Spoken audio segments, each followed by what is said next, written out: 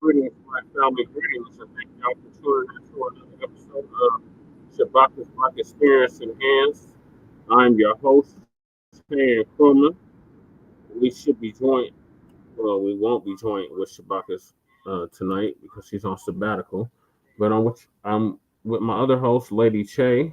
Say hi to the people, Lady Che. Hi, people. And and this is Now I'm still there. season 10, episode 50, election edition of Shabaka'S Blacc Experience Enhanced. hmm I didn't vote. On this season, sorry, all these damn videos are coming in. On the season 10, episode 50, election edition of the Shabaka'S Blacc Experience Enhanced, we'll be discussing today is election day, FBA family, and there's nothing tangible on the ballot.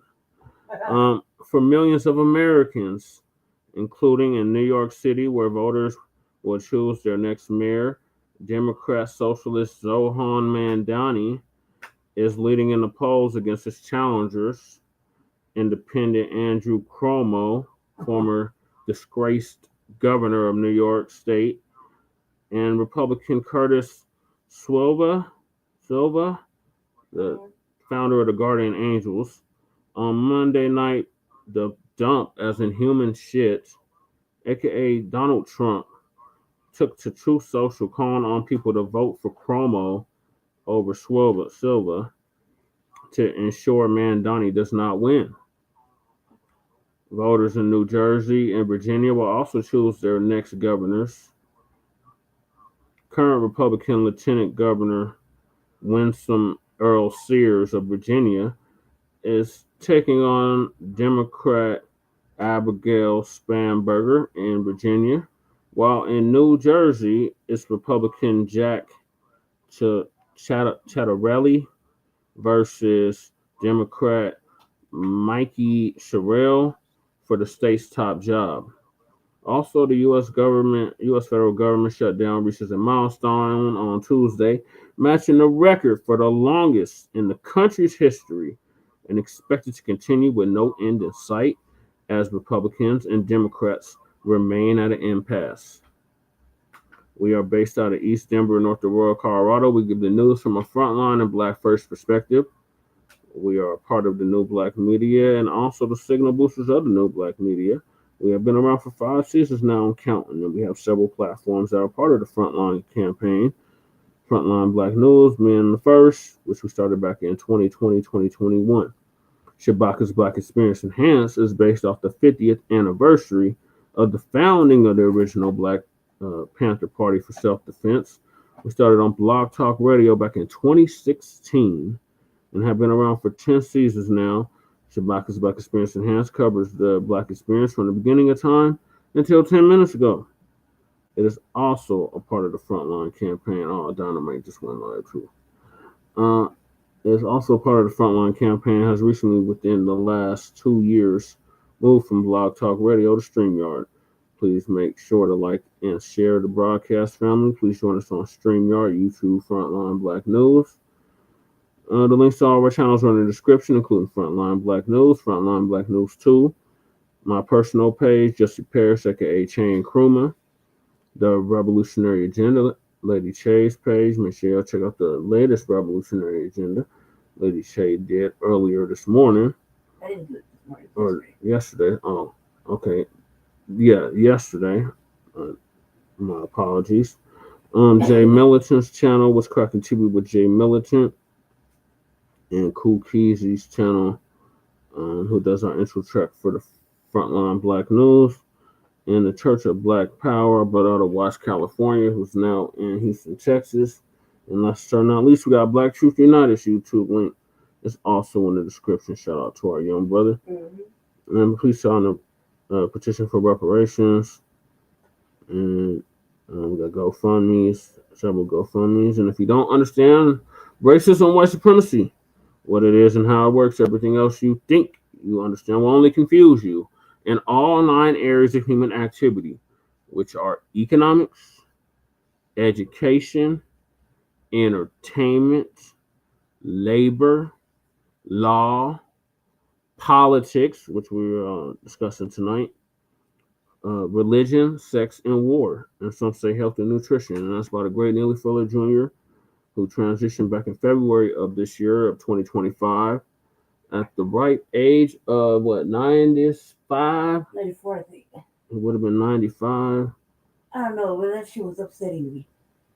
ProduceJustice.com. And when you, a black person, are captured by any race soldier, you must never fuss, fight, or flee. Comply and defend yourself in court. Also by the great Neely Fuller Jr. ProduceJustice.com. And last but not least, we got racism, white supremacy. It's conscious and subconscious behavior to maintain white genetic survival to prevent white genetic annihilation. Dr. Francis Cress Wilson. And fair use, puke tube, copyright disclaimer under section 107 of the Copyright Act of 1976. Allowances made for fair use for purposes such as criticism, comment, news reporting, teaching, scholarship, education, and research. And we do not own the rights to the music, Peak Tube.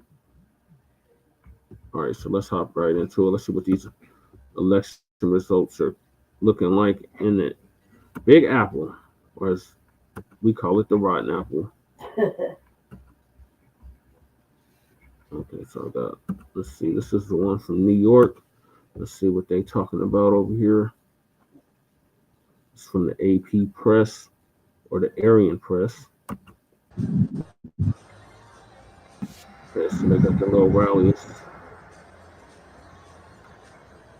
See a bunch of promos in the chat.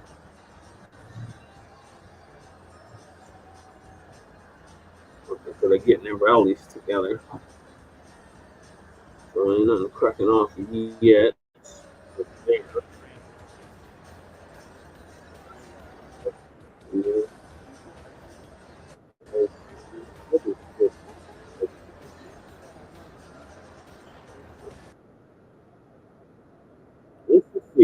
Falling short. We've seen a few other counties where this has happened. So Spanberger is exceeding Democratic levels from 2020 and 2024 in the biggest suburban counties in the state. She is leading in Virginia Beach. And so far, the Republican counties that have reported, you have Earle-Sears not quite even reaching the Trump level from last year. So if you're a Democrat, you went into this tonight looking at polls that had Spanberger not just ahead, but ahead by comfortable margins. And everything we've seen in the returns now with 25% of the vote in statewide is consistent with that.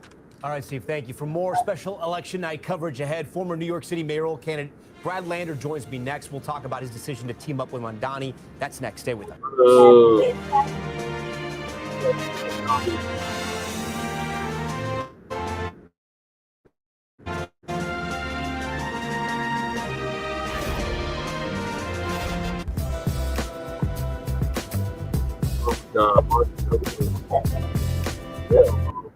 Dozens of groups. He's going to work hard every day to keep Jewish New Yorkers and all New Yorkers safe. He wants the corporate tax to be on par with New Jersey. That's exactly the reason why they're fighting in New Jersey right now in that governor's race. Is that a good idea? Again, you're the comptroller. Well, it's really about what you're getting. If we increase the corporate tax rate in order to provide child care for 2-year-olds and 3-year-olds, then we'll see that in productivity, and employers will see it because their workers are desperate for child care. Brad, it was great to talk. I'll talk to you in a couple of months. We'll see how this ends up, and then we'll talk to see how the results are. Talk to you tonight. Thanks for being here. Much. Steve Kornacki, he's still. What do you got in Virginia? Yeah, so you can see here we've had more of the Republicans of the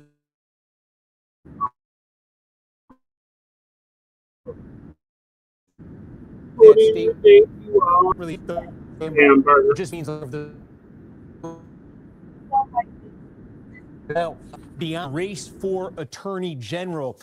The Democrat there with those text messages from a couple years ago where he, talked about the idea of killing children and terrible, terrible things. And so the idea of would he lose even if Spanberger's having a good night? Spanberger is having a good night right now. The Democratic candidate for Attorney General Jay Jones. Well, there certainly are some of them that that race now, Jones with a very narrow statewide lead over the incumbent, Jason Miyares, about a point right now. What's interesting is we're tracking around the state. Where is Jones running the closest with Spanberger, and where is the most separation? And a pattern's emerging, and it really has to do with the counties that we've been talking about. You're seeing the big, like Loudoun County, a 19-point margin here. So there is a 10-point gap right there. You're seeing something similar in Chesterfield County here. It's a 15-point lead for Spanberger there in the governor's race. You take a look in the attorney general's race, it's only a 3-point. Now, what do those places have in common? And we're seeing this some others. These are places that have large populations of suburbanites, white-collar professionals. These are folks who are culturally liberal, have gravitated. Steve, I'm going to interrupt you here. NBC News can now project the winner of the Virginia governor's race is Abigail Spanberger. NBC News now projecting her as the winner of the Virginia governor's race. Steve, we were just talking about this throughout the night right now. All the momentum, all the voting, more Democrats coming out for, especially around those suburbs in D.C. You wonder how the DOGE cuts, how the government shutdown, how that all affected the people that live around D.C. and how it affected their vote. And again, President Trump, he wasn't in this race. He didn't endorse Earle-Sears. He didn't even mention her name. It was a very tough race for Republicans there. Too early to call in the Attorney General's race so far. And Steve, before you go, because I want to talk to two great political minds in about 30 seconds, explain to our viewers why we're just talking Virginia and we haven't talked about New Jersey or New York City or California yet. Yeah, Tom, it's certainly not for lack of desire on my part, but in 6 minutes, the close in New Jersey, and this thing is going to start to light up like a Christmas tree at 11 p.m. Eastern. That's going to happen out in California. 9 p.m. That's going to happen in New York City. So, yeah, we got a storyline to follow here. The AG's race, but in a few minutes, that governor's race in New Jersey, which we expect to be the closer one, and where Republicans think they have a chance, great, is going to take center stage. Steve Kornacki, thank you. We got about 3 minutes left. We got two of my favorites here. Moderator of Meet the Press, Kristen Welker, and NBC News senior Washington correspondent, Hallie Jackson. Real quick, guys, what have we learned up to this point? Kristen. A couple of things. Abigail Spanberger's message on the economy, affordability, clearly resonated. The Trump alliance, which included an increase in Latino voters of color, didn't necessarily hold. We saw that in counties like Loudoun County. Steve will break that down even more. And then the question that Democrats are going to ask themselves tomorrow, what can they take from this victory into the midterm? Okay, then Hallie, a complicated question for you. So here we go. Oh, you got three blue states. You got California, you got New Jersey, and you got Virginia. Sure. We can debate if two of those are purple, but the blue states because of what happened in the presidential race. And then you have New York City. So can we draw any narratives from this for the midterms? Because New York City is not really the suburbs of America, and we're talking two blue states. 100%. But think about what all those three races have in common if, in fact, the Democrats end up winning, because it's a great question, and here's the through line that I'm thinking about. It's the economy. All of those candidates, the Democratic candidates, are running on affordability messages in different ways, right? They look different when they're coming out of Mamdani's mouth versus Abigail Spanberger's mouth, but that is still a through line here. So I've been talking to smart strategists on both sides of the aisle who say that may be the biggest takeaway for 2026. Can I tell you the question that I still have on Virginia, though? What's the margin going to be? Because that's going to tell us a lot about, I think, where this goes. And I spoke with one Republican who said, listen, if this is a smash in Virginia, a smash in Jersey, and Mamdani wins big, on the economy and on that kind of messaging, President Trump may have to think about how he's messaging on the economy if it's not resonating with some of these more moderate. We're watching some of the celebrations at the Spanberger watch party. Kristen, real quick to you, the president ran on the economy. He won on the economy. He's delivered on immigration. He's delivered on crime to his voters. But the economy is the big unknown. The economy is still the top issue for voters, Tom. And he, by his own admission, said he got elected because he was going to bring down grocery prices. If you look at the prices at the grocery store, a lot of prices have gone up, from meat to bacon, just to name a few. And so I do think that there's going to be a hard look inside the White House at how they are handling grocery prices, the prices that people are paying, inflation, and of course, the backdrop to all of that, the president's tariff tax. All right, Hallie, we got about 40 seconds left. Give me 20 seconds. What do we expect tonight? What are we watching tonight from your coverage with Kristen over here? Three big things. Number one, margins. What are they if, in fact, the Democrats do end up pulling it out? And obviously, any surprises. Two, this messaging on the economy, affordability. And three, what you've been talking about with Steve, the Trump coalition. Do Latinos, do non-white voters in New Jersey, non-college educated Dirt. That was my word. In a Mossberg picture, good punk. I don't look at all times. My nigga, young nigga still dying. How about? Huh? Nigga, what? Huh? Give a fuck, nigga, what? For that weed, kinda like a poppy seed. Then nigga name young weed party on. Shit right out of the background. Months and days show up the saucy blaze. High. Why? I could just say die and shit in my. And nigga say I fly like an eagle and see no evil. And ain't no sequel to this here. This shit, I'm belling in the dough, supernatural. Yeah, y'all, don't hear me though.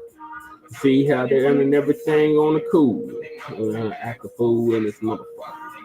How you do that there? From Texas to Kansas, nigga, we don't care. How you do that there? Missouri, Ohio, nigga, we don't care. How you do that there? NC to Atlanta, we don't care. How you do that there? California to Virginia, nigga, we don't care. In these streets, anything goes. My cousin in the pen, he and I get swole. Send me a letter, said, P, get your paper. Don't trust these hoes. These niggas, they'll take it. Hustle is a habit. Cornbread and cabbage. Uncle and grits, niggas trying to get a rabbit. What about pastels inside? Hens bowls with some candy paint to ride. Niggas still changing the game cause we sold. Just trying to tell a red cause the nigga blowing doors. Just try to bless shoes feeling tight on the Reeboks. Niggas has to block holes, none of that. Niggas get dealt with. Keep the enemies tight, nigga never banquet. Some niggas here, homies at home. RP to every fucking rapper that is gone. It's about it. Scream and shout it. Then where you from, every nigga get rowdy. Niggas dodge your grill, cause in the fucking ghetto you can lose your life for $1 bill. Niggas holler, how you do that there? Take you to the city, nigga, we don't care. How you do that there? In South Carolina, nigga, we don't care. Fuck niggas holler, how you do that there? Oregon, Utah, Colorado, we don't care. How you do that there? He's the one that came up with the Maha salute, Master P. In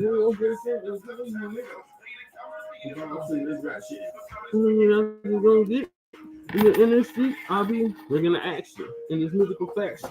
If you don't know, fool, you better ask him. Because if I'm going to get with it, I get with it.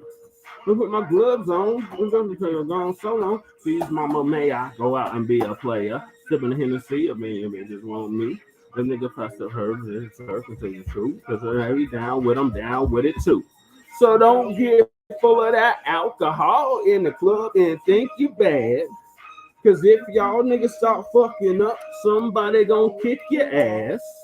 Kick your ass. Don't get noise if the looks are coming through with all his boys. Nigga get the right place and times with now fools. I'm going for mine. Motherfuckers, Oklahoma, nigga, we don't care. How you do that there? New Mexico, we don't care. How you do that there? Indiana, nigga, we don't care. Where's crew at? Do that there. Cause we get this started in, we don't care. How you do that there? How you do that there? How you do that there? Cause no many niggas got it in, we don't care. Yeah, it's historical, man. Oh my god, man, this is bad. Actually, that's so terrible. And that's definitely gonna be on even more on heavy rotation. Man. Oh my god, kick dough. Free C murder, goddammit. I can't do it. That would really go get struck. Yeah. We do not want to rush to the music. All right, let's get back to We'll this. do it later. R.I.P. to Young Bleed. Gone, but definitely not forgotten. Your music will definitely still live on. You are forever a legend. I've been on like a no limit fucking TRU kick for like the last 3 weeks. Yep. Since the it verses. started off with Mystical. Yes, Free Mystical. And I was like, my favorite part of I'm on fire. This is my shit. This is how we call the people on fire. I'm on fire. Yeah, Call the people for me. Happening? I'm on fire. Every time something's happening. Okay, what's the results? Okay, what's the results for New York? Let's see. Let's see what's happening in NY in the right now. Single angle covered tonight. Our team of NBC reporters live at election night headquarters for all the big campaigns and also covering the very latest from the White House as the results pour in. My NBC News colleague Hallie Jackson will be alongside me all night analyzing all the data from our NBC News exit polls. And we've got the ultimate election expert, NBC's Steve Kornacki. Where else? At the big board, breaking down the results as they come in. And our team of election night insiders here in studio. I do have to get right to NBC News Chief Data Analyst Steve Kornacki for a look at where we stand on the key races and what he's going to be watching for in the coming hours. And this big call, Steve, Abigail Spanberger has done it. She's clinched it. The only question now, what exactly will the margin be? Yeah, exactly. And so you can see in the statewide tally right now, it's 10 points for Spanberger over Earle-Sears. And again, this is sort of the standard Democratic victory model in New Jersey, excuse me, I'm getting ahead of myself here. The standard Democratic victory model in Virginia, except Spanberger is doing even better than Democrats have done lately in a lot of these places. Chiefly, here we go. All the vote is in now in Loudoun County up here. This is one of the biggies in the state. Spanberger is going to win this by 29 points. Big bedroom communities, suburban, exurban area just outside Washington, D.C. The key here, when you look at this statewide margin, statewide tally, and you ask about the margin, what we've seen happen in the last few minutes is all the red you see, sort of rural areas, Southwest Virginia, South Side, that have started to fill in. They've allowed Earle-Sears to chip away a bit at that statewide lead. But I want you to keep in mind, so much of the population is right around here. And you go into a county like Prince William County, there's still 150,000 votes that are going to come out of this county. Look at Spanberger's lead right there. You can imagine what that's going to do to her statewide total. This is the biggest of the big. Fairfax County, we don't even have half the vote in here right now. And Abigail Spanberger, with a 50-point lead. So you expect her, I think, certainly to maintain and maybe even build on that lead a bit. And the suspense here in Virginia really is going to be, does she have a big enough pad that she can carry over the top the beleaguered Democratic candidate for Attorney General? And you can see that one is a squeaker right now. Jay Jones with those text messages, those inflammatory text messages that came to light. He's barely up right now in the statewide tally. So that one of the reasons why that Spanberger total becomes so important. And I just wanted to check in because the polls closed in New Jersey, and we did just get a whole bunch of votes here statewide. Look at that. More than 200,000 votes just came in. This is a big one. Now, this is interesting. So this is Hudson County. We're talking about directly across from New York City, the Hudson River. You're talking about a bunch of mid-sized, Jersey City is the biggest city here, and a bunch of mid-sized cities with very large Hispanic populations. Union City, New Jersey, West New York, North Bergen.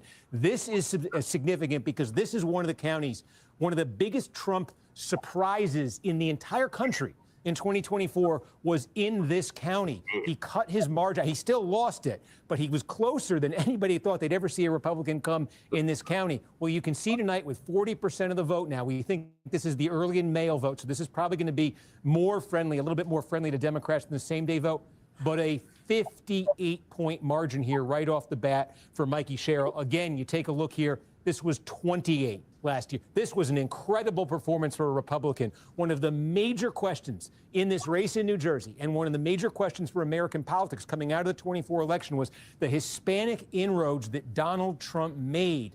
Could another Republican take them and replicate them without Trump on the ballot? Here's a test tonight. Jack Ciattarelli in Hudson County. We got 40% of the vote. Again, I think a lot of this is going to be early vote and mail-in votes. We'll see if the state changes, but you're seeing a 58-point advantage here for Mikie Sherrill early. So Ciattarelli not generating that Trump-level support here.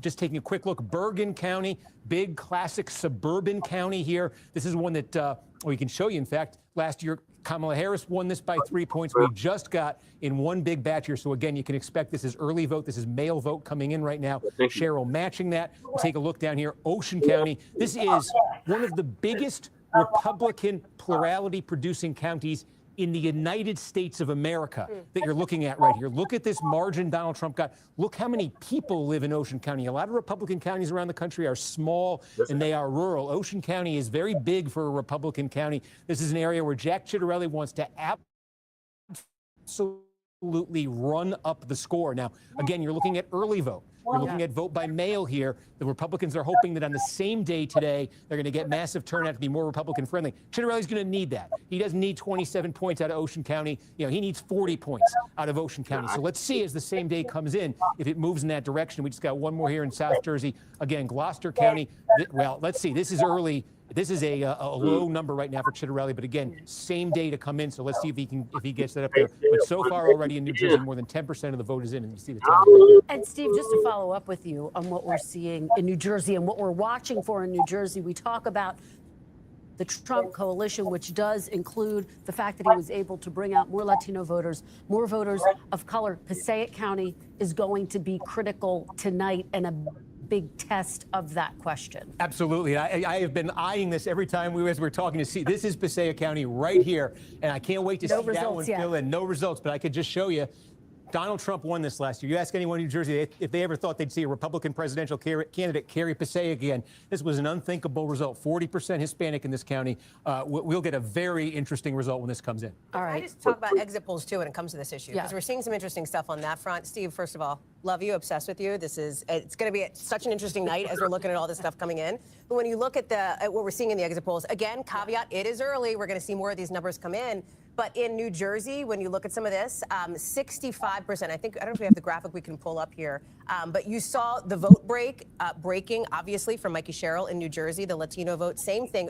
Jack Ciattarelli was sitting at about 30% on that in the early exit polls in New Jersey. So it's an interesting tell. I think the more interesting data point is going to be what happens in some of those counties you're talking about here. But when you look at this question of the Trump coalition, it's in talking with Democratic strategists who've been involved in this race and Republican strategists, low propensity voters as well. Are they showing up when Donald Trump is not officially the name on the ballot there? And it's the impact on the economy, which is still the number one issue for these voters that we're seeing in these exit polls. We'll talk about that more too. I'm gonna do some walking here, Chris. I'm gonna walk over to that wall and talk you through it. Yeah. Walk on over. All right. While you're doing that, Hallie, let's go out to NBC's Ryan Nobles. He is at Democrat Abigail Spanberger's headquarters in Richmond, Virginia. Ryan, the celebrations must be beginning there. You're absolutely right, Kristen. I've covered 5 Virginia gubernatorial elections. I've been in rooms where the candidate didn't win. I've been in rooms where the candidate knew right from the start that Democrats felt like they were going to have a good night. The second the doors opened, people came pouring in. You can see behind me, it is a packed shoulder-to-shoulder crowd. And when NBC News first made that call that Abigail Spanberger was going to be elected the first female governor in Virginia history, the crowd absolutely erupted. Happy to have the governor's mansion back after 4 years of Republicans being in charge here in Virginia. Now, there's a long list of reasons why Democrats believe that they were successful in Virginia. I don't know if they thought they'd be this successful. Many of the Democratic operatives I talked to believe that the call could come early. Few of them thought that it would come before 8 o'clock. So that just shows a sign of Spanberger's strengths. But over and over again, there were 2 issues that Democrats pointed to as to why they thought Spanberger was going to win here tonight. The first was that she's just a good candidate. She's someone that had a very strong personal story, a former law enforcement officer, a CIA officer, a very bipartisan and moderate member of Congress who served what was a very swing district for many years in Washington, and that she had a message, secondly, that really resonated with Virginia voters at a time where they wanted to hear it. Virginians have been very frustrated with the early days of the Trump administration, and in particular, the way that he has gone and worked to dismantle the federal government, which is acutely impactful in Virginia, which has one of the highest percentages of federal workers in the country. And it's not just direct federal workers, but it's those ancillary jobs connected to the federal government contractors, people that run diners outside of federal agencies. These were all people that were feeling the impacts, not just of the government shutdown, but the decisions made by the Trump administration to scale back the federal workforce leading into the government shutdown and the other decisions made by the Trump administration. So there are certainly some good takeaways that Democrats can take from what we saw here tonight in Virginia in terms of economic messaging, kitchen table issues, avoiding getting too far into the weeds in these cultural issues, which Spanberger's opponent, Winsome Earle-Sears really kind of made the hallmark of her campaign. But at the same time, it's not necessarily something that can be extrapolated out or duplicated across the country because of the way that Virginia is so heavily influenced by what happens with the federal government. So no doubt, though, Virginia Democrats had a plan. They executed that plan. And Kristen, tonight, they were very successful. They certainly were. We will continue to track what that final margin turns out being. Worth noting, former President Barack Obama out campaigning with Abigail Spanberger. President Trump did not endorse Winsome Earle-Sears. All right, Ryan, thank you so much for that. Joining me now is Vermont Senator Bernie Sanders. He has been a big supporter of the mayoral candidate here in New York City, Zohran Mamdani, a Democratic socialist. Senator, thank you so much for joining me on this election night. My pleasure. So let's just set the scene. Polls close in just under an hour now in New York. How are you feeling? You think that Mr. Mamdani is going to pull it out tonight? Well, as I understand it, the turnout is extraordinary. And as somebody who very much believes in democracy, worries about the future of American democracy, I am glad to see that the turnout, I think, is the largest in 30 or 40 years. So that's a good sign. My question for you, Senator, if he is in fact successful tonight, what, if anything, can and should Democrats nationally take from his victory? We just called Virginia for Abigail Spanberger for the governor's race. These are very similar messages in some ways on the economy, that they want to make the life more affordable for their constituents, and yet very different visions for how to do that. What should Democrats take from it? I think you're right. We will see what the election results are in New York City before I pontificate. But I think Mamdani has run an extraordinary campaign. And one lesson that must be learned is that if you have a message that speaks to working people, to ordinary people, that you are prepared to take on the oligarchs in New York City. They have spent millions and millions of dollars trying to defeat him. And what he is saying is that in New York, and in fact throughout the country, we need a government that represents working people, the middle class, who are having a hard time now affording, being able to afford housing, childcare, transportation, healthcare. That we need a government that represents them and not the people on top. I think the message, if he does well, is that people are tired of establishment politics. They understand that in America, the people on top have never, ever had it so good, while 60% of us living paycheck to paycheck. They want real change and candidates with the courage to take on the big money interests. Senator, it's Hallie Jackson. Thanks for being on with us tonight. Question for you, because to your point here on the working class and on Democrats appealing to them. We have seen voters today in New York City tell our exit pollers again and again they care about affordability. They think that the cost of their housing is a problem. The vast majority said that.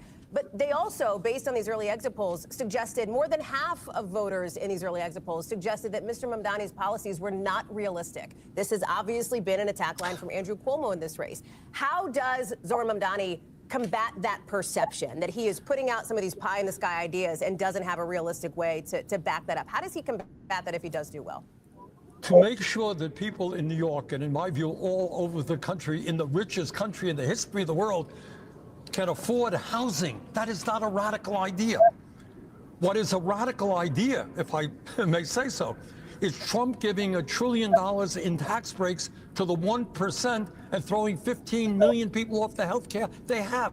That is a radical idea. Thinking that climate change is a hoax is a radical idea. We cannot become accustomed to a nation in which one guy on top, Mr. Musk, owns more wealth than the bottom 52% of American society. So I don't agree with you. It is not radical to say that we should have the best child care system in the world if we believe in our kids and if we believe in the future of this country. It's not radical to say that we should have efficient and fast and free bus service. These are not radical ideas. What is radical is that we have more income and wealth inequality than we've ever had. That's got to change. Senator Kristen, again, quick question. You raised President Trump. He has threatened to pull federal funding from New York City if Mr. Mamdani is elected.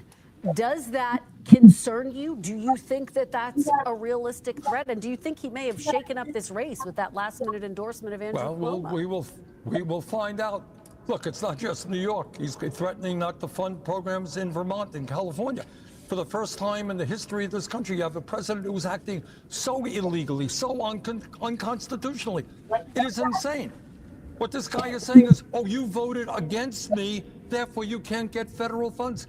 Is that really the United States of America? Is that really the way a president should behave? No president, not Republican or Democrat before this, has ever suggested that.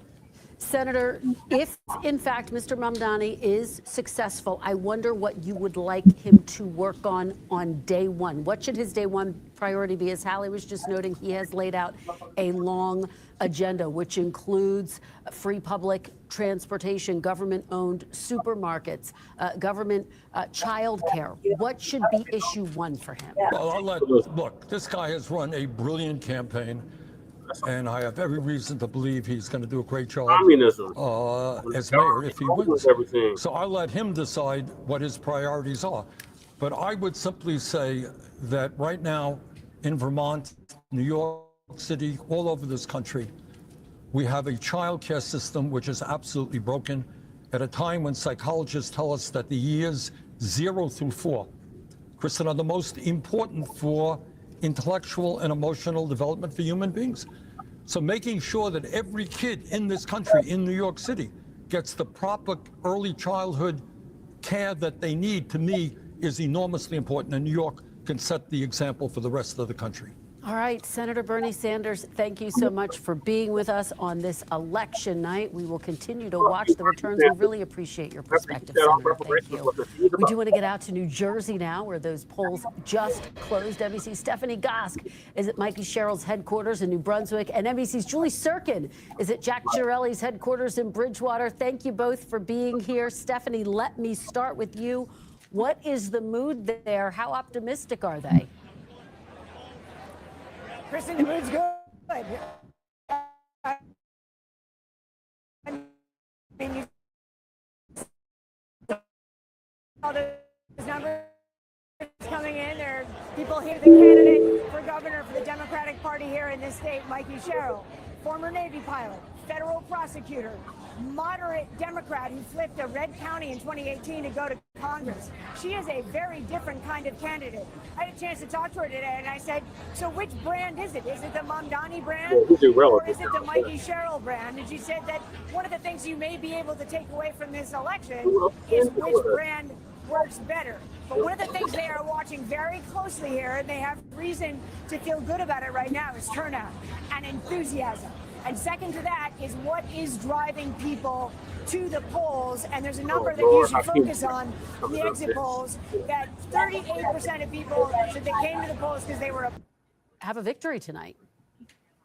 Yes, Zohran's going to be the next mayor of the city of New York. He's run a relentlessly focused campaign on affordability. The cost of living is way too high in New York City, in the communities that I represent, and all across the city of New York. That, in fact, is the case we know throughout the country. And, of course, Donald Trump hasn't kept his promise to lower costs. In fact, he said he was going to lower costs on day one.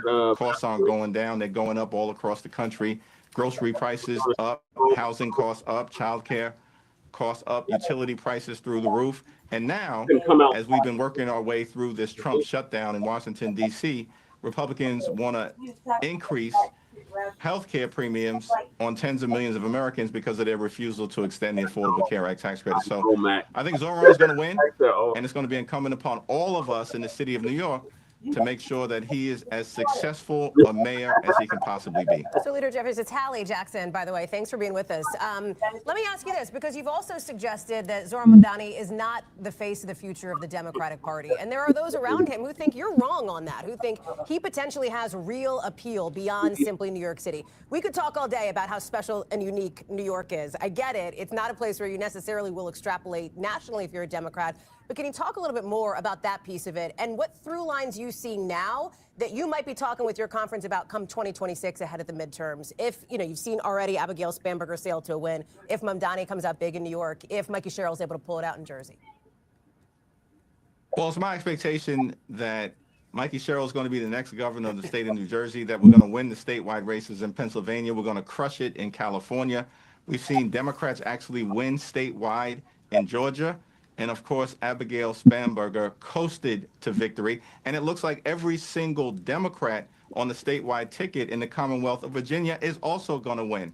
This is a rout for Democrats all across the country. Now, as House Democrats, what we've said from the very beginning of this year is that we need to relentlessly focus on driving down the high cost of living and fixing our broken healthcare system that Donald Trump and Republicans are making worse by the day. And as long as we stay on these kitchen table pocketbook issues, while of course addressing the extremism that Donald Trump and Republicans continue to unleash on the American people, what we're seeing tonight is going to be replicated a year from now when Democrats take back control of the House of Representatives. You think they could do the Senate as well? You just called it a rout tonight. It sounds like you think they'll flip the House. You think they could do the same for the Senate? I think the Senate is going to be a big surprise a year from now, particularly if the trend lines continue to move in our direction. Keep in mind, listen, we've won every statewide race that has been held this year, starting with the Wisconsin State Supreme Court race in April. We've won all of the high-profile special elections, beginning in a state Senate seat in Iowa in January that Donald Trump had just won a few months prior by 21 points. And so what we're seeing tonight is the culmination of something that has been building since the very beginning of the Trump presidency, which has been a complete and total failure of Republican control of government. Leader Jeffries, let me ask you, because of course this election night occurring against the backdrop of what is poised to be the longest government shutdown now in U.S. history. There has been some discussion that lawmakers, the Senate in particular, getting closer to a potential off-ramp. At this hour, are you optimistic that you will be able to end this government shutdown this week? Well, we've said from the very beginning, listen, we want to sit down with Republicans, and we're willing to do so anytime, any place, in order to reopen the government, in order to enact a spending agreement that actually makes life better for the American people. But at the same time, we have to decisively address the Republican health care crisis. We've also said as House Democrats that we will evaluate in good faith anything that is bipartisan that emerges from the Senate.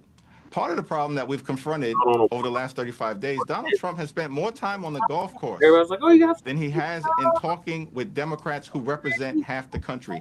He's completely and totally disinterested in reopening the government that he shut down. In fact, he's trying to weaponize starvation, breaking the law, withholding SNAP benefits, can't find a dime to extend the Affordable Care Act tax credits, while at the same period of time can find $40 billion to bail out a right-wing wannabe dictator in Argentina. This is extraordinary stuff, and the American people are rejecting it. They know the country is moving in the wrong direction. So I'm hopeful that, you know, Senate Republicans will come to their senses sooner rather than later and sit down to negotiate a bipartisan path forward. All right. Leader Jeffries, thank you so much for your time tonight. We really appreciate it. And Thank you. We do have breaking news now. Abigail Spanberger is taking the stage in Virginia right now for her victory speech. You see the crowds there cheering her on as she approaches the podium. A big moment for her, a big moment for Democrats. I spoke with one strategist who said, get me to this point. Like first, obviously, female governor of Virginia here. She's taking the stage. And potentially, you know, maybe, depending on how things go in New Jersey, helping to provide for Democrats a roadmap in some ways on how to run, on the messaging, on lashing her opponent to Donald Trump, specifically on the issue of affordability and of cost of living and the economy, as we've been talking about so much tonight. Listen, big transition from a governor who remains popular in that state, and Governor Glenn Youngkin. Absolutely, and you heard Leader Jeffries there lean into your question that the implications for tonight how are significant heading into the midterm elections. This is a playbook, this is a roadmap, and we should say this is also an historic moment. She becomes the first female governor of Virginia. There was going to be a woman governor regardless tonight, but that governor-elect is now Abigail Spanberger, and you see her there working the crowds as she approaches the podium. Let's listen in to what she has to say. Governor-elect Abigail Spanberger.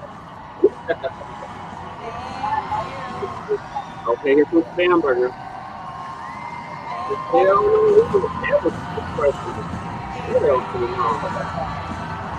Not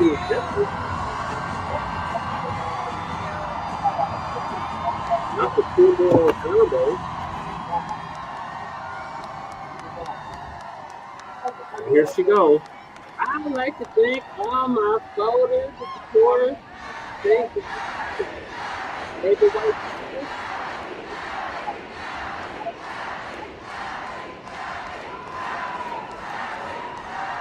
Feminists. Thank you. Thank you. Thank you. You're not welcome.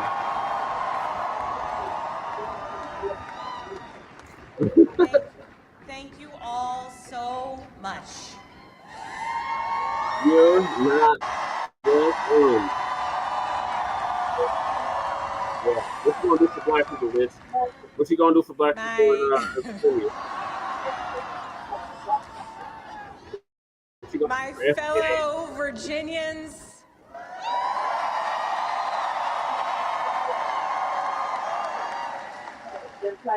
tonight we sent a message.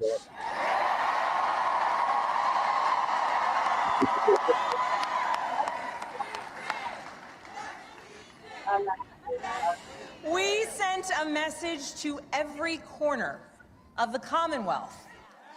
A message to our neighbors and our fellow Americans across the country. We sent a message to the whole world that in 2025, Virginia chose pragmatism over partisanship. We chose our Commonwealth over chaos.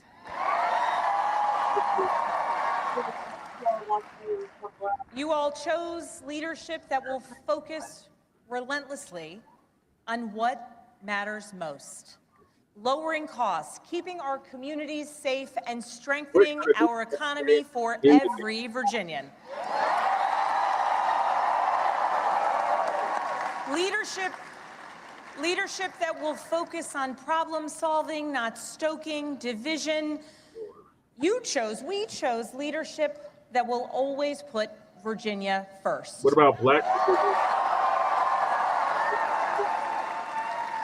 And Virginia, I cannot wait to get to work for you.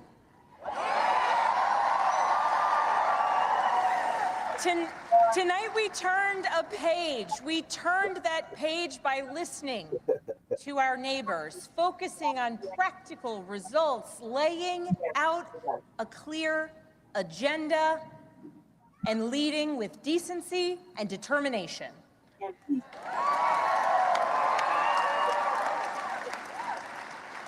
To everyone who helped us achieve this win, from the bottom of my heart, I thank you.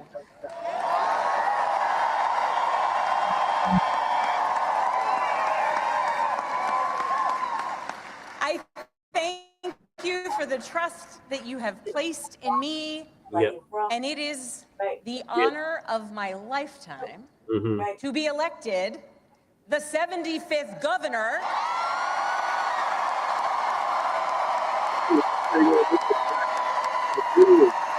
of the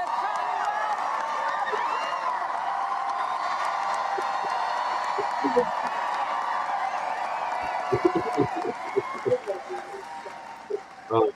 I would like to thank my opponent for a hard-fought race.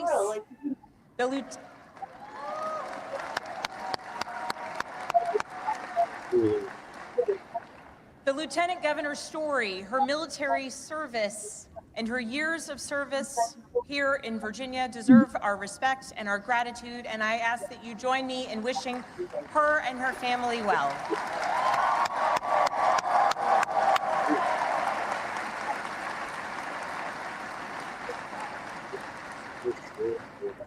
I also know that those who were supporting my opponent are disappointed today. And to those Virginians who did not vote for me, I want you to know that my goal and my intent is to serve all Virginians.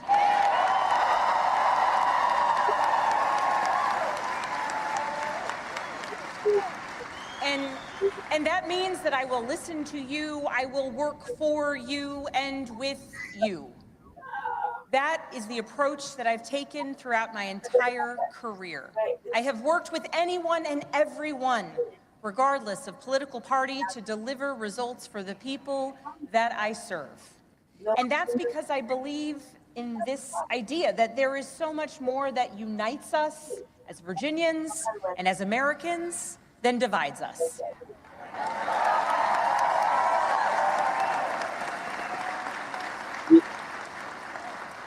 And I know in my heart that we can unite for Virginia's future, and we can set an example for the rest of the nation.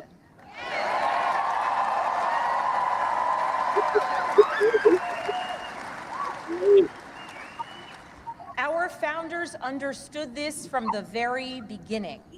They didn't choose to call Virginia a Commonwealth by accident. They chose it to signify that our government would be based on the power of the people united for a common good. Party, not for a president, not for a monarch, but for a common good, together. And tonight, Virginia proved that that tradition is alive and well. We are still a Commonwealth in every sense of the word.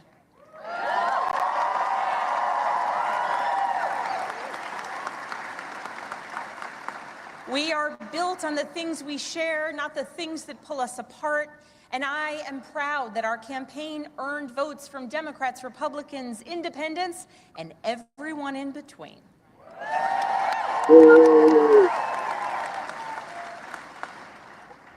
That's the Virginia I know, that's the Virginia I love, and that's the Virginia I will have the honor of serving as your next governor.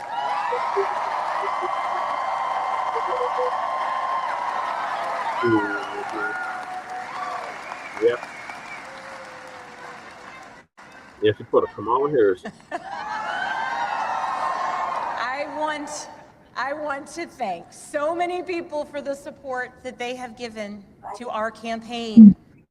Thank you for your work. Thank you for your support. To our tireless volunteers, to those who believed in me, thank you.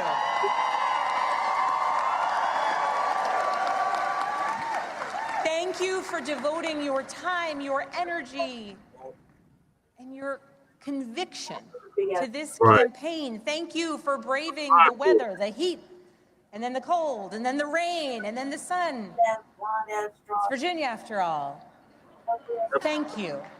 Thank you for talking to your neighbors about the importance of this race. Thank you for recognizing that when we went person to person engaging, that we could bring people not just into supporting our campaign, but into engaging in our democracy. Thank you. We won this race because of you.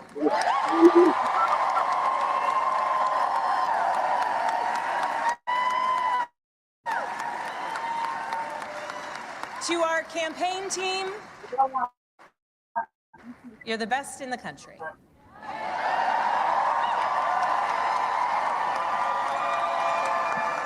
Every single member of our team, every single one of you, you work tirelessly for the change, the progress, the policies, the connection, and the respect that you want to see in our communities. Thank you for working so hard. Thank you for giving people hope. Thank you for knocking on doors in the sweltering heat. Thank you for showing kindness. Thank you for showing up in every corner of Virginia. Thank you for diving deep on policy. Thank you for capturing moments and the essence of our campaign. Thank you for reaching voters everywhere. And thank you for believing that Virginia could and would send a hopeful and joyful message tonight.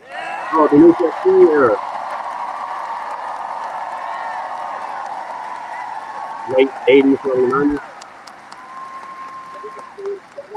Thank you for giving everything to this campaign and then some. Yeah.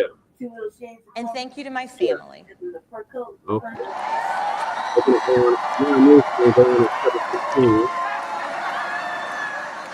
To my husband, Adam.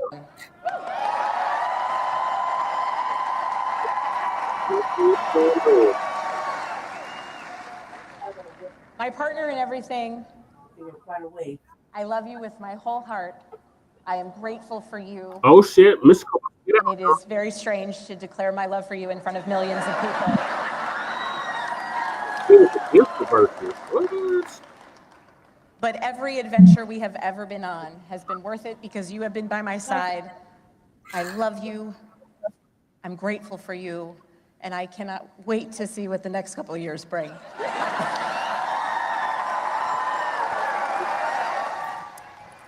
Governor-elect Abigail Spanberger, the first woman governor-elect of Virginia, delivering her victory speech in front of a crowd of cheering supporters. Hallie Jackson, she talked about the fact that her campaign sent a message to the Commonwealth of Virginia. We chose the Commonwealth over chaos, she says, lowering costs, keeping our community safe, decency and determination. But at the center of that message, Hallie, was one of affordability. That's what we heard from her on the campaign trail against the backdrop of this government shutdown. She didn't necessarily mention Trump's name every single day in every single speech, but the implications were clear. She ran on an anti-Trump message. She said it herself, Kristen, right? Pragmatism over partisanship is what she thinks propelled her to victory. So how did she win, right? Not county by county here, but big picture themes. Look at what the most important issue to voters in Virginia was. It was, to your point here, it was the economy. And our exit polls show that they broke for Abigail Spanberger 59%, right? So if it's the most important issue, you got a big vote break for you. Like that's clearly part of the reason why she did so well. You can see it here. The other piece of it is her opponent, right? Is Winsome Earle-Sears. You look at somebody like Governor Glenn Youngkin, he is above 50% approval rating in that state. The exit show he's at like 55%. Nearly 60% of Virginians think the economy is doing well. Those are good numbers. The thing is, Governor Youngkin is not running again, right? But his lieutenant governor couldn't capitalize on that popularity in really any way. In fact, her approval numbers were underwater, basically 46% in these exits here. And I think that gives you a sense of sort of the strength of Spanberger's campaign, clearly in Virginia. Still, obviously, looking to see what those margins are. I know you have some Democrats that are hoping it's like double digits, if ticking up into them, 12, 13, et cetera, because they would like to see, as Leader Jeffries put it to us earlier, a route in that state and for that to continue in these other states as well. Because the margins matter in terms of the momentum heading into the midterms. And of course, it is notable that former President Obama campaigned with Abigail Spanberger. We did not see President Trump on the campaign trail. He didn't even say her name. He didn't even say her name at his tele-rally last night, right? And you look at the importance of the Trump endorsement, that matters in Republican politics. The two of them, the president and Winsome Earle-Sears, had a complicated relationship dating back to 2022. And he called her a phony after she said that he was a liability to the party and then flipped on that and ended up supporting him. But things have been a little bit tricky between the two ever since. And I think this is Donald Trump's Republican poll throw to behind somebody. He will do that. I think he also has a sense from the people around him who looks good in a race and who doesn't look good. I mean, Hogan, you can probably speak to that. He doesn't love to back a loser. Nobody does. Our table has just gotten a little bit bigger. Hogan Gidley, we are joined by you. Go ahead and weigh in. We also have Ashley Etienne and Leanne Caldwell. Of course. Look, I think Donald Trump's endorsement matters. I think whether or not he comes to your state and actually throws that support behind you, he's so good at rallying the people around a cause or a candidate. And you've seen him do this now for the better part of a decade. So their relationship, I think you called it tricky. Was that what you called it, Hallie? That was a semi-complicated. Complicated. It's a diplomatic term. That's fine. Both of those are probably accurate. You know how diplomatic I am. That's true. And both of those are probably accurate. And so if he's not going to come out and support. It appears that the Republican. Oh, hell no. Hell no. Man, Donnie got 52%. Oh, hell no. 36% precincts reporting. Sliwa got 8%. Cuomo's at 40%. And total write-ins 1%. That must have been for Eric Adams.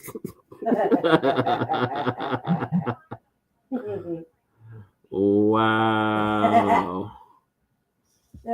put his face up there. That's not good. Republicans are going to make Mr. Mamdani the poster boy if he wins this election. They're going to be telling their supporters, the rest of the country, this is exactly what you don't want to happen where you are. Right. So you need to go with us. It sounds almost like a strategy. That's right. Yeah, and before you go on that, NJ, let me just tell you, hang on, let me just tell you these numbers. 36% of the vote in the first swag already, 52% for Mamdani, 40% for Andrew Cuomo, 8% for Sliwa, 1% for all the other write-ins, and all the other people just didn't get much at all. But this is at 36%, the first one. What's your instincts on this?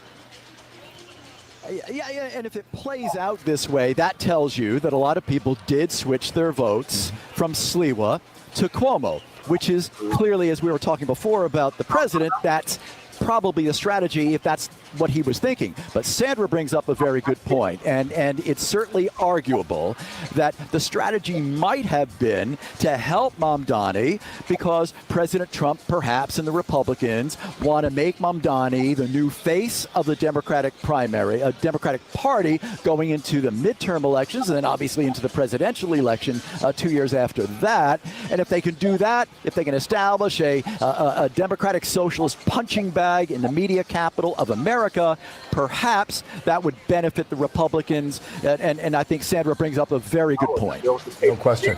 So what's the take there at headquarters? What's the mood there? Do they have any kind of a picture they're looking at? Looks like they're behind you. Yeah, what they're looking at are the initial results, the results that you and Sandra are reporting right now. And look, I mean, you make your way through the room and people are feeling pretty good. They're cautiously optimistic, more optimistic than cautious, because frankly, we know what the polls have said now literally for months. I mean, Mamdani won the primary, beating Cuomo by 13 percentage points, essentially coming from behind. Now, Cuomo said over and over again, and I asked him these questions on the campaign trail, look at the polls. What do the polls tell you? He said, I don't believe the polls. He said, I think we're surging. And he could say, well, I don't believe the polls, but, and he'll say, look at the primary election. Look at what happened. It flipped around. But what he doesn't acknowledge is that Mamdani, toward the end of the primary race, was surging. You saw that trend line going up. And we have not seen that at all in this election, the general election. I mean, Mamdani won the primary and essentially has never looked back, Bill. Yeah, good question. All right, NJ Burkett, we're not done with you. We'll see you a little bit later tonight. We do now want to talk with Lauren Glassberg. She is at Andrew Cuomo's campaign headquarters in Midtown. Lauren, what is the mood there? Polls closed 7 minutes ago.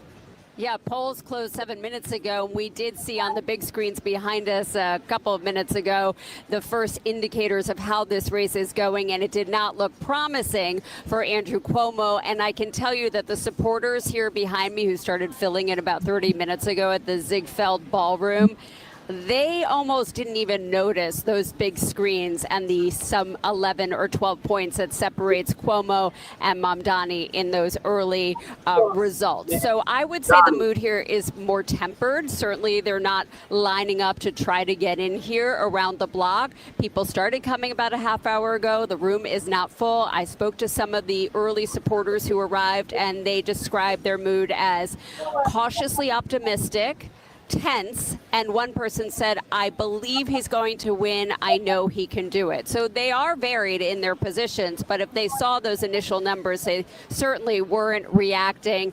Obviously, Cuomo had a lot of ground to cover. Most of those polls showed him at double digits behind Zohran Mamdani all the way through the race, and that is a lot of ground to make up. I know you were just talking with NJ about Donald Trump sort of endorsing Cuomo in the last 24 hours and whether that would negatively impact Cuomo or if it would perhaps benefit him.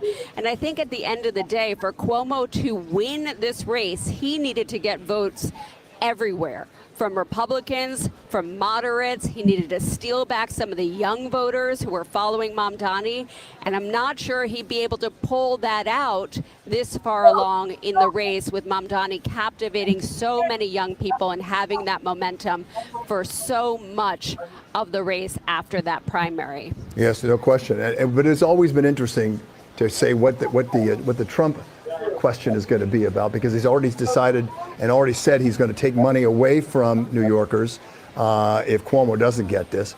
And, you know, he doesn't like to lose, Mr. Trump, right? You know this. You've covered him for a long time. He doesn't like to lose. And all of a sudden, if he does something that's going to show that he lost this, that's not as good for his head as it is not ever doing this. Not saying I'm going to go with Cuomo. Well, let's be clear. He posted a couple of comments to social media. He didn't come here and campaign for Cuomo. It's true, he put yes. it out in the ether. He wasn't as invested in this campaign as perhaps in some of the other campaigns that are happening around the country right now. And certainly he's a former New Yorker, but he did have some very divisive words saying that if Mamdani were elected, it would be socially and economically terrible for New York City, and that socialism, this is something that he aligns with Cuomo on. They both say socialism would not work for New York City. So whether Cuomo is in cahoots with Trump on being endorsed by him, wanting his endorsement or not, they both agree that socialism shouldn't be here. And of course, Mamdani is a democratic socialist. Lauren Glassberg, Andrew Cuomo headquarters in Midtown. We will hear from you as well shortly. Thanks, Lauren. Right now, let's go to Stefan Kim at Curtis Sliwa headquarters on the Upper West Side. Sir, you saw the numbers. It's very noisy there, but you saw the numbers. He's not doing very well, 8%. That's far lower than he ever did in any of the polls. Well, look, Bill, the mood here is a lot more jubilant than the one Lauren is describing at the Cuomo campaign, because, look, they saw the numbers that you announced over the air. They know what is happening. You can actually hear the music right now. Moments before that we came on, they had a song in the background with the lyrics saying, fight, fight, fight. Because, look, let's be honest here. Nobody in this room is expecting him to win this race. This is a city, as we know, that has 6 times as many registered Democratic voters than Republican voters, but that doesn't mean they won't be looking at how these numbers are going to play out tonight. The question is Curtis Sliwa's candidacy a spoiler candidacy or a stronger candidacy than we all expected, or maybe a little bit of both? He's been under immense pressure, as we've been reporting, to drop out of this race, but he has been campaigning hard until the very end. Bill? It's very interesting because what you said about him. Today, he said during one of his little speeches in front of our cameras, and he said, you know what? Everyone can laugh at everything else, but when the night falls here, I'm going to be the next mayor of New York. And he said it with all this cockiness that was, you know, sort of so like Mr. Sliwa, right? That's the way he operates. I don't know if he really felt it or not, but he certainly felt like he sounded like it, and that was kind of interesting, I thought, Stefan. Well, Bill, you can't say anything else, right? As a candidate running for office, you have to project strength. You have to say that you're going to win this. You're in it to win it. He doesn't really have any other choice, but let's be real here. The mood is jubilant because they're looking at the same numbers that we are, and their expectation is different after all, right? They're cheering right now for Curtis Sliwa. We're hearing that he'll be in the room moments from now. Former Governor George Pataki is in the room. So they have a point to prove. This is a campaign run on principles.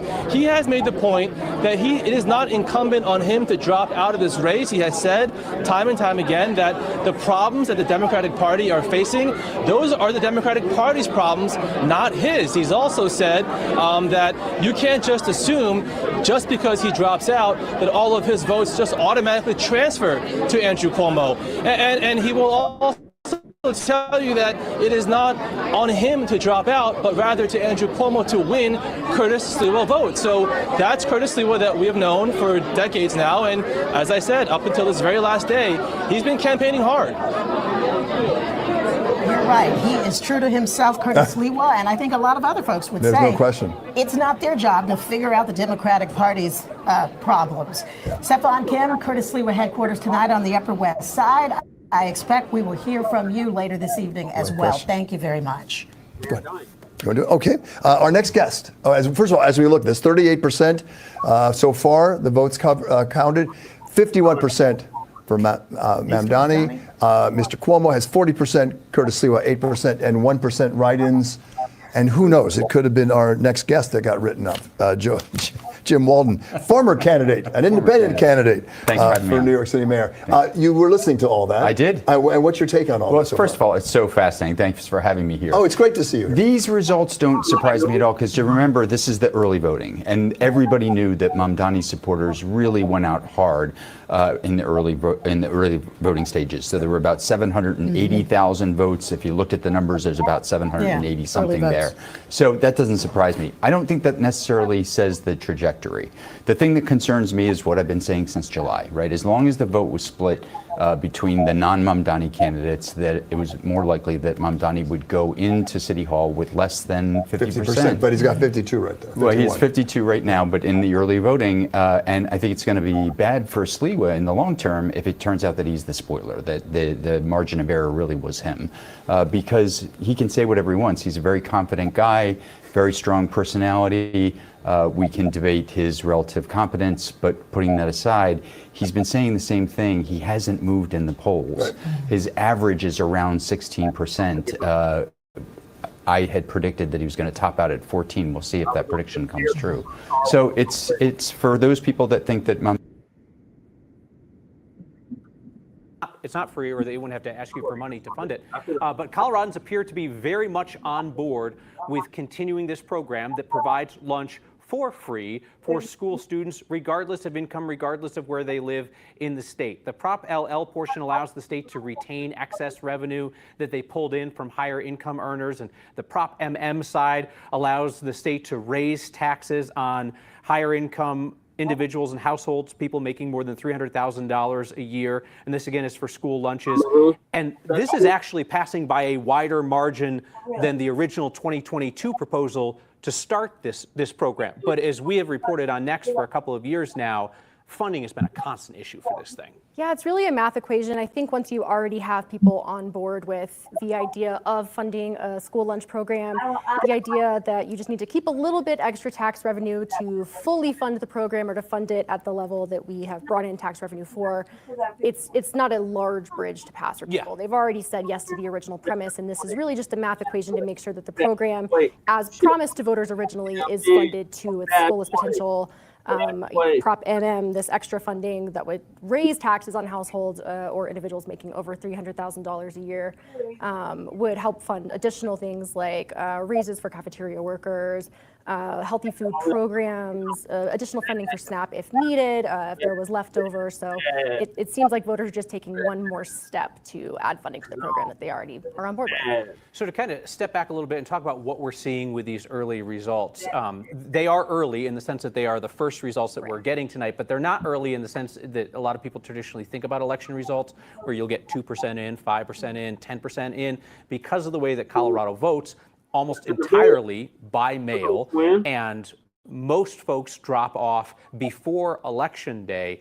This is a big tranche of votes that comes in right at 7 p.m. So the easiest way to look at this, right, there's always going to be exceptions, but the easiest way to look at this is if something is within single digits, totally up for grabs. If it's around like a 10 or a 12-point margin, even a 15-point margin, then there's a chance that could swing when the final votes come in. All of the day of voting, right? The first votes to come in tend to skew Republican, tend to skew a little bit older. The later votes coming in tend to skew a little bit more liberal, a little bit younger. But once you see stuff in the margins that we have seen, both the vibrant Denver bond passing and the support for the school lunch program passing by 20 percentage points or more, those are very, very safe margins when you look at the early voting in Colorado. So let's jump back to Denver here for a second, if we could, because the other big issue up in Denver tonight is 310. That's the flavored tobacco ban. Mm-hmm. And so what we're looking at there is that a yes vote is to continue the ban, which was passed by City Council, supported by Mayor Johnson. But basically, there's kind of been like a little bit of a hitch in the giddy up as this gets challenged now. But the key thing to remember about this, it's overwhelmingly winning. I mean, those are Saddam Hussein numbers. I mean, those are very impressive that's a numbers. safe margin. Safe margin for the flavored tobacco ban is that this is the race that has seen some wild big money. Yeah, this is the Mayor Mike initiative. So Mayor Mike Johnson is the one that originally signed this ban into place. Mayor Michael Bloomberg, former Mayor Michael Bloomberg has put almost $5 million into this race. It's one of the largest campaign contributions by an individual in municipal history. So definitely putting his money where his mouth is. He's long been a big anti-tobacco guy. There's been an organized campaign opposing the ban, but nowhere near the kind of funding we've seen for the ban. One other issue out of Denver that we want to call your attention to, and this is a little bit in the weeds, but if you are watching political coverage at 7:21 p.m. on 9 News Plus, you probably care about this, or you can't find the remote. And so that is 2G. 2G would change the way Denver's at-large city council races are run, and it would basically put them into a runoff system like the mayoral election. So if you know the Denver mayoral election, everybody and their mother runs in the first round, right? We had like 27 candidates or something last year, and then you pare down to 2, and what that forces voters to do is that somebody's going to get 50+1. Somebody's going to get a majority, and that prevents a situation where somebody can win a, say, 5-person race with 20% of the vote. Right, and that's a system that we have set up for at-large races right now, where you can win with 20-30% of the vote, and we've seen that recently with some of the more progressive members on council, both the at-large members, Serena Gonzalez-Gutierrez and Sarah Parody, both won in the 20-30 margin. So this would just be, the idea is standardizing this race in the same way that all the other races are standardized, splitting the at-large races into 2 separate races instead of one large ballot, just pick your favorite 2 winners. The supporters say that this is about making sure that the at-large council members have a majority of the vote like everybody else rather than just a plurality. Some of the more fringe candidates on either the left or the Republican side would say that this is not great for grassroots efforts. Yeah, and it's very interesting because the 2 most progressive members of council in Denver are the 2 at-large councilwomen who have pretty high profiles around the city. You mentioned both of them, and you'll hear progressives say that this measure that's currently passing tonight by a wide margin, 2G, is intended to force the progressives out. But the backers of it, including some of the more conservative folks on council like Kevin Flynn, go, oh, no, those 2 women would win anyway. No, they're great. I mean, they would totally win anyway, even if we changed the system. But progressives are very shy about the change that it looks like Denver voters are okay with implementing tonight. So our top headline at this point, if you're joining us a little bit late in the stream, the Vibrant Denver Bond. This is Mayor Mike Johnson's big signature initiative here, halfway through his first term, if he gets more than 1 term, is passing easily tonight by very wide margins. Yesterday, I spoke to the mayor, and I asked him whether he viewed this as a referendum on how he's doing as mayor. Is it fair for Denver's voters to use this bond package as a referendum on how they think you're doing as mayor? I think this is not about that. I think this is about what are the key things you want to get done in your neighborhood, and do you want there to be a safe crosswalk to school in your neighborhood? Do you want your rec center to have air conditioning? Do you want to have a library in your neighborhood? Do you want to make sure the bridges in and out of your neighborhood are safe? I think those are really the baseline questions. They're going to have some things they agree with me on, some they disagree on, but I hope this is really a simpler in some ways and a bigger question in some ways on how they feel about the rest of the city. It's, do they want these intensely local investments? And that's where we find over and over people say, yes, they do. Well, I wonder if he regrets saying that. I think that was a safe assumption for him to make. Obviously, people are on board by and large for the investments that are on this bond list. We've seen some of the projects that maybe people do have organized opposition to, like bridge improvements near the future Broncos Stadium, coupled with infrastructure needs and other things that are very popular ideas. So the idea that the entire list as a whole is passing in the way it is, I think the mayor knew it was a pretty safe bet. Yeah, it's interesting. The biggest ticket item in the entire package that Denver was considering was $89 million for the 8th Avenue Viaduct, which for folks who drive that regularly, like, they know that it's hot garbage. But it also is something that the billionaire owners of the Broncos wanted fixed before they go into Burnham Yard with the new stadium. So there was some potential friction there about, were people willing to pay for that to accommodate that development? And there's no suggestion from the early vote totals that we've seen that there's a lot of hesitation. Now, here's what I would say. I would not be surprised if every one of those bonds, 2A through 2E, tighten. as the night goes on, is you get a younger, more progressive vote. There were some like TikTok campaigns against some of these issues and that kind of thing. I wouldn't be surprised if they tighten up a bit. But again, the closest one, 2A, that's the road and bridge stuff, including the work near the future Broncos Stadium, is passing by 20 points. Let's go to Marshall Zellinger, who is out tonight at the watch party for this vibrant Denver bond. I imagine, Marshall, that folks are feeling. Ain't nothing vibrant about that shit. That motherfucking bond keeps changing. Shut up, Amaru. You're a bad boy. You shit all in the dog kennel. Now you got my whole fucking house smelling like shit. And you've been crying all day like a hoe. And by my math, as of 2 p.m., this doesn't account for at least 25 to 30,000 votes. So basically every vote that hadn't been counted since about 2 p.m., I guess, would have to go no for this to like really be up in the air. And so that's how the statisticians try to figure out how to call a race. No one's really sweating out here about 2A through 2E. For the party's sake, it's a fun party. For my role today, it's kind of boring because status quo wins, bonds continue to pass. This currently is boring, so Foster Gaines is going to kind of show you the whip around of who's here. And I'm told you're not going to see anybody important necessarily behind Foster. This is staff, both administrative staff for the mayor and for the bond issues. I just wanted to show you what you can't see currently. Next to me might be the most prolific person in the room right now, former Mayor Federico Pena, doing an interview with our competition right next to me. I have seen, Kyle, some of the big wigs in the city, the cabinet members that are going to be in charge of the money they're going to get now through these bond issues. And it's just kind of job security now as these look to pass and the city continues to do what it does. This is how cities build infrastructures, through bonds, and except for the arena that former Mayor Michael Hancock wanted, voters say yes. Yeah. All right. Marshall Zellinger, sorry about your boring night, but you know what? At least it's a boring night around happy people. Boring nights around sad people are the worst. At least the vibes are good. The vibes are good. Yeah. Slow nights around sad people, those turn into drinky situations, and those are never good. Marshall, we will talk to you again on 9 News at 9. Just real quick, I want to run you through where Denver school board stuff stands right now. And when we look at the Denver school board, unlike, say, some of the suburban and the rural school districts, it's not necessarily like teachers union versus conservatives. It's more like teachers union endorsed candidates versus so-called education reformers, folks that are tight with charter schools, some like outside education reformer types. That's kind of the dynamic in these races. And as they stand right now, the Denver Teachers Union endorsed candidates hold an edge in every one of the races, but most of them are too close to call. We don't have graphics, so I apologize. You're just going to have to look at my forehead while I read these off to you. In the at-large race, Amy Klein-Molk leads Alex Magana by about 10 percentage points. So that's going to be too close to call, but a sizable advantage for the Teachers Union endorsed candidate in that race.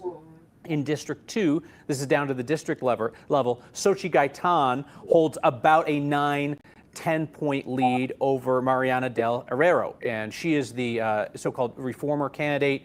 Gaitan has been on the board for a long time, has been in board leadership. She is Teachers Union endorsed, so she leads that race comfortably. Too close to call is District 3. This is portions of northeast Denver. This is an interesting three-way race. We have Scott Esserman, who is a longtime board member, previously Teachers Union endorsed. He has lost their endorsement. They have now endorsed a guy named DJ Torres to run against the quote-unquote reformer, Karen Blacc. And right now the race is too close to call between DJ Torres, the Teachers Union candidate, and Karen Blacc, the reformer candidate. Notably, Scott Esserman, incumbent board member, has not cracked 20% of the vote in that race, and about 1 percentage point separates the union candidate Torres from the reformer candidate Blacc in the 3rd district in DPS. One more to give you in DPS, District 4. This is where you have a similar situation to 3, in which you have an incumbent board member, Michelle Quattlebaum, formerly endorsed by the Teachers Union, has lost their endorsement. That endorsement has now gone to a woman named Monica Hunter, who holds a fairly wide lead, about a 12 percentage point lead over Tamaya Jackson. who was endorsed by the mayor as well as the reformers group. Again, a 12 percentage point lead in a four-way race in District 4. Michelle Quattlebaum, the incumbent, formerly union endorsed, in last place out of the four at 15 percentage points. So if you're looking at the big picture in the Denver School Board, it looks to be a good night for the teachers union endorsed candidates, but not necessarily a clean sweep. We'll especially be watching that race out of Northeast Denver. I would say quickly, if the union-backed candidates do have a good night, that's a big swing from what we saw in the last election cycle for the school board, where reformer candidates really cleaned house. And I think a lot of times that is a reaction to interpersonal conflict that we have seen on the board. We've reported on that, throughout the years. Maybe gives some credence to why the incumbent candidates are struggling or have lost union endorsements. But last election cycle, the reform candidates really picked up several seats, and that would be a big change if the union-backed candidates have a big comeback here this year. So just a couple of out-of-state things that we're watching before we wrap up, and we're going to rejoin you at 9 o'clock for 9 News at 9. We're going to be on after basketball on 9 News tonight, some NBA basketball.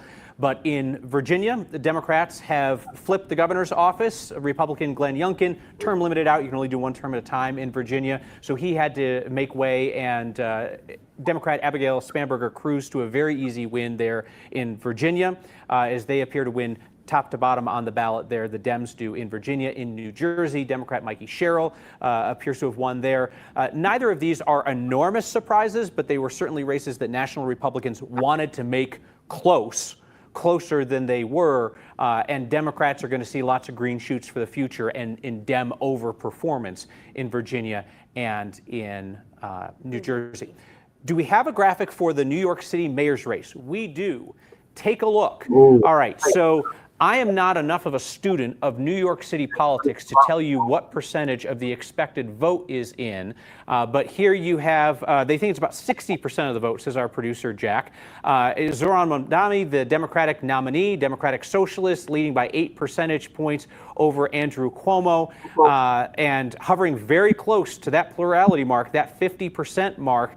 An underperformance for Republican Curtis Sliwa based on where the polls were. What Cuomo needed to do tonight was to pull off the Sliwa voters, Republicans who didn't want to vote for a current or former Democratic nominee, but knew that Sliwa was not going to win. It looks like, at least in the 60% of the vote that is in, Cuomo has done that to some extent, but Mamdani hovering around 50% with 60% of the vote in. And this is expected to be a huge turnout there. Yeah, I think it's already the largest turnout they've seen in 30 years per their election board. Looking at those Cuomo numbers, you have to wonder how much this last-minute push from President Donald Trump and also Cuomo to align himself with Trump has really helped him peel off some of those Sliwa voters who may have been hesitant to vote for a Democratic candidate, a former Democrat.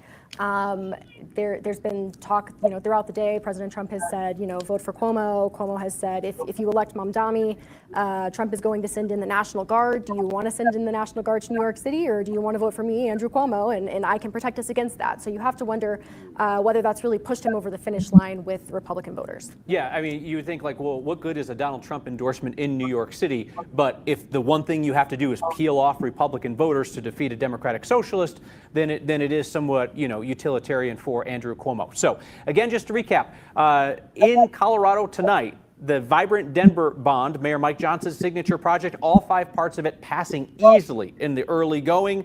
This is all of the pre-election day voting, which is usually at least 50% of the vote. It's passing easily 20% or better in every single one of the various categories. Denverites appear to be poised to keep the ban on flavored tobacco and shake up the way that city council races work to make the city council at large races go to a runoff similar to the mayor's race. At the statewide level, Coloradans appear very cool with the idea of continuing the so-called free lunch program, the Healthy Meals for All program, allowing the state to continue to take a bit more tax revenue from folks who make more than $300,000 a year. We will continue to post updates on 9news.com, and then you'll see us at 9 o'clock for continuing coverage of Decision 2025 on 9 News. For Mallory Harris and all of us here at 9 News, we'll see you in a bit. Yeah, I sound like I'm at the convention. A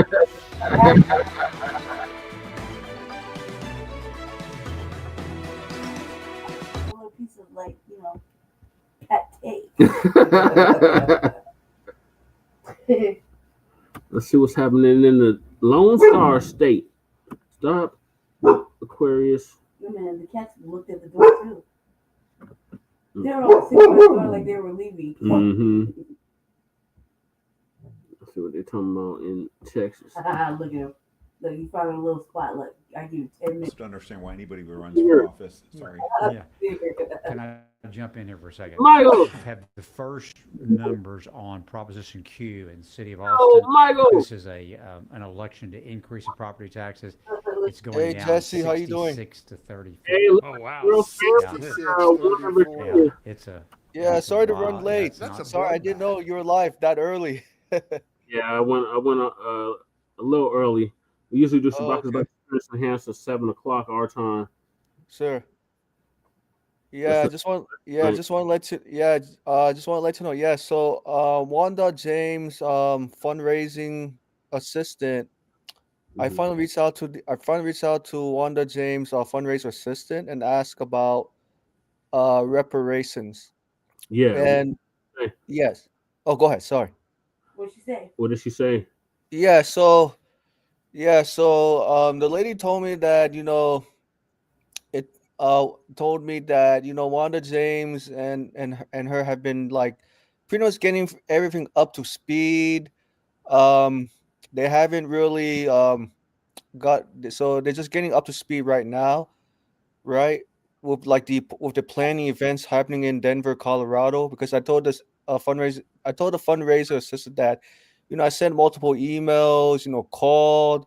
Even called Wanda James' story about reparations, and so the fundraiser told me that she's going to pass on along my questions about reparations to Wanda James, and from there, the fundraiser assistant will probably give me a call within 48 hours. Okay. Michael. Go ahead. Oh, go ahead. Yes, Brandy, what's up? The thing about Wanda James is like that broad's like a mammy too, right? Mm-hmm. Like another half breed, right? Like another mixed tragic mulatto. Yeah, mixed breed, right? Mm-hmm. Yes. Somewhat one day black, next day whatever the fuck he is, right? Yeah. And Wanda James has a dispensary thing, you know, too. Yeah, Simply Pure. Right? Yes. Which is cool, right? And she just got censured or whatever. Yeah, from the CU Regent. For being CU Regent for something she called out racism, right? Mm-hmm. And the motherfucking white people were like, this isn't racist, and basically censored her. And then she decided she wants to run for something else, right?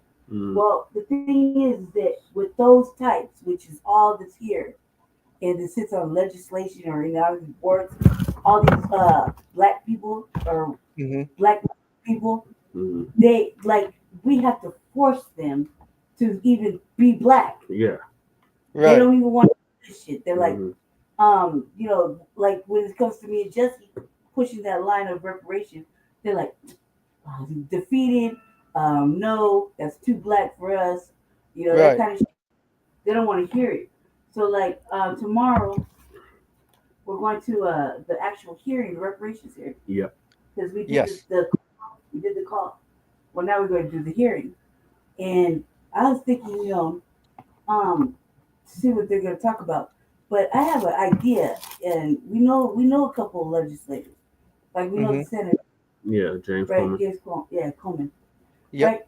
Thinking, and he's on it. He's on the board, which me and Jesse were promised a spot on the board. Mm-hmm. Right, on the task force for reparations. We had to. We were like, we gotta make sure it's done right. Right. We gotta make sure it's done right. Right. And they didn't want us on there, probably for the simple fact that we standing on all kind of business, right? Right. Right. And, so like I'm thinking about doing like here they passed the private bill, or they said a private bill, the DeGette or whatever fucking name is, right? Yeah, Congressman DeGette, you're right.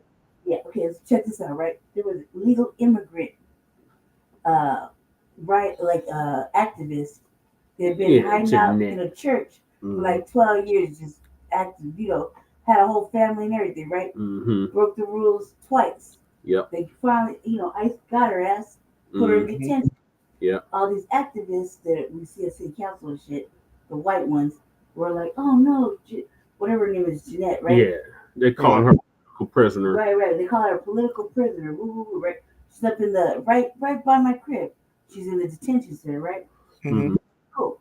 Well, fucking the get whatever the fucking name is, put a private bill all the way through to get this brought out, Mm-hmm. and newspaper, and then we didn't hear nothing about Jeanette ever again since then. Yeah.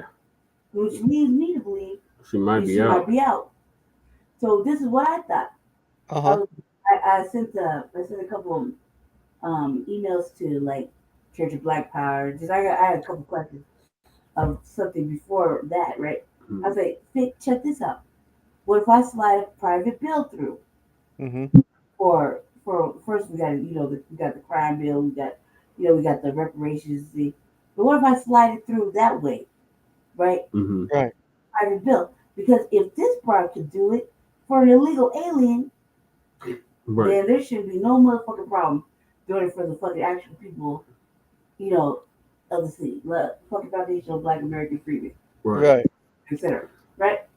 And I was just like, let me ask these questions first, and just throw it out there for somebody who knows more to see if that's even like it's kind of slick, right? Mm-hmm. But TBA said doesn't matter how it's done as long as it gets done. Right. Yeah. Yeah, I agree with you. I definitely agree with you. I definitely agree with you and Jesse that yes, we should find a way to put the reparations bills privately, like get it garner votes that way. Thing is to codify the language first. Like, we need to codify, and this is my question. But they're still using African American. We need to codify the terms. Mm-hmm. American freedmen. Foundational American freedmen. The Foundational Black American freedmen. Yeah, for sure. Definitely, right? But codify it so there's no misunderstanding. Right. That it's specific to the lineage. Right. And it's like, I mean, like all these things can be so simple according to their language. As long as I write it according to the language they already use, fucking easy.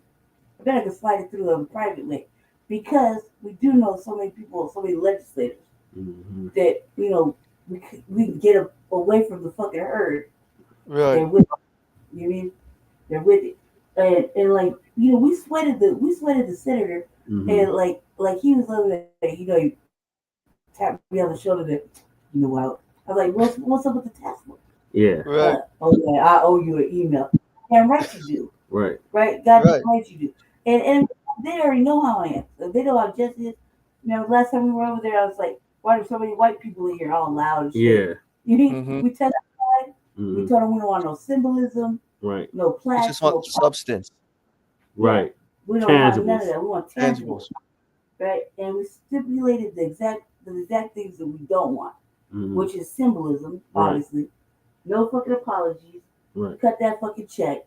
Right. And enough of the history lesson. You know what it is. Right. Now let's do some genealogy and cracking. Let's cut that check. Right. And but the crime bill is most important too, because right now Denver just defunded the police by $14 million.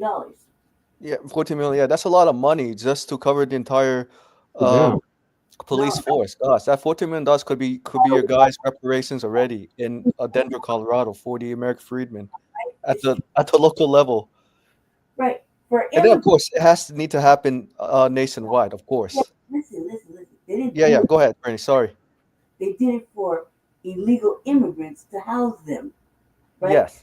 The shutdown is based on the reason we're in the shutdown is because fucking illegal aliens are collecting all the goodies and shit and broke the system, right? Right. So it means everybody gotta get punished to clear out the fuckery, right? So in that sense, they felt compelled because the week before, the activists decided they wanted to tokenize a situation to get more housing, right? Because all these illegal aliens were in the city council crying their eyeballs out how they could have like 250 on the list. Help me, I want to move. Oh hell no! They said projected winners Zohran Mamdani. And the whole thing is like, you fucking I'm like, everybody knows how I feel about the police. Fuck the police. families, right? But you strip them, right, of everything. If they're, you call 911 here, it's already, you're waiting like for 10 minutes. Hope you better hope you don't need them, right? Yeah. But they strip them of everything, the helicopters, the fucking, their fucking budget for their clothes, the fucking recruitment, all this shit. They strip them for fucking housing illegal alien families, right? Right. And I was like, ooh, like again, Yeah. you don't do the right thing because That's exactly what they did, twin. last time I was like, there's 45 black men outside putting Yeah, who are struggling, who are like struggling the most and need like assistance more than any other groups of people. You don't care, but you got in the activists in order to get what they wanted. They made them illegal immigrants bring all their shitlets over there. Yeah, it There's is a whole wild, hallway twin. full of kids that didn't speak English, so they cried, "My child, it is cold. It's pretty cold. Yeah, Where I man. up 250 Right. people. I mean, can you just open up another shop?" The mayor just put down 3, and yet they need more. So they went and tokenized, made them bring all their kids in. Oh God, they don't want your kids crying. But the motherfucking the bitches the city council were like, "It's been so hard. I can't believe Staten all Island these went for Cuomo. Latinos are crying. They don't have no food. They don't have." I'm like, fuck that. Fuck that. They broke the system. Right, they broke the law by entering like illegally, not even like submitting proper documentation, going to an immigration court hearing. And really, like you said, Brandy, it's a BD. Black American freedmen citizens should be helped first before other groups of people. Right? I said 45 black men is raining outside. Right. And they're like, as a whole. Okay. As a whole, in this district, they kept fucking with me. I was like, man, you wasted my fucking time. I came all this way. I'm so sick. And okay, fine, whatever. But you got black men putting tarps over boulders to cover themselves in the rain. Right now, this is window. And it's very cold outside. It's fucking cold. Yeah. In our state, they don't open the shelter Until it gets below until 32 it's degrees. Like below 22. Freezing 32 degrees, right? Right. So temperature drops. I can feel it because my heart will start messing up, right? So right now it's getting cold. I can feel the temperature dropping. 32 degrees is freezing. But these motherfucking bitch-made ass individuals won't open the cold shelter, the warm shelters, Yeah. the overnight shelters, Right. till it's 2 fucking degrees outside, a foot of snow, you know, and then they won't let black people in. I mean, I know. My brother was outside, fucking, slumming it with his unhoused friends, right? All of them are all black. They're outside the shelter. They can't get in, and they're burning tires to stay warm. But what do you see? Police just patrolling them, stalking them, and sitting profiling. And they're over there. Yeah, they might be taking a little drink or smoking or something to stay up because it's fucking cold. And all you hear is black people crying and screaming in the night. Right? Remember the old boy across the street? Yeah. Screaming, right? Yeah. Because it's so fucking cold and they have nowhere to go. Oh my God. They're Nowhere to projecting. go, right? Yeah, it's a very it's a disservice what the shelter done to Black Americans in Denver, leaving the outside below a temperature, like really, really cold. That is crazy. Go ahead, Jesse. This wind chill. Oh, I was just saying they're projecting Mamdani's gonna win. The wind chill here is alone will crack your face, right? But we had cyclones when Jesse was running for mayor, right? We had 3 of them back to back. So this winter is probably going to be like that too, with some sort of extra cold snow, and the wind chill alone is a bitch. You go outside, start chatting. For me, it's dangerous. I can't be outside. My heart will start freezing. It'll stop. So far, it's the warmest November on record. And then it's too hot. It'll stop. So at this point, I'm like, nah, man, I'm tired of this shit. And we have to keep shaming them, and they have to keep dude. I felt compelled yesterday all the work we did, only to see all the work we did basically coming on votes. They basically all that work was for nothing. They voted again. They voted, and all this shit is going to pass. And what's going to happen? Business as usual. The mayors they keep it dead because do we really need another fucking Broncos stadium right now? No. Not right now. Yeah, They're- and you know, as I was saying too, since the beginning, since the year, I don't know, a lot of localities and mayor's been spending a lot of money on stadiums, entertainment since I think since 2000, the new millennium, and less money for education, housing, and of course Black Americans. And with gentrification, it's just been like getting worse and worse, since the late 1990s, and now fast forward to 25. Gentrification is like completely taking over like a tsunami. And when you defund the police, It is as sickening, twin. entertaining as it is to defund the police, like God, man, we wish for it. But you should have defunded the police because they kill Black people almost every day, right? And they get away, right? So that would have been the logical reason. That was all about what defunding the police was about. But you defund the police for some motherfucking illegal aliens that broke into our fucking country, invaded our area, and basically broke the indigent hospital. Yeah, the right? indigent hospitals, right? I said that our shelters were good enough for them to be in there. They don't need, they don't Hell need no, that's to be for like black Coloradans to be sheltered first before.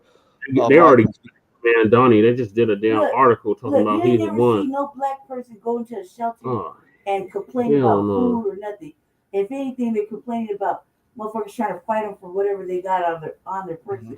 But they don't complain because we don't complain because we know we're not gonna get any better than this fucking mediocre fucking non-dietary meal. Right? Mm. And we just hope that we can stay inside. You don't hear us complaining. You just see a lot of fights and some crazy shit, right? But that's that. But these motherfuckers, they didn't even want to be in the shelter that are so delicate, right? So they start building tents under the bridges and like we could have never like that Quality Inn, right? Mm-hmm. You know how they had it all lined up with all these fucking tents, and then you see it on aerial view, right? Mm-hmm. Like they would have never let us do that. They take our children, meaning Black women, Black men outside leaving in the car with their babies, probably got a couple jobs, they're just trying to live, right? Do you see if any of these fucking what is it called? The set team?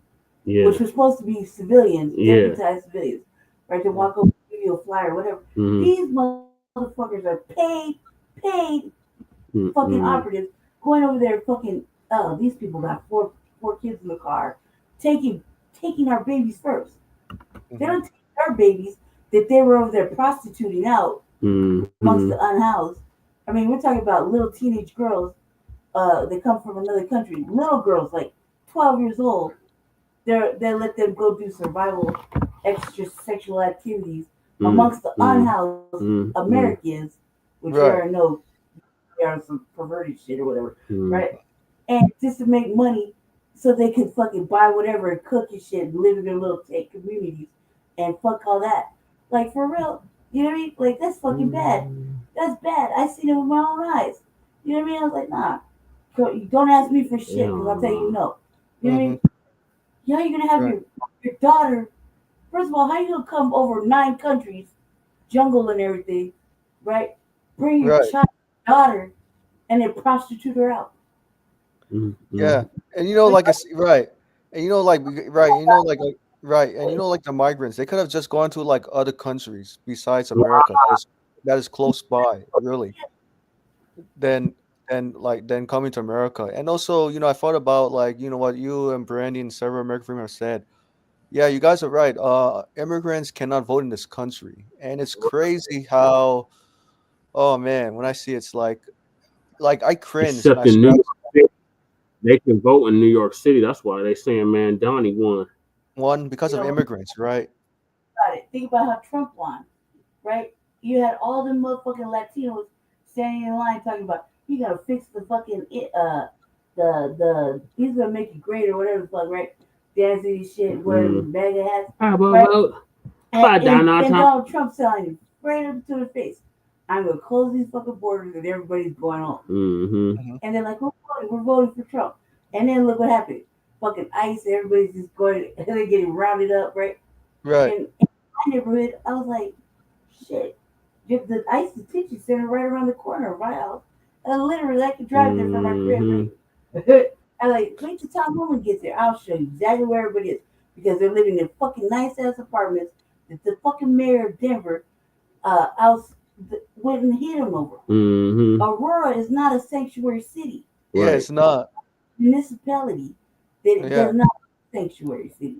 And you know, to be honest, Brandy, in Aurora, Colorado, it should be a sanctuary city for Black Coloradans who are disproportionately homeless, unsheltered, rather than going to the migrants and immigrants. And when I look at that guy, the picture on Google, I mean, I know Wikipedia is not a good source, but a white guy, yes, of May. Yeah, I think he's a mayor of Denver or Aurora. Don't remember exactly, but so Denver is Mike Johnston. That's Johnson, right? The one that said he was down to get arrested for the illegals. Motherfucker let that shit happen. And told the motherfuckers how to get here from El Paso. And put us in a $200 million deficit, right? Yeah, it was originally $250 million. Right, and it had this budget. I was like, it's salacious at best. It's all bad. I was like, we're gonna stay in debt. Like, look, I didn't think this was appropriate, but once I figured it out, I was thinking, how the fuck you run a state on credit? Like, your word ain't good in the streets, you lie. Right. I wouldn't trust $1. Right. You know what I mean? But here you go, making these it's all about bringing these tourism dollars and all this extra shit, right? They're like, we gotta invest in this, we gotta do. I want you to invest in the motherfucking future sinkholes in my neighborhood. Right. You know, the fucking streets are cracking. Why don't you invest on polluting the fucking neighborhood and killing people? Why don't you this is invest the in actual third black bond package I've had in 10 years. They put certain people in. They keep black people like in committable crime situations, right? Right. Like intentionally. You could be trying to do good, and then all of a sudden, how are they projecting him the winner and he didn't get 50% of the vote? Mandami? Yeah. Yeah. I'll tell you. I can tell you from my guess because Mandami catered to a lot of young people, so there've been more young voters supporting Mandami over Cuomo. 50% of the vote. He hasn't gotten 50% of the vote. So how are they projecting him as the winner already? He got more votes than the other. More votes than Cuomo in like the Bronx, and other boroughs of New York City. Yeah, they're still counting votes though. Yeah, they're still counting. Yeah, but even under 30, he got the under 30. Yep. Dude, them 18-year-olds, 17-year-olds were like, at least I get to watch it. He's gonna do great. They're all fucking champion. That's the first time I've ever seen that. Right? Because when you talk to the young people, they don't even want to accept that they're black. Yeah, we haven't seen that since 07. But Cuomo did not do very well among young black voters. So there've been more young black voters who supported Mamdani over Cuomo, especially the young ones. I don't remember the percentage, but it was a trajectory. Months ago. Free this, free that. Right. That shit coming from somewhere. Right, and not only that, but you have to. That's like a big money seat, right? You gotta raise that money. And Trump already said he gonna cut the funding. Right. So New York's. Right, and he, why would you play with that man? And he gonna send the National Guard to New York. New York is fucked. I'm like, why would you play with him? Have you not noticed he's serious? I feel like all my people's out there because I got family in New York. Check this out. I watched that 60-minute interview about Trump from yesterday, and everything he said, I think he just wanted to hear himself talk, right? Everything he said, I was like, damn, he's doing all that. He said, I saw 8 wars already. All the black people 30 and up was like, fuck no, I'm not voting for him. But the youngsters were like, yeah, we're gonna vote for him. Yeah, they were serious. They're like, man, when I grew up, I want to be. I'm like, what? Yeah. And the Muslim community is like went through a. You got the Muslim community, the South Asian community. Voted for Mamdani, yep. And the black Muslims too. They voted for Mamdani because of Cuomo's negative ad against Mamdani. It really backfired against Cuomo. And I'll say this, and you talk about the free stuff Mamdani's proposing. to Yeah. fund it. Yeah. I found a solution to it. Follow the money of wealthy New Yorkers, because you'd be surprised. A lot of wealthy New Yorkers take advantage of tax breaks at the Yeah. local level when it comes to property taxes. So there's money for free stuff. But I digress. Mamdani can't do the free stuff as a mayor because it has to go through the governor. So the governor's the one who sets the rules for the city. Right. But there are other avenues Mamdani can take, and it sounds like Mamdani would probably run as a martyr if he gets in once he gets elected to mayor next year. But there's other avenues he can take short term. But like this free stuff he's talking about, it has to go through the governor of New York. Right. Kathy Hochul, she already endorsed him. Whoa. Right. The Yeah. thing about it is too, if you can win whatever, but if you can't work with your people, with the people that sit on like legislation, you're not gonna get shit passed. They what do we see that one time in New York where they're actively cock blocking everything he did, everything that worked. That one, I want to say mayor, but I don't want to say mayor. I don't know I forgot, but I remember this one, like governor, mayor, whatever. He couldn't pass shit. He couldn't pass shit. They wouldn't let him. And what needs to happen now with the Trump thing, we're gonna be in this for a little minute. He's gonna do everything like push the envelope. That 60-minute interview, he's like, well, shit, if they don't do this, we'll just take them out. We're gonna test our nukes. They're testing their nukes. We gotta test ours. I'm like, wow, cuz these dudes would just kill everybody in a minute. You could all be dead. And the principal point of all of this was, I'm not gonna fund illegal immigrants with the Medicaid and the food stamps. Right. And that shit makes sense, right? Because we wouldn't want that. However, it's almost like in an unintentional backfire. He's not following the rules, but nobody's gonna stand up to him. He can get indicted again and impeached. It's like a slap on the wrist. And he don't have to leave. Remember how hard it was for Trump to leave? They had to go let them to drag him out. He would not leave that motherfucking White House. I mean, this is what? He was supposed to be out by January or whatever. Yeah, I remember January 20th, 2021. I remember. He got on the plane. I think he like shook hands with fucking Biden. That was the fastest leave ever.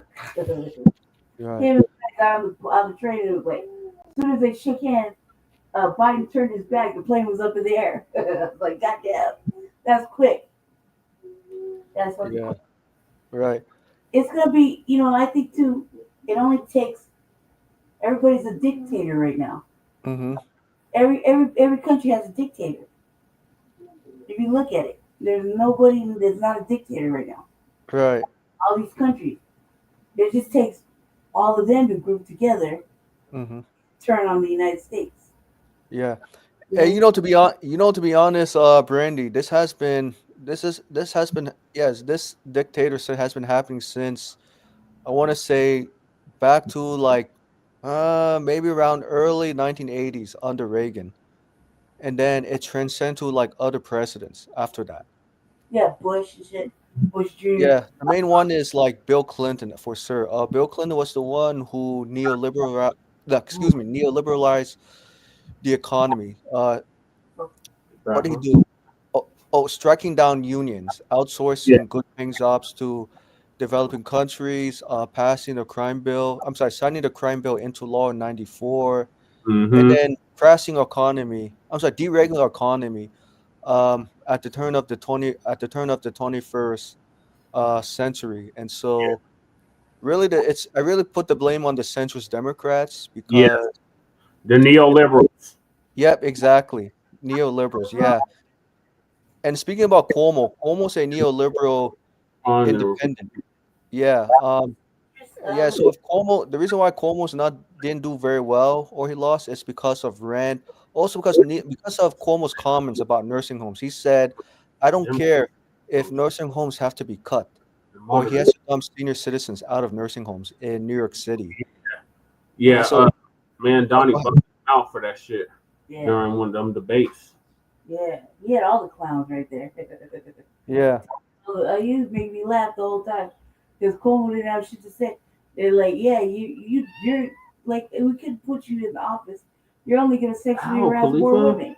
Khalifa, chill. I feel like, isn't he the one that's on News Nation? Yeah. Right? When he was on the show, News Nation isn't a broke place. Mm-hmm. Remember? I was like, I don't pay for his shit because this is an expensive seat. Yeah. And Donnie, whatever the fuck his name is going to have to answer to the people that paid for him to get there. Mm-hmm. So he already got caught getting foreign donations. Right. Well, I don't know. That's why I said, like, if I ran for office, don't give me a motherfucking cent. But you're gonna need it since. But that's what they said. But I'm like, if I win fair and square, so it's like that, right? I don't want no motherfucking money. I can't trust where it comes from. How you gonna get ads? How you gonna get? Right. You need money. Unfortunately, unfortunately, in this capitalistic system, yeah, how everything's run on money for political ads, campaigning. Because I could tell you, no other countries have this very complicated political system. Let a foreign national become a mayor or governor, any of that shit, but the United States. Right? Yeah, it's crazy. Yeah. They didn't shoot Elon of any of his. They let him go to fucking Tennessee and kill black people. Like right now, he has the fucking super cells, data centers or whatever the fuck you got going on, killing black people right around that. It went up so quick, nobody even asked questions, right? And he's killing black people, literally polluting them. Yep. Right, the little area. Yeah, Memphis. Yeah, and I was like, God damn, man, you let this motherfucking Africana, whatever fuck, come over here and talk all this shit. He can't build a quality anything. The boar. And kill black people. And nobody's saying anything about it. Nobody's doing anything about it. Like, that's an in itself. Barbara was feeling that shit. Yeah. Oh, brother Jesse. Oh, sorry. I just wanted to let you know. Yeah, but I did contact James Coleman twice. Left him a message twice. It's ridiculous. I would think he would like pick up. Yeah, we're gonna see him tomorrow. We're gonna see him tomorrow. Don't worry, we got it. Okay, yeah, I just want to let you know. Yeah, I just want to let you guys know because I even had to contact his staffer. And again, the staffer was not available in the office. I'm not sure she didn't want to pick up the phone or just left it there, didn't want to pick up intentionally. See, the thing with us, Michael, we're right here in their face. Mm-hmm. So I see. What can happen, we're right there. We're going to be right there like dabs and, hey, hugs and shit and let's get to work kind of thing. Right. Like literally, we're talking to like face to face like we always do. That's why we can hold them accountable. And I'm like, man, you said we could sit on the thing, man. Right. Like, I'm really checking them. And him, Nagusi, whatever. Yeah, Joe Nagus. Right. So Joe Nagus is just, I think he's Ethiopian or something. Yeah, he's Ethiopian. Yep. Right. But I don't go to him. I'm gonna go to Coleman and all those people that sit right there on the dais. Yeah, DS. Yeah. All the people are black. They're like, I think they're all pretty much foundational. Like, I think we got one. Right. It's like two tethers. Right. I don't think, but that's okay. We know them personally, so we I want to slide it through that way because if I to them in their hand, they can't say they didn't receive it. And if I talk to them directly about exactly what we're doing, they call it equity study. That's being funny. I'm like, man, you're doing this all hard. Like, fuck that. Yes. Why pay for it? Like, why do we gotta pay for you to study what the hell happened? Right. This is, you know what I mean? This is still my area of town is sundown by de facto. Oh shit! Let's see what's happening at the world. Right. Yeah. And they don't want to admit, but it is. And now it's like extra. It's extra fucking. So because of that man getting shot in the face, right? It's a big thing. But the dude was guilty. It's a big thing regardless. And they made a scene about it. The ambulance chasers made a thing out of it. But the cameras don't lie. Yeah, Ray John. Yeah, they don't lie. And when you they had Ben Crump on that shit too. They had Ben Crump on it. When you provoke a motherfucking scene like that, like after the fact, provoke the people. Yeah. and it's like overworking and underproduced. There's 30, 60 officers just ready to shoot beanbags and tase everybody. Yeah. And you're calling them out their name, and you're like on the other side of the street antagonizing them, and then walk off and they'll say nothing for like another month or two. Come on, man. You take this seriously. Yeah. Right. Antagonizing black people to do whatever. They're already agitated at the police. You just watched a fucking man get shot in the face, right? Yep. In public, and the officer gets scooted off somewhere, right? They always watch that, and now you're agitating the situation when he was clearly in the wrong. Clearly. You know what I mean? Hey, quick question. James Coleman, does he get funding from the police? I'm just very curious. Ooh. I don't know, but I use it as a weapon. I love hot boy statements. I wouldn't be surprised if he did. Right. The reason I asked that. Yeah, the reason I asked that. Oh, sorry. Go ahead, Jesse. District has District 2 and District 5. Yeah, we know them officers. Yeah.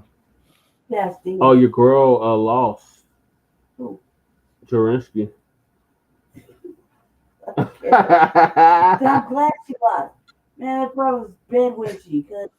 Rob Andrews won. That's right. I don't know why, but I was like, okay, anybody but her. We got two black large council people in Aurora now. Yeah. But I want to know what happened in Ward 1, though. Ward 1 looks like Gianna won. Okay, look. In Ward 1, right, there's an off-brand looking ass, goofy-looking bride in Ward 1 was running, right? And I was going to make an appointment to talk to her about the exact same thing, reparations, right? And I had this feeling, I was like, no, I'm going to let this bride win, right? So I can actually make that attempt, because she said, anytime I want to talk to her, right? Yeah. And this bride is clearly about the migrant situation. That's cool. Yeah, you represent them. But you're going to do the work for us. Because in Ward 1, a lot of fucking black people, black Americans, they need assistance in the worst way. You know what I mean? There's all kinds of black businesses that are suffering. Black shops, especially like Colfax, the streets all messed up. They're criminalizing. Look, first of all, if they're homeless and they're outside in the bus stop and it's nighttime, there's no reason the police should be sweating them. They're all together sharing a bottle or whatever. You know what I mean? Especially these are like regular older black Americans that just, you know what I mean? They shut it all down. They shut all the apartments. They locked it up. Summertime was nothing but black people outside just roasting. No water, nowhere to go for shelter, right by my house, right? Then they let all the illegal immigrants too that we have here, were like Haitian, Congolese, Sudan, Cameroonian, right? Right. Be amongst us, right? Yeah. To the point where before we could tell that they were foreign, before even like they spoke. Yeah. And then after that, they started to integrate and dress like us, just like foundational Black American men, right? Yeah. And slide in, get all the goodies, right? Not that I'm mad about that. I'm not really mad about that. I'm just the lack of respect. Yeah. Right. In other words, like equality, equal. Have two things being equal at the same time. Right, because then they want to say, you know, they do what, you know, what we've all experienced already. You don't deserve reparations. You don't get reparations. How do we get on board? Blah, blah, blah, right? And they're basically integrated to the point where you can't even tell that they're foreign or whatever. And they were still refusing to speak English. You know what I mean? Yeah, I tell you from my experience. Oh my God, in Virginia, it's a lot of immigrant population. It is crazy. You know, I encountered a time where an immigrant who worked at the laundry place refused to speak English because I had a hard time, you know, trying to get money back on my card. I mean, from the machine, because the machine just took my money, right? And the lady said to me, "No English." I said, "Ma'am, I'm not Hispanic. I'm not Spanish. This is America. This is not Mexico." Or right. And it was very frustrating. And then I had to find a translator someone who could really speak English at the laundry place, and I found out the laundry place was actually owned by a Korean and hired Hispanics. Maybe they appear to be illegal, and I've seen this like so many times, especially at restaurants too. If you go to Asian restaurants, you see a lot of Hispanics who either work at the Yeah. kitchen or who are working as busboys to clean up the table, and they don't speak a slick of English, not even one word, and it's crazy. What's that about? Why is that? Why? Like if You know, have because Korean- why don't you have Koreans Ah, working shit. there? They taking a fucking Mandani now. Yeah, why is that, Michael? oh, why? Yeah. Oh, sorry. Okay, I thought you were asking this. Okay, never mind. Yeah. So yeah, Why is so I that? could tell from my experience, from my experience, and from what I read is that Asian business hire Hispanics because from what I read is due to, what is it? Due to proximity in terms of culture, values, work ethic. That's the first one. Yeah, the first one, and second is too, they don't have to pay the illegals a living wage, just paying them through tips, through cash, because cash by paying them through tips and cash, that way the illegals don't have to report their income to the IRS. And three, Asian businesses don't want to hire American workers because they know American workers are going to litigate. You know what I mean? When it comes to like, working conditions. So they rather hire illegals. So illegals who don't have a lot of rights that American workers do. Um and to me, I find that Asian business tend to be more racist than American owned businesses Yes. in terms of the diversity. Like Mm-hmm. I'm not saying you and Brandy went to like Hispanics, Asians, Arabs. You don't see like one American worker. No, you don't. You only see their family members. Right, family members. Or if they do hire outside the race, they tend to hire Hispanics for cheap Mhm. wages.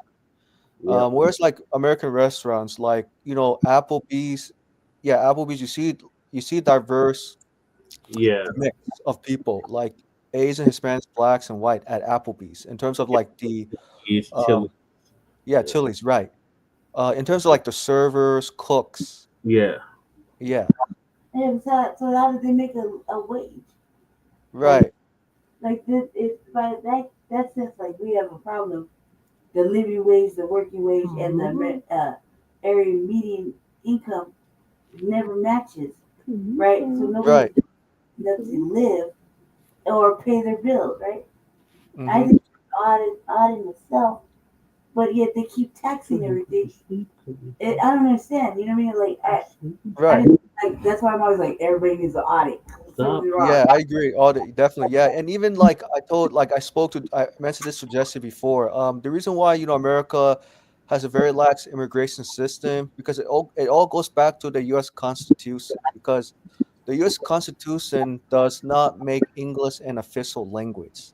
That's a problem. Other countries' Well, constitutions. Trump That's did.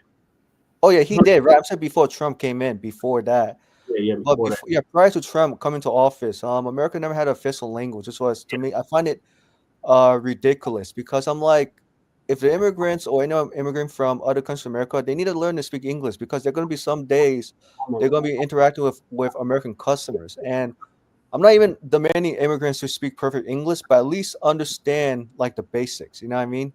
Yeah. And these immigrants want to come to America, have like what Donovan and Sadiq said, build their little Italy, little China, little Korea, little Ethiopia, little Hispanic, etc. Right?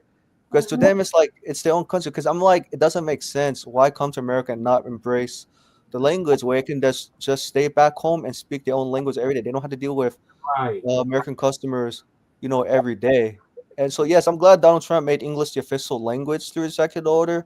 However, the problem is going to be is the states, or the states going to enforce it. You know what I mean? Because I know the states have a separate constitution from the federal government. So we should see how it plays. But I'll say it's a step step forward. Direction. Begin. I had a question for you off topic. Yeah. Go ahead. Sorry. So I got the email you sent with the 16-page document. Oh, the HR 40, right? Yeah. Yes. Oh, yes. So yes. Read it. So yes. Oh, yeah. Yeah. So yeah. Sorry. Yeah. Go ahead. Ask your question, Brandy. Yes. Question is, um, who wrote it? Like, or like HR 40. the Yeah, that's a great question because I knew it was introduced in 2019 by Congressman John Conyers. He was the sponsor of HR 40. And as I told Jesse, I think last week when we had a meeting with He got introduced in '89. yeah, 89. Sorry, 1989. Sorry, I kept thinking. I'm sorry, my fault. Sorry. It was introduced in 1989. It was introduced by a congressman or congresswoman in 2019. But I do know is that Ayanna Pressley is pushing hard for HR 40, and I think she might be the sponsor for it in as 2025. But I'll say this. So Oh, that's Summer Lee. It's Summer Lee, sorry, yes, Summer Lee's a co-sponsor with Ayanna Pressley on HR 40. But I'm not sure who sponsored in 2021, 2020, who sponsored, but I would have to take a look. But what I do know is that it was started by Congressman John Conyers in 1989. Yeah. And then passed away in 2017. But it was introduced by, I think, Congresswoman Sheila Lee. Yeah, Sheila Jackson Lee, 2019, 2021, 2022, and then until her death in 2024. Yeah, that's what Diana DeGette was saying too. Yep. And so, right. So yeah, any additional questions, Brand, you have? I'd like to answer. Are we happy? Yeah, no, I read it, and I only have the internet on the phone, so I had to like. I'm trying Okay, to sit yeah. down and absorb it. Is it like the? I know they tried to pass it, right? But what's the name of the bill that went on? Yeah, so yeah, with the HR 40, right? So as Jess and I went to the meeting with Congressman DeGette's staffer, which her name is Miss Blaze, right? And so I brought up HR 40 because I feel like we need to have like a starting point, like evidence, right? Like something that it needs to be expanded, needs like revision in HR 40, because it can't be a study, it can't be a commission to study reparations, but a reparative policy, such as like cash payment reparations, codifying American freedmen into law, and other tangibles, because we want to use that as a way, as a precedent to move forward, so they can go to the House committee and then make amendments to HR 40 to include cash payment reparations and codifying American freedmen into law. Because of from our first meeting with you remember that first meeting we had with Gus? I'm trying to remember her name. The millennial congresswoman. Can't remember the top of my head. Yeah, we didn't. I remember we didn't have the HR 40 as a as an evidence. We could make revisions, and then I realized by going to the second meeting with Congressman DeGette's staffer displays that Jesse and I attended, let me get the HR 40 as a way we could move forward and make a lot of changes to HR 40. It has to be a reparative policies. Can't be a study. I'm sorry, can't be a commission to study reparations. And so, right. That was AB 3121, and then they added some more stuff. Right. But initially it was AB 3121 That's in the California. closest now that we've come. Is Right. that right? Yeah. And so there's all these little there's all kinds of blueprints. Like I would say the one you said is like a blueprint, right? So we can take Right, blueprint. Right, I couldn't think of a thank you like a blueprint, and also it also there's a second attachment to it. It's the legal framework to codify like you said, American freedmen. It makes a legal case. So I emailed both of them to Miss Blaze, who's a staffer to your Congresswoman DeGette. right. She's like I bet you would get in to see her because to get like this here. Yeah. Yeah, her office right down the street. We could like because we are like part of like we sit on several boards. Mm-hmm. Even though we're like pro Black and just Black first, right? We know how to get into their spaces, right? For the physical appointment, right? So in a physical appointment, we can sit down and actually just talk to them and pass and get like have a. I'll take it and go print it out, right? Right. Print out the HR 40 as a blueprint, saying, hey, this HR 40 needs to be like updated. It has to include reparative policies. Update is the one that's happening right now in California.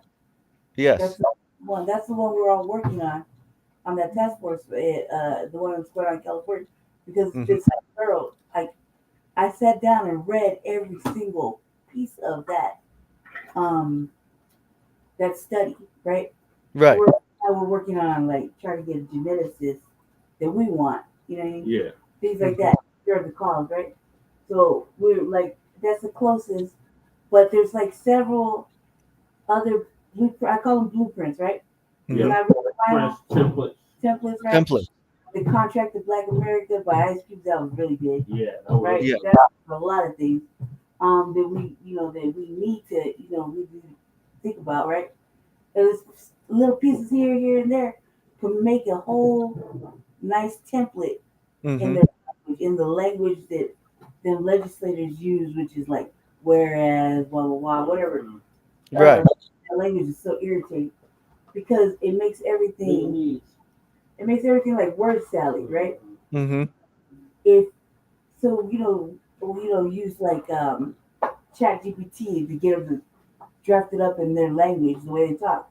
That way they're like, they don't really even read the shit. They just send it through. Right. Yeah, I'm not surprised that they don't read the bills in the in the state assembly or Congress. That's why I said privately, a private bill. They passed it through what is that shit called? Legislator? What is it Legislator. called? House Judiciary Committee. Yeah, and we can sit on those chambers. Yeah. I was thinking of the software. Yeah. Oh, AI, right? Chat GTP. Oh man. Yeah, before that though, before Chat. Oh, AI, right? Before AI. Before AI. Lexus. Yes, Lexus. Yeah, that's what they were talking about yesterday. That it didn't come up, right? Yeah. So fuck it, man. That's all the same shit. And like the thing I'm using ChatGPT for example, right? Like I use it like, okay, well, I need you to speak like this, say this, that, make it intentional, and like how I would want it, right? Right. I have a crime bill, right? And I think to myself, oh yeah, I want to do asset forfeiture because they never go to jail, they never suffer the consequences, right? Okay. So in other words, right. So I guess you're saying like in other words, you're saying that like creating like a script we can use, right? Like a whole just create it like we need a template, right? So I figured I got time. So if we write the bill, right, we can use that template to introduce the bill to all 50 other states. Right. Exactly. And just like what's happening in California. Yeah. Do it in Colorado. We can do it every state. Yeah. And by the way, California is a ballot initiative state. Right. Like we could do it in Colorado. You can do it in Virginia. Yeah. Well, Virginia is not a ballot initiative state, unfortunately. Oh, it's not. Yeah, but I'll say this. But I know it's very frustrating in Virginia because it's a Commonwealth state. Yeah, because New York's a ballot. Yeah, Massachusetts is a ballot initiative state. North Dakota is ballot initiative state. South Dakota ballot initiative. California, I think New York, Colorado. And I'm trying to remember one more state. Can't remember. Oh, I think maybe Maryland. I'm not too sure about Maryland being a ballot initiative state. Yeah. What about an amendment? There could be a ballot initiative to amend the state constitution, maybe. Constitution. Yeah. Bills introduced, so that would go to the citizens to be voted on, rather than like the state assembly members or the state legislature. Yeah.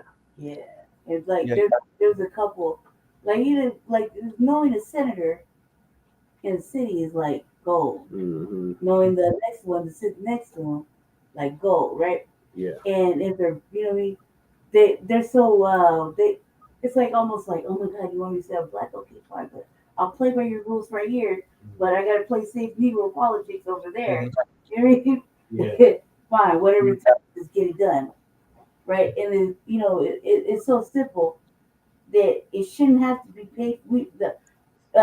Black Americans should not have to pay for this. Right. Exactly. Right. Black Americans should have to pay the fact that our own safety. We're basically paying for our own demise. Mm-hmm. Well, Right.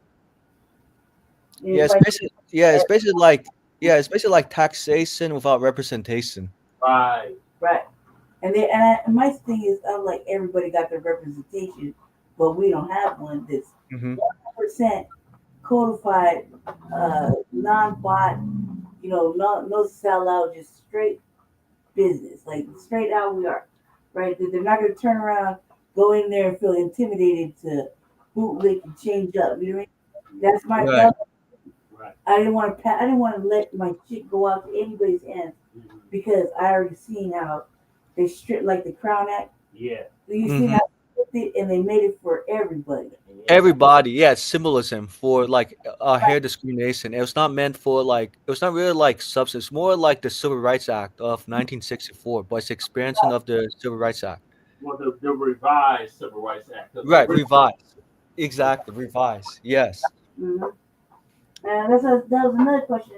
I was like, okay, we got to bring back the Freedmen Bureau, right? We have to do that. That's an intentional act. So yes. I'm like, okay, well, where should you start? Codifying the name, the term, so specific. I was like, this is my questions when I was asking. Right? I was like, okay, so we codify it like this, all right, bet. So now it's intentional. Now we know exactly what we're talking about. But then we go, okay, so we codify that. Then we work on the crime bureau. Then we work on we work on the Freedmen's Bureau. Then all at the same time. You know what I mean? Right. With also make sure like money's attached so that the money can be dispersed to American freedmen. Right. We have freedmen numbers. Yeah. And this is where I think that this document is very important. Legal status for lineage-based reparations that was written by Naheem Way. He makes a very important case for it and gives like the history, so that could be a blueprint. Where's that? As well. Give me that. Can you get it to me? Oh yeah, I can send it. Yeah, no problem. Yeah. Do you want me to send to you like right now, Brandy? I have like 2 emails. One is from tigerwoodspan@gmail.com. Other one is sendingone@cua.edu. Yeah, it doesn't matter. Okay. I like to read. He's against FBA. Ooh. Yeah, he's always talking down on FBA. Naheem Way. Naheem. Like Lord Abba. Here? He's in North Carolina, Naheem Way, but he's originally from New York City. Yeah, I think he's from the Bronx. Is he FBA? He's a freeman. Oh, he's a freeman. Why are I talking down then? You know what it is? The fetus syndrome. It's because he don't wait till week. That's what he's always. Everybody thinks that it's not going to happen, and we're just wasting time. But we've made substantial waves in the last 5 years, 6 years, right? That they now recognize it in a national level. Talking about it and denying it all at the same time. Yeah. Yeah. Oh, Brandy, I just emailed you the Freedman document. It's coming from tigerwoodspan@gmail.com. Okay, guys, I'll get it. Right now I was just saying, whatever you want me to read, send it because I can piece it all together coherently. Okay. Right. Okay. Oh, let me see. I can post it in the private chat and stream it. I didn't realize. Let me see. Hold on. Wait, well, just have to copy and paste it. Yeah. No. And for me, I like to read, so I Sure. all night. So. Oh, no problem. The other thing I wanted to talk about though, so I was like, man, like I had questions. I just wanted to be like, we have to do something first. And I think the first thing is language. Yes. That's the most important. I'm just asking your opinion because the languages that they use is meant to be vague, ambiguous, and broad. Right. On this racial equity study, they're still going by African American. Right. And it's to be American freedmen. Right. And also, I just remember, and speaking about codifying American freedmen into law, right? I think what would help too is like bringing to the legislative attention, like, look at the civil rights bills from 1960s up to the present. Right. It was not meant to say American freedom. It's very vague. Use it as like evidence and to build up the case for Right. Oh, go ahead, Jesse. Sorry. I'm sorry. I had brought that up at the hearing back in, what was that? June. June. Yeah, because we like we mean tangibles. We don't want no vague, ambiguous, broad Ambiguous language, right? Because they give them the right to take it apart, whiten it up, make it a free for all for all these so-called people of color. Right. Right. Pass it, not pass it. In the house. Well, it'd be up to the governor.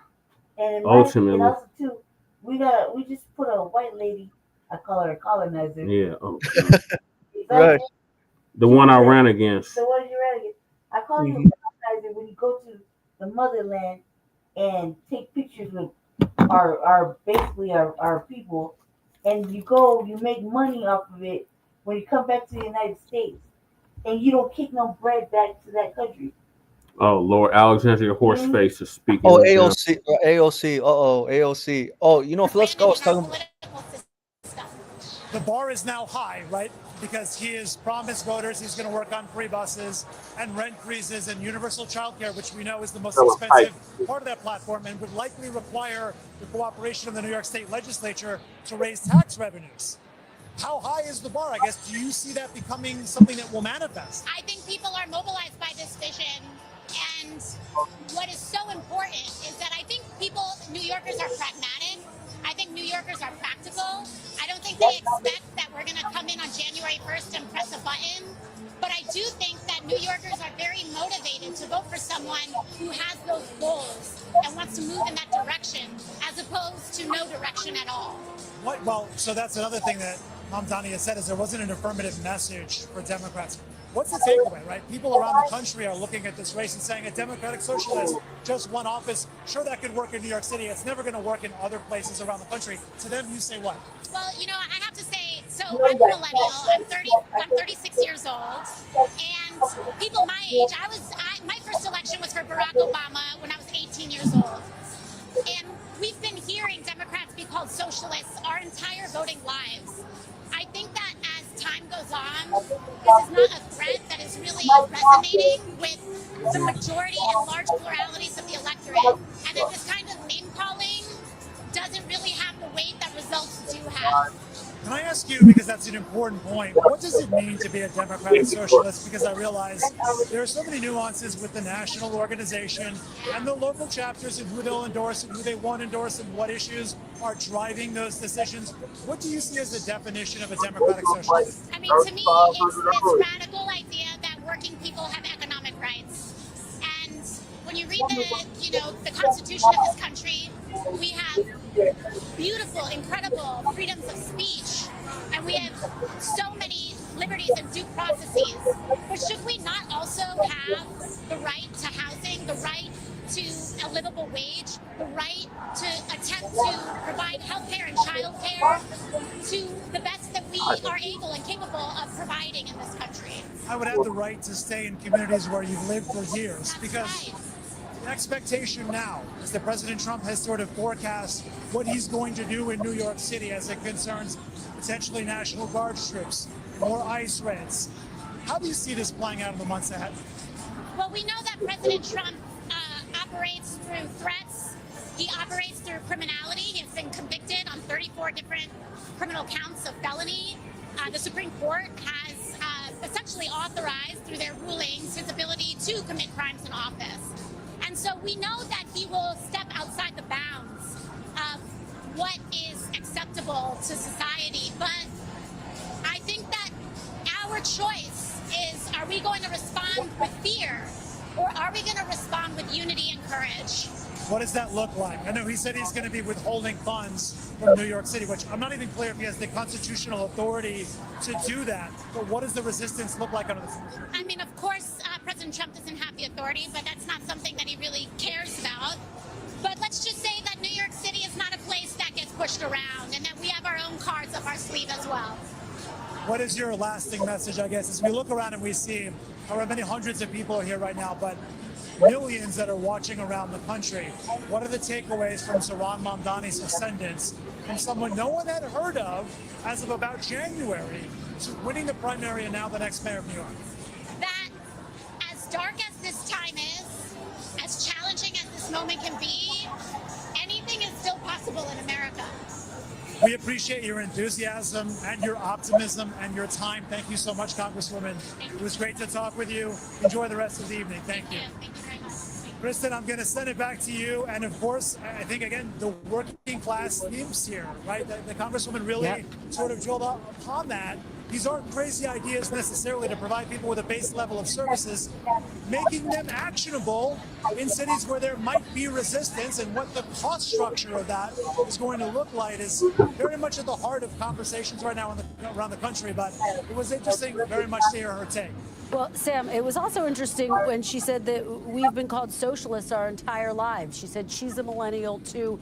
They are used to this. It doesn't pack the same punch that it used to. It was a fantastic conversation, Sam Brock. Thank you so much for bringing that to us. We really appreciate it. I want to get reaction here at the table. Hogan, let me start with you, because you heard her lay out the argument about affordability, but also the argument about reaching voters. She said we didn't take any voters for granted. And I'm a millennial. I've been called a socialist my whole life. That doesn't scare us, basically. Yeah, I think one of the things when Biden was in office and they were passing that big bill they were trying to do, I know that we were calling it a socialist bill.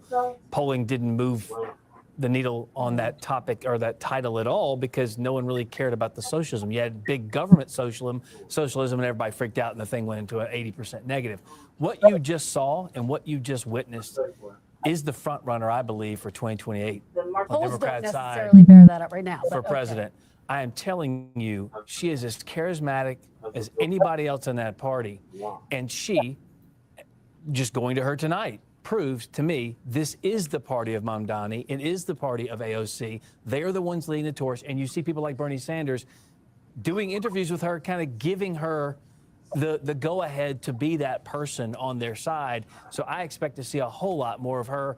Her messaging is something that I think resonates with the Democrat base. I, for one, think it's a disaster, but I also want more of it. I want her to keep going. Actually, is this the party of Mamdani and AOC? Does Hogan have a point? And AOC. Michael, what are your thoughts on Spanberger winning in Virginia? In Virginia, in my state, I'll tell you, Spanberger, I did not vote for her because I definitely know she's a CIA op, co-opting on Black America and other agendas, and she's very vague and a centrist Democrat. So I know. Oh, go ahead. Sorry. What? Yeah. I don't see. I only seen like maybe. I seen like one or two Black people on her campaign party. Yeah, Obama was kicking. Yeah. Did I tell you? One of Spanberger's staffers called me so many times about if I'm going to vote on November 4th for her. I said, stop calling at this number so many times, please. I made up my mind to vote for somebody else. And it was no frustrating from the headquarters. They told me no problem, but they kept calling me again and again. And I reached a bowling, but I said to the candidate fair make out.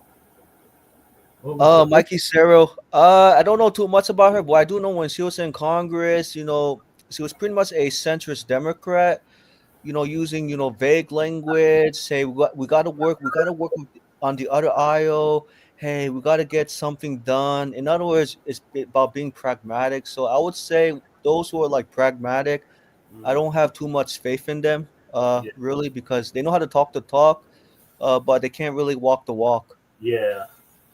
Well, that's how I feel about Mamdani. Like, he's talking, but he ain't walking nothing. Yeah, and speaking of Mamdani, I'm not sure Jesse saw the clip.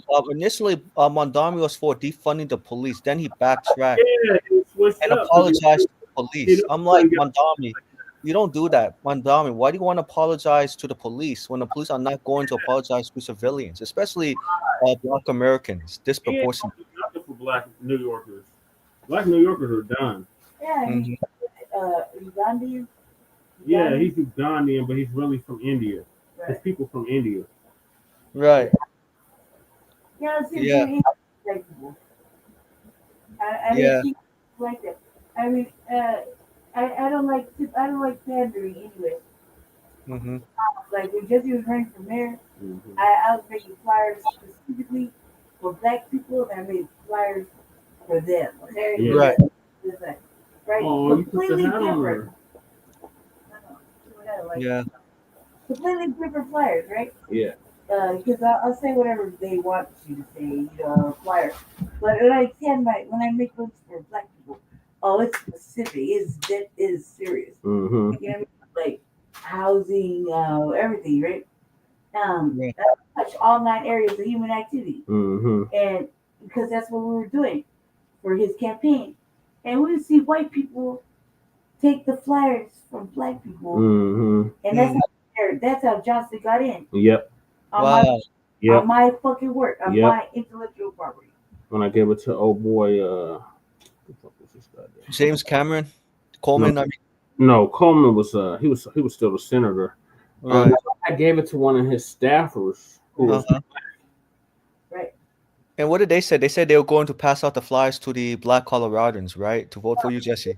We No, put it in black I put it hands. in a black hand. That just so happened to be a staffer for Johnston. Yeah, we didn't know at the time. Right. And Johnson gets it, and all of a sudden he's running on like everything that we worked on, right? Like if we would have got in, there wouldn't have been no major influx. First of all, of Right. illegal aliens, right? That would have stopped right there. At That shit would have ended immediately. Secondly, there wouldn't be really a lot of homelessness, Right. because the goal was there's 23,000 vacant apartments, 26,000 vacant apartments. That's a lot of apartments that would be, house everybody, Mm-hmm. like one big building, pretty much. Yeah. And it would have been easy. Not to mention, I have seen housing in all kinds of, like, if you ask me about, like, anything could be a domicile. Mm-hmm. You know what I mean? Anything could be a home. Like, there was these little, like, you could make a home out of a motherfucking taco truck. Yep. It had everything you needed in it. Yep. Like air conditioning, heating, Mm-hmm. the right amount of plumbing, shelves. You could do anything.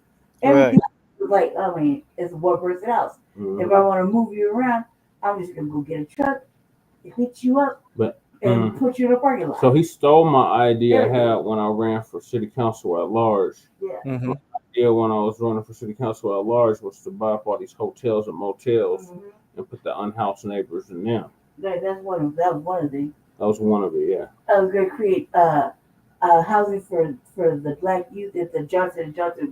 That's for the mayoral. I was talking about when I was running for city council at large. City council. Like the city, you could do so much with it for very little if you just really were creative. Right. You know what I mean? And they were already stealing ideas. Like once that shit went into his hands, I was like, oh man, I felt some kind of way. Like, well, remember that motherfucker Chris Hansen did a whole commercial stealing our fucking idea. Oh, that shit was fun. Also, I was calling it out, right? Because you don't steal my brain. That's who it was. I gave one of his staffers the flyer because he was black. Steal my motherfucking work. And then because like I said, like she said, the flyers only touch black hands. My flyer. Really? Yes. You know what I mean? Anything else kind of like generic. It's like whatever pieces, whatever white people want you to say, or whatever, like, oh, we're gonna work on the streets. We're gonna make sure you get your trash picked up. No more housing on your block, or no unhousing on your block. Whatever, right? And they never, and they never do it at the end, anyways. They just talk. They talk the talk, but they don't walk the walk. Right. Well, that's what we gave to the crackers. Right, and two, they wanted me to do like I'm not gonna pander Jesse to in these big old places for donations. What else? Talking about work the room and all that dumb shit. He's a man that Right. is bigger than me. I'm no goddamn prostitute. That's how I look at it, right? Work Go the raise that room. money, work the room. No, he's a man. This is like way bigger than me. Hey, go work the room, cuz like there's big money. And they were like, you can't afford it. When I wanted to consult with an actual consultant, they were these black people that are inner city were like, you can't afford my time.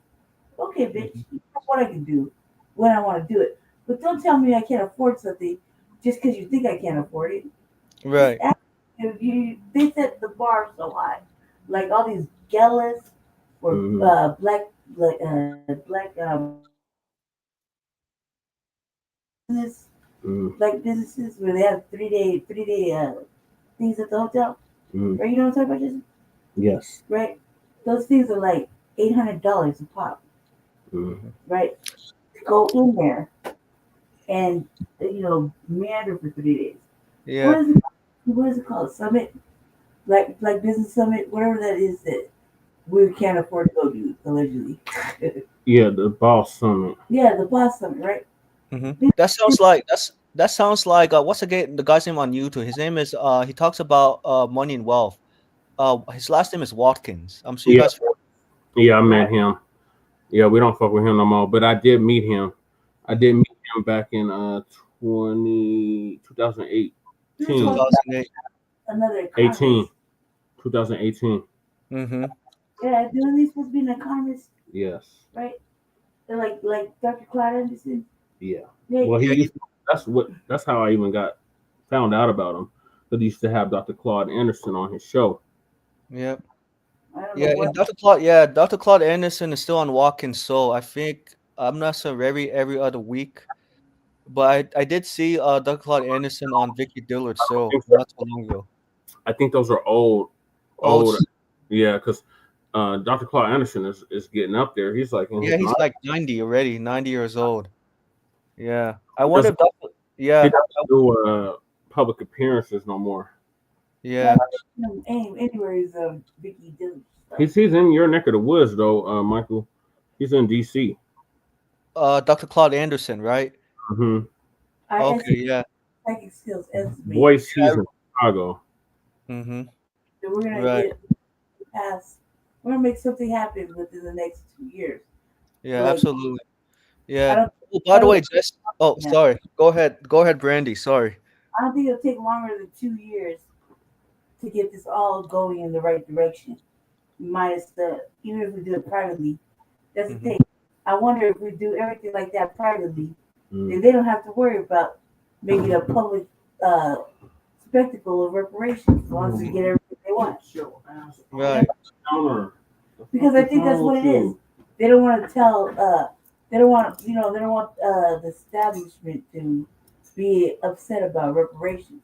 But if you sit it privately with all the terms and whatnot, and they approve it, nobody knows it happened. Right.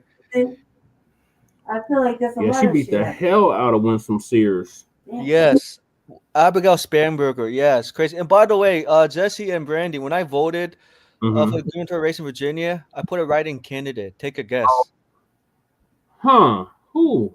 I put in my name, Michael Pan, and reparations. Oh, you put yourself in. Okay, good. Yeah.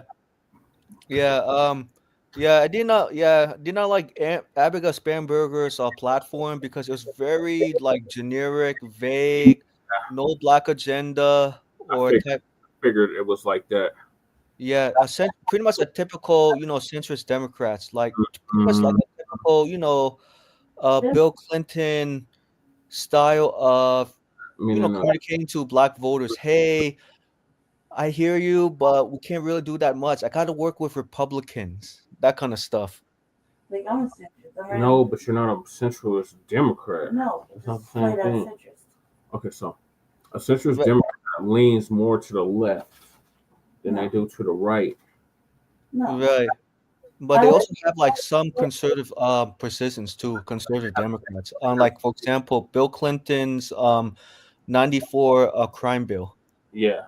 Well, that was that get tougher on crime shit. We're gonna get tougher on crime than the Republicans.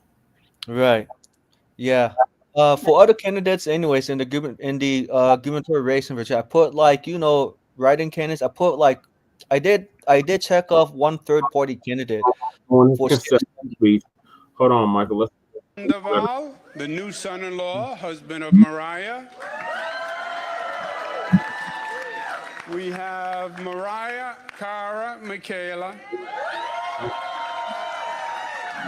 I want to thank our campaign chairman, Bill Mulrow, our great campaign manager, Greg Goldner. I want to thank Mayor Adams, who stepped out of the race to make us more competitive, and that was a very gracious thing to do. I want to thank Mayor Bloomberg, who gave us his support, Governor David Patterson, all the unions, and I am blessed. I am blessed to have the people in this room. You have been a phenomenal team, great friends. You are superstars. Even more, you are New York patriots, and I am proud of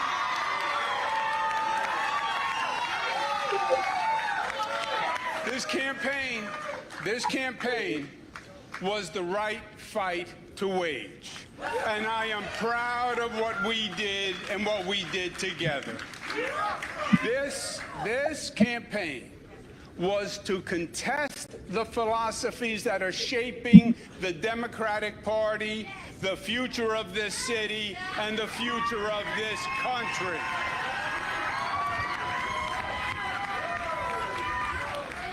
And this coalition transcended normal partisan politics. It brought together Democrats and Republicans and independents, joined by the simple fact that their first allegiance is as citizens of New York City.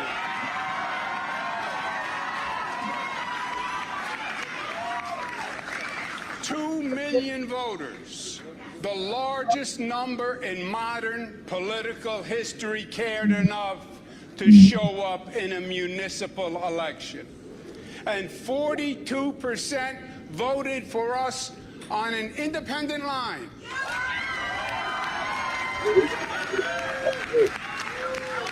That is the highest percentage in modern history. Ironically, it is just higher than when Mario Cuomo got 40% on an independent line against Ed Koch in 1977. It's also important to note that almost half of New Yorkers did not vote to support a government agenda that makes promises that we know cannot be met. You've been listening to former Governor Andrew Cuomo deliver his concession speech after NBC News has projected that Zohran Mamdani is now the mayor-elect of New York City. Leanne Caldwell, this is someone who has served decades in public service. Of course, he did resign as governor amid a swirl of various scandals, quite frankly, that he just could not shake in this campaign. So yes, Zohran Mamdani had a message of affordability. Yes, he had an incredibly robust social media campaign, tried to reach voters, younger voters, where they are.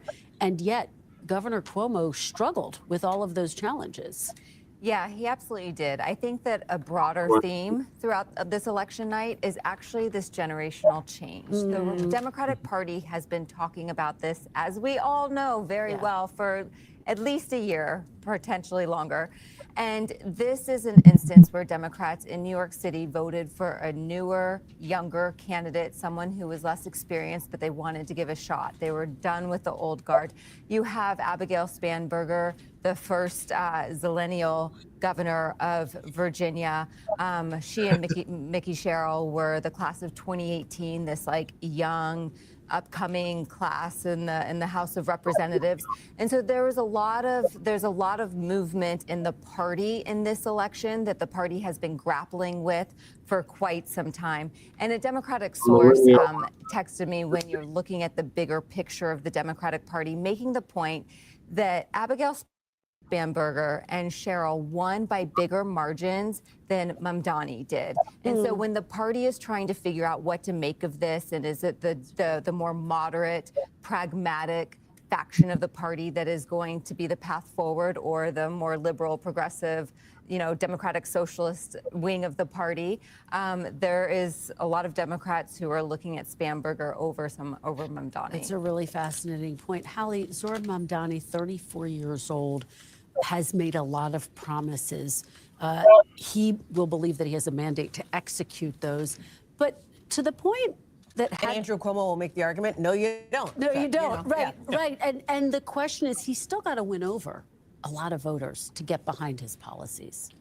Yeah, if he wants to win their hearts and minds, absolutely. Now that he obviously has won the election, is projected to win the election. And so he's got a road ahead that I think is going to be fascinating to watch, just from like a policy implementation perspective, right? And the way that you're looking at somebody who's staked out this progressive position inside his party, take on, the country's biggest city and try to steer the ship that way. I also think when we look at this night, and I'm looking at the clock here, 10:47 Eastern time, we've talked a lot about these three races on the East Coast. Remember what's happening in California, what arguably may have, not just in California, but this redistricting arms race that's happening across the country, huge implications for 2026. And by the way, for years beyond that as well. And so this is a fascinating one to watch as we're getting close to polls close there. Yeah, well, you take us to our next reporter perfectly, Hallie. At 11 p.m., polls will close in California, where voters are voting on a ballot measure that would redraw the state's congressional map in favor of Democrats. California's Prop 50 is a direct response to Texas,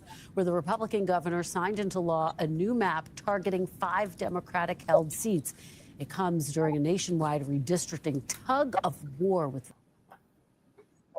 It could be Republican gains of 2 seats, but they are going to be competitive there. But there could be Republican gains. New maps in North Carolina could be a new Republican gain there. Florida looms as a big possibility. If Republicans are aggressive, they could get 3, maybe 4 new seats out of there. So there are other states coming into the mix.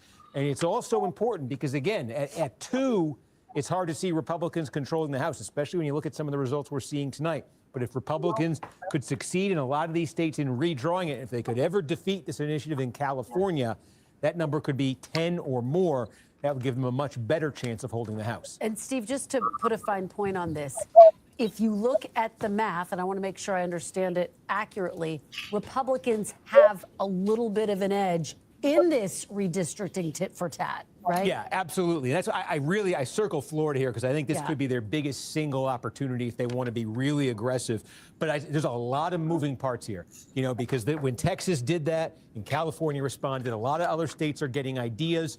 Trump and Republicans are putting pressure on a lot of states. Democratic activists are putting pressure. Wisconsin has entered into the conversation now. So who knows exactly where this is going to land? But there are more places, it would appear, where Republicans could do it for 2026. But what's also interesting here. Yeah, Colorado is looking at on that shit too. Redistricting. Mm-hmm.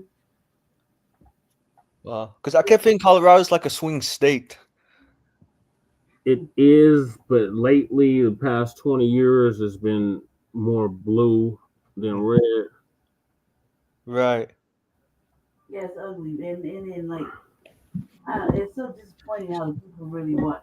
Like, what we do all this work for the people to have the things that they need, like tangibles. Yeah.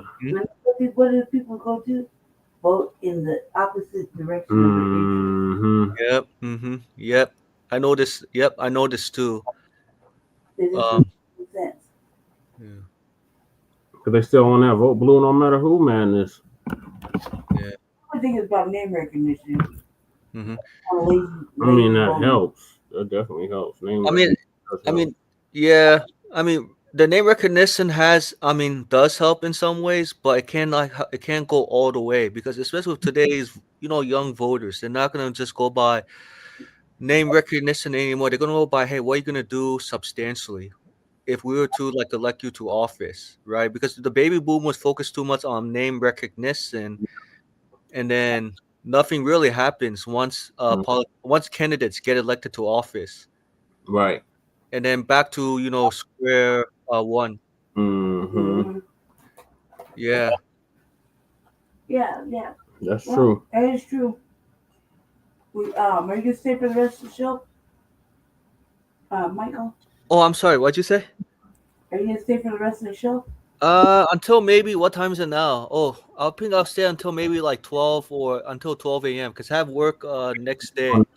Another hour. Yeah, about an hour or so. Yeah. Yeah, we'll probably. You guys could be on until like what? Until your time, like what? Right now, until like 11 p.m. Right? Yeah. Yeah, the polls close at 11. Oh, okay. Right. Yeah. Yeah. It's Yeah. either 10 or 11. Let me see. We should really. We'll probably be on for like another hour. Another hour. Yeah, because we just gotta watch what's happening in Denver. Yeah, they'll Denver. call it that. Denver and Aurora. Denver and So Aurora. they got 2 blacks at large in Mm-hmm. Aurora. One of them we had checked because he ran for mayor. Right. And we told him, he said, man, you're not going to win if you don't deliver tangibles for black American freedmen. Mm-hmm.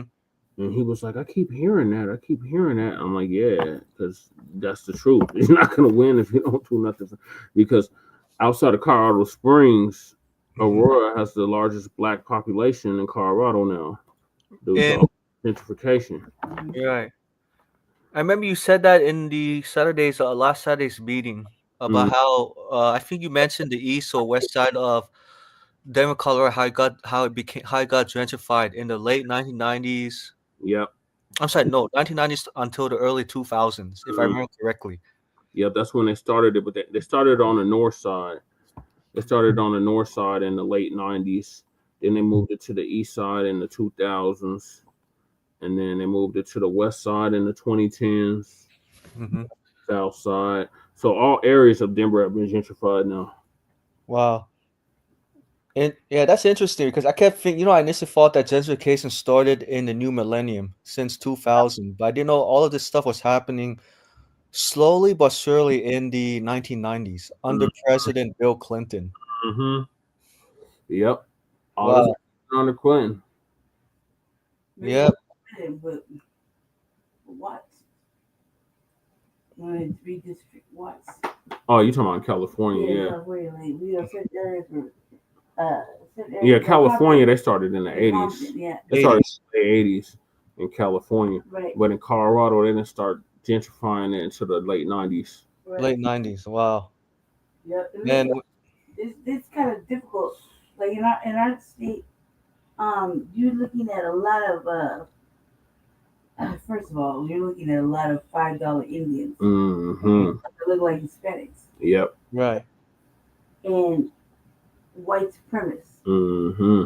And it's almost like you gotta really straight up Ku Klux Klan. This was Ku Klux Klan history. I mean, country. Right. Dig for the black history though. Mm-hmm. Here this because they're almost like they hide it. Yeah. Real major erasure happening. Mm-hmm. Or the only ones that they elevate are the raccoons. Right. And the I'm talking mammies. about with the history of it. That's what I'm talking about. They elevate the raccoons. Just even finding out basic history. Yeah. Yeah. We have a museum. We have a there's a library down the street from my house, Michael. Called but there's more to it. The Blair Cardwell African American History Museum.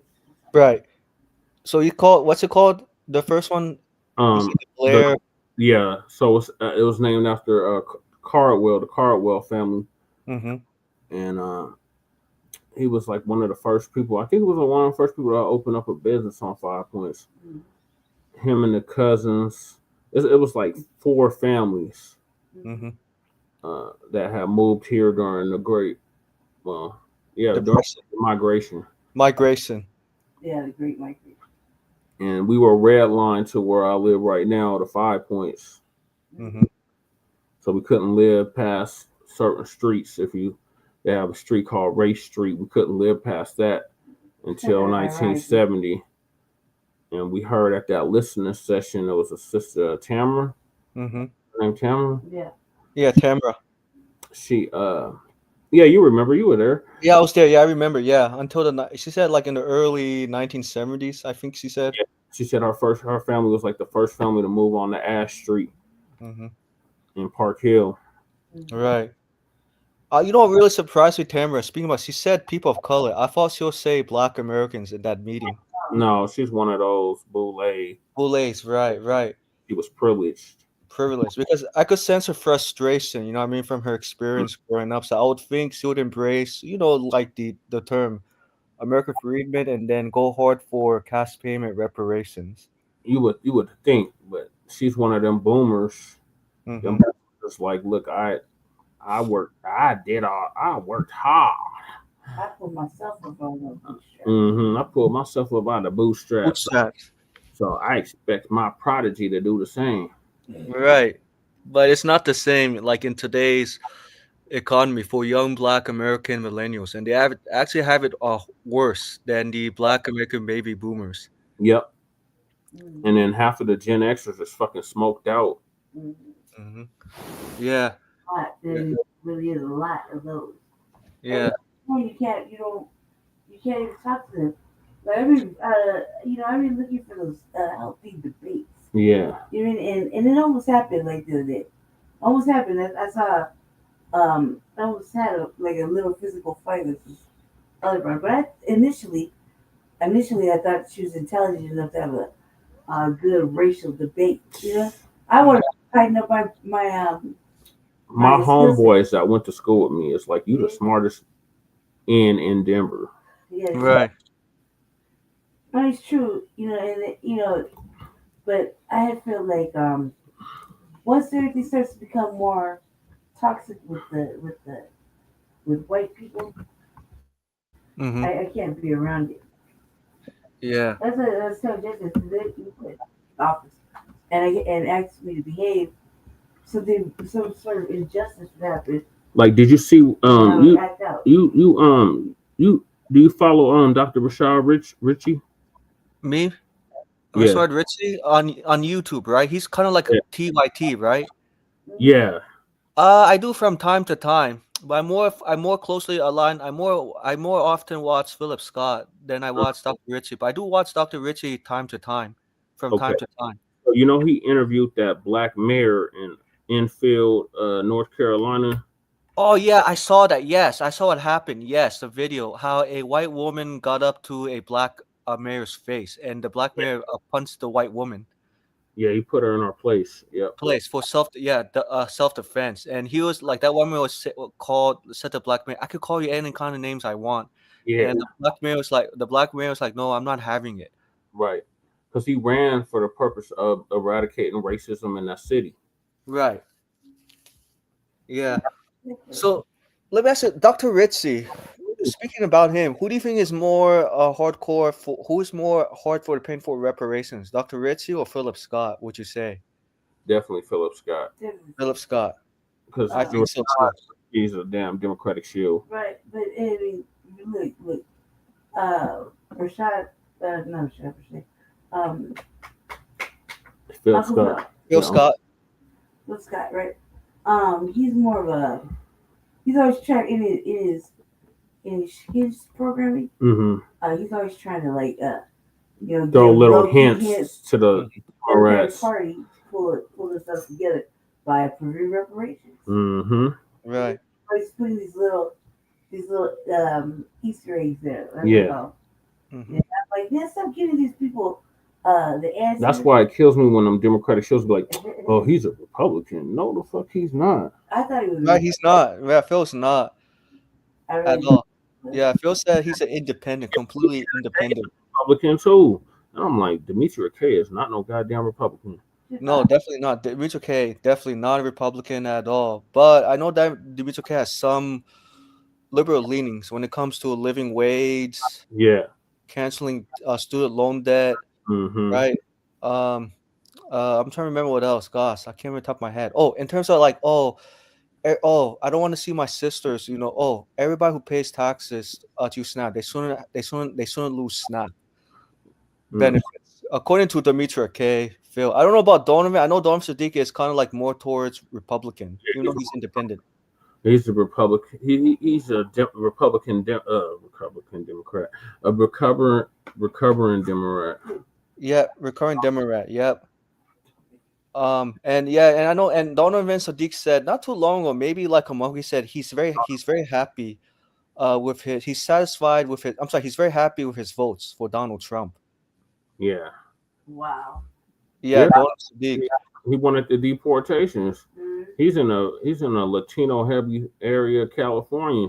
Yep, in Moreno Valley, California, very heavily Latino, and I haven't seen, as I told Jesse, Brandy, that Donovan Sadiq only goes to town hall meetings to lobby for fixes in the fixes for zoning, Yeah. trash, housing, but nothing for reparations. And I thought that Donovan was supposed to be very passionate about reparations. Hey, I'm like, Donovan, I thought, Donovan, you're very passionate about reparations. Why not convince the mayor of Right. Moreno Valley to do reparations at least? Right, at the very least. But he pretty much figures he ain't got the votes. Wow. Right. Because there's not a heavy black constituency in that district. Right. Mm-hmm. Or in Right. I've been there once. Yeah. Yeah, Lady Chase been there before. Oh, Moreno Valley. Oh, okay. So, Lady Chase, you're very familiar with Moreno Valley, California. Lady Chase Yeah, originally been there from before. California. The thing is, I was born there. I was like, by the time we got here, I was 88. Before, if I had like 8 years in California. with my brother. Yeah. I have a brother. And then you moved back. Yep. I had to come home for a second. I went out there. I spent a lot of time in like, East LA. No, like just a little bit over there, but mostly like, this old folk area, I like to call it where the old folks live. Palm Springs, Cali? No, not Palm Springs. Like Montebello. Nah, like fucking God damn it. What is it called? I get a boutique. Mayflower. No, it starts with an N. In. Yeah. Oh, and let me think. It's in Napa Valley, California? That's Northern No, California. it's like only a little Monrovia. Monrovia. Monrovia. My grandmother lived there. Right. So I was over there hanging out with her over there. Then I went to Southgate. Southgate. That used to be a sundown town. Yeah, it was Southgate. Then I was there for a bit. Then it was a Watts. Watts. Mm-hmm. That's where the 65 Watts riots took place. Yeah. Yep. Yeah. Like, this is about Watts, you know. They're like, I don't know what it was. And it was There's like all the black people. Like, yeah, that. Where else? Did you live in Compton? I did stay Compton for a little bit. Yeah, Compton. Compton's nice too. What about Linwood? Not so much. Definitely not Inglewood. And I got up to Van Nuys once for a little bit. Beach. Venice? I like Redondo Beach. Redondo? Yeah. I've never been to Redondo. I've been to Venice Beach once, 2 years ago, and I was surprised to see a lot of homeless people at the beach. Yeah. That was the best time. Especially on the boardwalk. Yeah, boardwalk, yes. I was there once. I like Redondo Beach because there's a guy I follow on YouTube. That's all he streams is the Venice boardwalk. Right. I think you can roller ski, you do whatever, right? Because they have movies the boardwalk. Mm-hmm. Yeah. Gotta be tech. But for me, when I was younger, I used to go to Redondo Beach because my aunt was in San Gabriel. Yeah. San Gabriel. Yeah, San Gabriel. San Gabriel was tough. Like, not tough, but I was having too much fun over there. Yeah. Redondo Beach, at the time, that's the only time I could see the Cholos play volleyball. Mm-hmm. Big ass young top predators play volleyball on the beach. Yeah. That was enjoyable. Other time, I got stung by a jellyfish over there too. Oh, damn. Yep. And the seagulls, they got no manners. Yeah, them seagulls is rude. Yeah. And I would go to there. I like Universal Studios. Yeah. And where's the Universal Studios? It's in Anaheim. Wait, Disney. You're talking about Disney in Anaheim, right? In Anaheim. Knoxbury is in what is that called? Alameda? Yeah. I don't know. Where's Knoxbury Farm? Knoxbury, the farm. I think it's is it Anaheim or it's like the little tiny touristy park. Jamsbury and such. Yeah.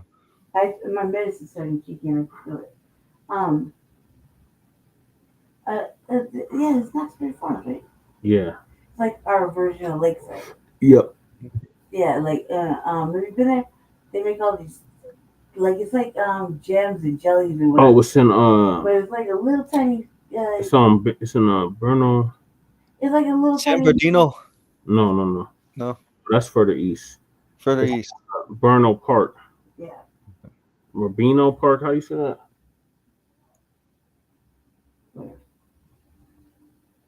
Maybe pictures. Oh, let's see. And this side of the island. Buena Park. Bernal Park. Buena. Bernal Park. Buena. Buena. Yeah, as city council coming up, I was like, I'm gonna change my name and ask for a translator. Mm-hmm. Everybody have it. They Yeah. don't want, you know, if Yeah, it's just outside of Anaheim. if you talk Spanish, you get a 6-minute grace period, right? Right. 6 minutes. Mm-hmm. And Yeah, when they do the translation. yeah, exactly. And I was like, man, I can talk shit for 6 whole minutes for real in Spanish. Mm-hmm. Because all this illegal aliens and the shutdown is fucking embarrassing. And yet they don't have the consideration to not make their issue that big. And you know what I mean? Yeah. Right. Like it's always a leapfrog over black people. Mm-hmm. Yeah. And even like I'm sure like Brandy, you're familiar with the Reparations Perspective. She has a YouTube channel. She's in Long Beach, California, and she's experiencing illegal immigration in Long Beach, California, where Black residents in California are not being prioritized when it comes to like jobs, businesses. Mm-hmm. That's all down California. Black people is not being prioritized. Yeah, what do they do with the Next, house? Cruz said next time you go to California, he need a swimming gun. But Cali gun law shaking my head. Yeah, you gonna do 5 years. Mm-hmm. Yeah. I don't have it. Like I couldn't believe yesterday that they're still If you get protesting. caught. Yeah. Yeah. By the way, Jesse, what is your advice to Philip Scott? You know, when he says brothers and sisters, come back to the South, including reparations perspective. When I mentioned reparations perspective, oh my gosh, she got so mad. She's like, Phil, why do I want to move back to the South? I mean, a lot of life in California. Like a lot of the black people that's in California now, they moved from the South. Mm-hmm. So a lot of them is just like, look, I established whatever here. I don't want to move back to the South. And then you got people like Shabaka. Like Shabaka's family is originally from the South, but he don't want to be in the South. Right. We got people like me that wants to go back home because I like Me, the South. I like the South. Me and Lady, we like the South. Yep. I felt cheated. I wasn't born there. Like you had to consider. Originally from South Carolina, North Carolina, Georgia, Florida, Virginia, mm-hmm. Alabama too. Like my grandfather, he told me before he passed, he was like, "Yeah, we got family all up and down." Right. Yeah. I'm just figuring out the. Mm-hmm. But you understand. I like Louisiana. I've been to Louisiana. I've been to Florida. I've been to Georgia, and I've been to Texas. Texas. If you had to pick like all the southern states, would you pick Texas over Georgia, Mississippi, Alabama? Live in? Yeah. Texas is cool. I like Texas. I used to live right by the base. By the base? Mm-hmm. Yeah. Was it Fort Hood? Yeah. Right there. Yeah, Mm-hmm. I like that. Yeah. College Station. What is it? I used to have family in San Antonio. Mm-hmm. I have philosophy that I can make it anywhere and I can adapt within 2-3 minutes. So. Mm-hmm. Yeah. Yeah. I did like Atlanta though. Atlanta, Georgia. Yeah, I've been to Atlanta once. Twice, but not very often. Like my grandfather, he used to go down to Myrtle Beach every year. Like a family from like South Carolina, the Carolinas, the whole Eastern Seaboard, pretty much. Right. I like rural Tennessee. Yeah, that's where my stepdad's family's from. They from Memphis. Memphis, Tennessee. Yeah. And you know, I like the rural part where it's like kind of quiet. Mm-hmm. Yeah. I just like the air too. The air used to be like crisp. Yeah. But I like in the South, well, like Florida. Florida was good to me. Yeah. Texas is alright. I like Florida, Minnesota bugs. Florida is the best fucking Them part. motherfucking bugs be hitting That's the part of windshield like frogs. fucking rain. There's lizards everywhere. It's all kinds of shit. Gators. Oh, look, what are they going over? They just Yeah.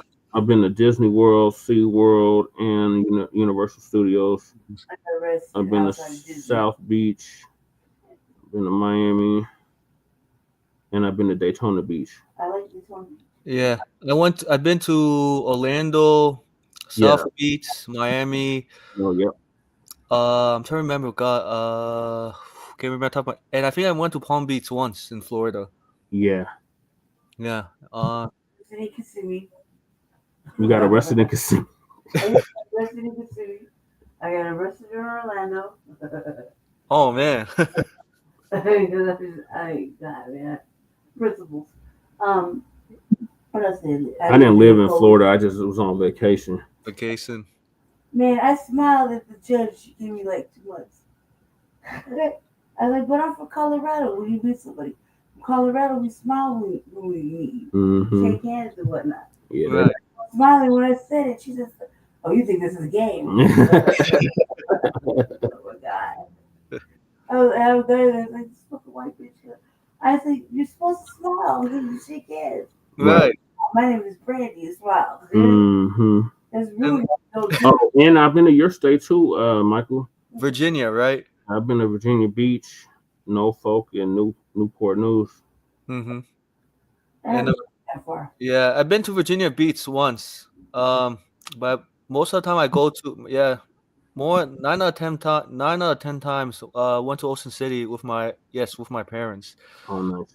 Then I went to Virginia Beach, and that's a matter of fact. Someone told me at Ocean City, Maryland, there's a lot of homeless people right now. It's getting worse and worse. Yeah. Yeah, and by going towards Baltimore. I'm sorry, no, going outside of Baltimore to Ocean City. There's like a lot of homeless people in Aberdeen, Maryland. Yeah. I'm trying to remember because this is someone I knew so I have a friend who lives in Maryland. So she told me it's getting worse and worse. It's actually more homeless white people. Yep. In Maryland. In the Eastern Shore. Sorry, Eastern Shore of Maryland. There we go. Yeah. That's a lot of homelessness. Yeah. You probably see a lot of I never been to Delaware. Yeah. Yeah, Delaware's on the Maryland state line. I've been to Jersey. Jersey. I've definitely been to New York. New York. Oh yeah. And my mom was born in Philly. Philly. Oh, so you've been to Philly too? No, my mom was born there. I haven't been to Philly. Oh, you never been to Philly yet? Yeah. I have family in Baltimore. Baltimore. Would you want to convince your family from Baltimore to like consider the South? I mean, that's where they moved from. Move from? Yeah. You know, to embrace Philip Scott's message of from the South, and some moved from New York to Baltimore. Right. But I spent a lot of time, a lot of my childhood in New York. New York. Right. Would you say like the Queens, the Bronx? Yep. Queens, Brooklyn. I have family in the Bronx. And I have family in Manhattan too. Manhattan. Oh wow. It's a Lord's family. They're like everywhere. Yeah. I figure it out and how it looks. I don't really know. That's on my mom's side, and then on my dad's side, it's Illinois. Right, Illinois. Like Chicagoland. Like I was conceived in Chicago. And I've been to Chicago. I've been to Michigan. I've been to Grand Rapids. I've been to Flint, and I've been to Saginaw. Saginaw, Michigan. And were you in Detroit, Michigan, or outside? I didn't make it to Detroit. Oh, okay. Out of Detroit. Yeah, I only been to Detroit. I think I only been to Detroit, Michigan once for a layover to go to another country or another state. Yeah, I had a layover in O'Hare when I went to St. Louis. St. Louis. Yeah. You know, I heard nowadays the Karens and the Beckys, they're everywhere at the airport these days. Mm-hmm. Oh man. What would you do in a situation, both of you, if you encountered Becky's and Karens at the airport and they're making a fuss that Just walking down the street Oh here. God, man. Ass up. Yeah, like the other day, we were doing we went there in the morning. Mm-hmm. The day we had the city council. Yeah. Right. So we're about ready to go. You know, and this white girl, like weird ass looking white girl, stops to talk to us for a minute, and she said she made it a point for us to know that her boyfriend was black. Oh yeah. Right. And I said, okay. And I said, for real? Like that, because I just couldn't believe it. Right? Because she overheard us talking to another brother. Yeah, weird shit. And the brother was from Very Memphis, and I was telling him about the Frontline Black News. Right. She overheard the conversation. She said, "Oh, what's the name of your channel?" I said, "The Frontline Black News." Oh, my husband is black, or my boyfriend is black. I said, "Well, tell him to come over to the Frontline Black News. Him, not you." Right. You'll get it. You'll get it. Tell him Susan said, he'll get it. He'll understand. And all the time I see like kind of Jesse on the way back. She made it a point for us to know she had a black boyfriend. Yeah. Yeah, you know, interesting because I noticed the Beck Karens, they always like to say they have a black boyfriend or black husband. Kind of black people, especially in a very intense situation. I noticed. Yeah, well, we're in the swirling capital, so it's all kinds of mixing going on here. Majority of the brothers is with white girls out here. Right. And what is your advice? What is your advice to brothers when they're married to Karens? How to talk about reparations? I'm just very curious. Man, that's one of those heated conversations, especially if they have ties to slavery, slave owners.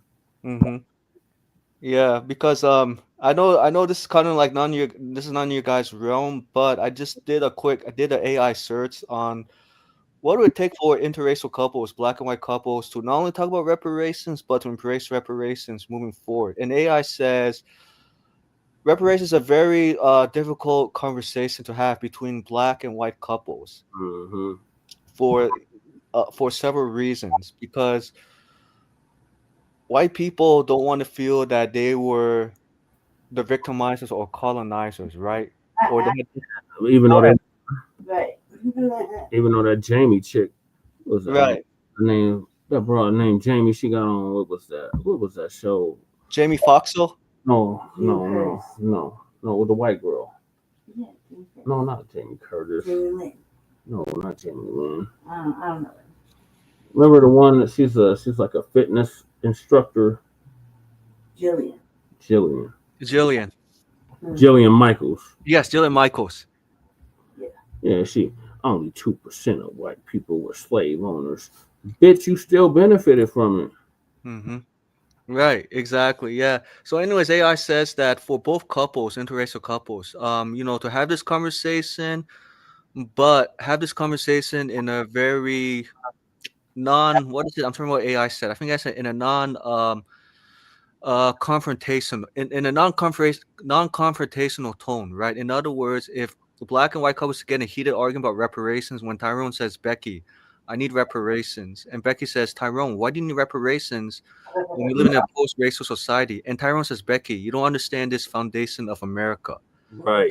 As a black man, sir, Becky, you married to me. Sir, I have a lot of education. Sir, I make six figures. I'm still discriminated against. And Becky's like, Tyrone, you're being ridiculous. You're crazy. Right? And then Tyrone says to Becky, no, Becky, you're crazy too, because you don't want to advance. You don't want to use your white privilege to help my people get reparations. Because Becky, by going to your people, they're more likely to be receptive to you to get reparations for Black American. But as a Black American going by myself to demand reparations from your people, Becky, it's not going to work. They're just going to outnumber me. Yeah. I mean, I know it sounds a little bit exaggerated, right? But anyways, the AI says for both couples, yeah, interracial marriages, to take like, take a break from each other, seek therapy. It says for a black man, Tyrone, he needs to seek a black therapist, and Becky, she needs to seek a white therapist. To come to terms why, they have differences about, about reparations or even about race, right? Yeah. Yeah. Yeah. Because Tyrone's thinking about the future, if the future of his kid who's going to turn out to be black, right? And how he's going to navigate the school system, police, right, education, healthcare, the penal system, pretty much the whole 9 yards. And Becky's not thinking about it long term. So I can understand why it's a very intense conversation for both of them to have, but it's necessary. You know what I mean? So what does it say about having this conversation for the first time in front of the kid? Right. Interesting. I always wonder, like, when black and white people date, do they ever talk about reparations before getting married? You know what I mean? Because I feel like the only time they talk about is once it's I'm only like after freak on. married. I'm like, that's got to be the litmus test Right. for any white person. You don't even have to be dating them, but these ones that claim to be friends. What is your thoughts on lineage-based cash payments for American descendants of married child slavery? Right. Exactly. And right. We're not friends. We cannot be friends. I don't want to have nothing to do with you. Fuck that face. Right. Exactly. And right. And so then Tyrone has to ask himself, should I divorce Becky because she's not going to fight for me? And he's concerned that if he does divorce Becky, what if Becky comes hard after him and comes to divorce proceedings, custody over his son? Yeah. So it's like he has no way out, no way out to get out of the relationship with Becky. That's the risk you take with interracial dating. Yep. And also, right, and as a matter of fact, a couple of days ago, I was on the other YouTube channel. This white man, he's married to a black wife, right? And he was talking about like options for black women to date outside of race and to marry outside of race, right? And same thing with white men. So I came out on his show live, and I talked about reparations. Oh my gosh, Jesse Brandy, it got very controversial with the white man, the host, right? Because I said to him, because when I was watching him for like first 5-10 minutes, right, talking about how black people, how black women need to be happy with white men. I'm sorry, black women need to be happy outside their marriage, dating or marrying white men, and how white men need to be happy to marry or date outside their own race to marry. To marry or date outside their own race and marry black women. And when he said that, I jumped in. I said, "Sir, yes, that's true. America has made progress on interracial dating, interracial marriages, but it's not enough because the systemic race and white supremacy are still there. Like the wounds have not closed, right? And so that interracial couples are going to have to talk about reparations eventually, right? And I think I asked the white man, I think I asked the white hostess, do you support cash payment reparations for American freedmen of chattel slavery? And when I asked that question, I think it got very heated, right? Yeah. Because I did my research, right? I knew the answer, right? And he said, I think he said to me, "Oh, I'm for reparations, but we got to know what reparations are for. Who's going to be eligible? Reparations doesn't only happen in America, happen in Europe." So it sounded to me he wanted to make reparations race-based, right? And I was going to push back, and then he deleted me. He cut me off towards the end, right? Because he said, "I don't want to just make this conversation about race in interracial dating or interracial marriages, right?" I said, "Sir, you have to understand, you're a white man in this country. Race is always going to be part of the conversation. Always, like 100%. If you're going to date someone outside your race, right? Because he wanted this conversation to be like peaceful, yeah, right? Like he wants this interracial couples like to be happy. Don't always talk about race every day. Talk about what's your favorite book to read, your favorite TV show to watch, right? I'm saying like those things are great, but eventually, when Kisa is married to Brad, there's going to be a time she's going to have to talk about race and reparations, because Kisa is 9 out of 10 times going to be racially profiled by police, discriminated against at work, going to be passed over for promotion, whereas her white husband, Brad, not so much. And then the question I ask is Brad going to step in and protect Kisa, her so-called white husband, right? Because I'm always looking from both internally, externally, right? Yeah. So, I said to the white host, I said, "Look, I'm not against interracial. Then, however, I use the word however. Interracial couples are going to have to confront anti-Black racism. Talk about racism, not only racism from their co-workers, but from their friends, family members, externally. Sure, they love each other internally, but the external is very important. And some reason he cut me off at the end. And one person in the comments said to me, "Oh, Michael Penn is right. Yeah, he's right that interracial couples are going to have to talk about reparations and race and reparations early on." Because others, they don't talk about it. It's going to lead to, like, of course, divorce, separation, and not to mention custody over the child. Right. Yeah. And then he said, and then before he ended the show, he said, "Oh, Africans sold each other out." And I was going to push back. I said, "Sir, no, it was the white Europeans who forced the Africans to sell each other out, not the other way around." Right. And I told him that because he was trying to make like, "Oh, everybody should have everybody." I think he said, "Oh, everybody should be eligible for reparations." I said, "No, sir, this is for American freemen. What happened in America is in America. Right. What happened in Europe, those people who were in slavery got to file their reparations claims in Europe."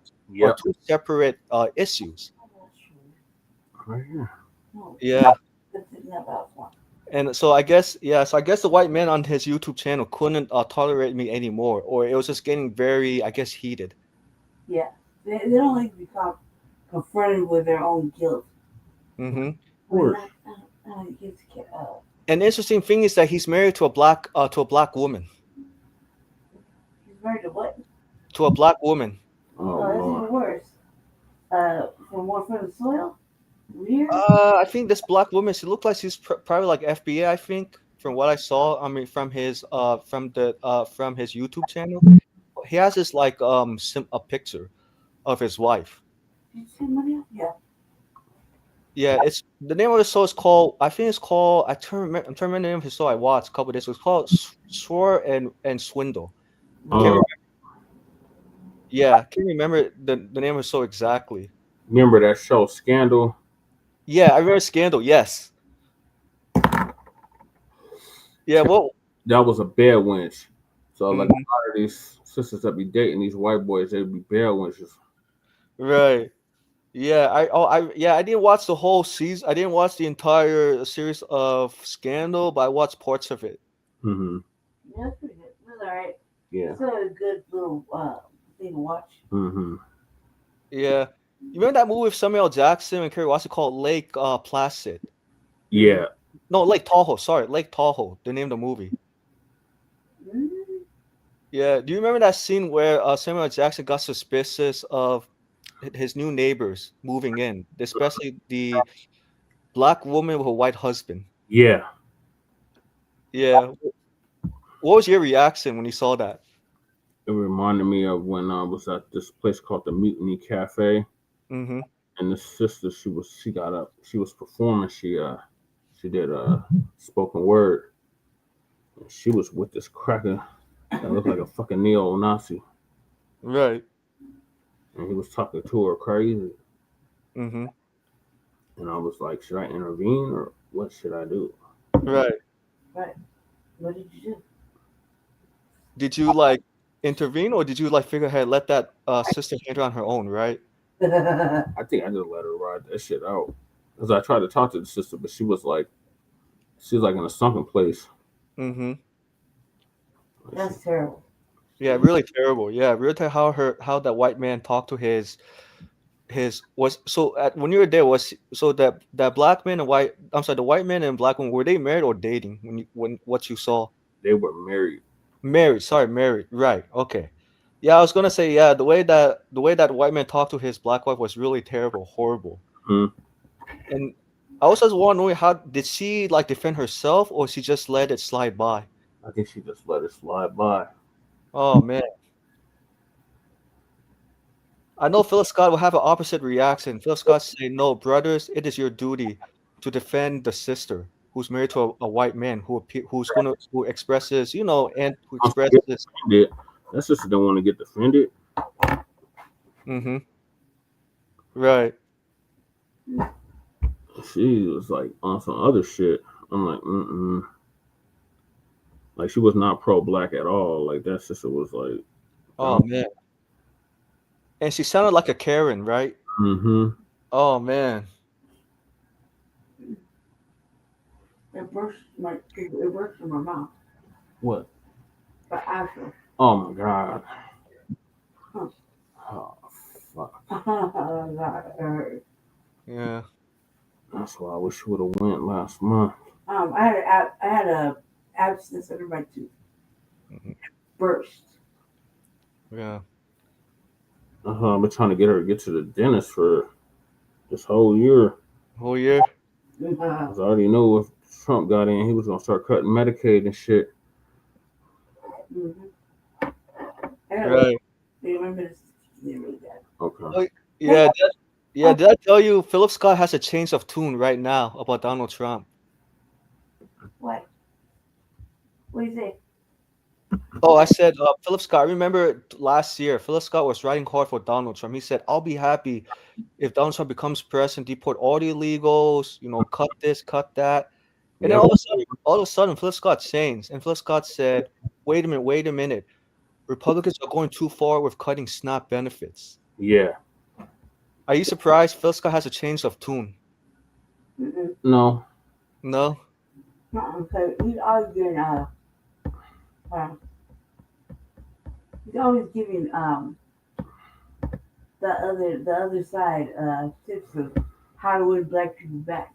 Right. And it's always the cut the check. So Yeah. He'll do anything for them to recognize it. Right. Because when I watch Phil Scott live, I would assume he will be talking about reparations. Instead, he's talking about SNAP benefits, Medicaid 24/7. I'm just curious, like, what is his orientation by talking about SNAP when I know when I know for sure he emphasized his goal is really about reparations. I think that he's playing like he is in a long game that only he knows about. Only he knows about.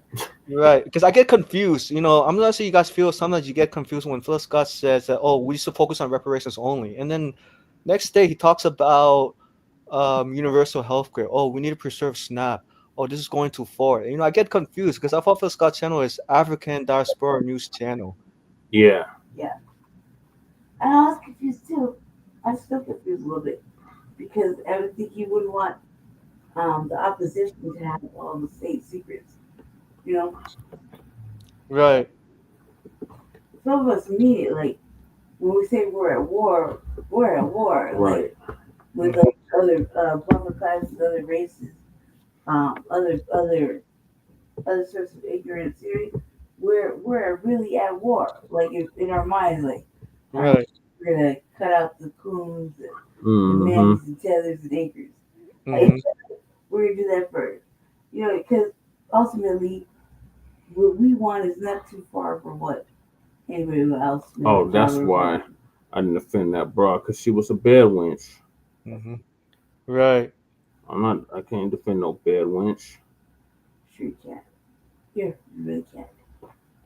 Yeah, I guess what Phil Scott said a couple of days ago when he did a reporting of a white woman who was struggling to afford food after the SNAP benefits cuts, and showed another clip of a black farmer helping black people out. And Phil Scott said to the black farmers, next time when a white person comes up to you for food, say to them, sorry, black first, white people second.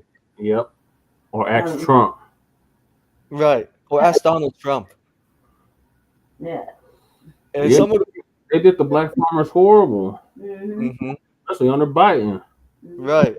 Exactly. Yes. Under Biden, no doubt. Right. And some viewers were like, Phil, you're being so harsh against poor white people. And Phil Scott said, brother, what did the poor whites do to us? They were the same people from the past, and they're not going to change. So, brother. Yes, they got $1 million worth of whiteness. Yep. What the hell you doing asking a slave for something? It's like my dad says, oh, what the hell, Pilgrim? Ain't you got some pride? The hell you asking a slave for something? Right. Because I know Phil Scott's very intentional. He's about, look, if white people treat us this, we're gonna return them the same energy. Give them no money when them motherfuckers be panhandling and shit. Right. I need about shit. Don't ask me for a motherfucking thing. Mm-hmm. Right. And I know Philip Scott. I know on his podcast, on his show, I know Philip Scott, tries to keep it cool. I noticed. I know he gets very frustrated with some of his viewers who are not on code with what he's trying to preach. What do you think that is? Do you think because his message is not strong enough to convince a lot of people to move the needle, or do you feel like he's doing too much to look out for them? A lot of our, I'm gonna say a lot of our people, but a significant number of our people are in a sunken place. Mm. You see the movie Get Out? Yeah. Yeah. So it's like, you can only preach them for so long. It's like if it's not resonating with you after all this time, because Phil Scott been around for a minute. He's been around for like 15 years. Yeah, 15 years coming. Yeah. And he said because growing up in Port Arthur, Texas, he experienced sundown town. His grandfather told him that Phil, always remember, when two white people are arguing, don't get involved in the middle of their arguments, because both of them are going to like sabotage you. In other words, they're gonna side against you. Right. Exactly. Right. They might have their internal conflict, but they will come together against your black ass. Exactly. Yes. Exactly. Yes. And so I understand why Phil preaches like, look, brothers and sisters, we got to be superheroes. I don't want to keep reporting to my brothers and sisters every day they're victims of this, victims of that. Because I know it's very taxing on Phil. I can tell by his eyes. I know he doesn't want to report the negative news because he always want to report the positive news of Black America. Like, do you encourage Phil to like report both, or he just only focus on positive news in the Black American community? I think he should do both. Really? Yeah. Both? Because ultimately, the message, if it's meant for us to have it, it's going to get to us somehow. I mean, quiet as it's kept. Yeah. We patent our show in our previous show that we was on. Mile High News after Phil Scott. Like how his correspondence, and he had people reporting from other parts of the country and all of that. We got that idea from him. Oh, interesting. Oh, I didn't know that. Wow, that is so cool. If you look at our logo, it's a balance, it's a scale of Anubis. So we give you the good and the bad. Right. How to balance it out from a Black first perspective. Right.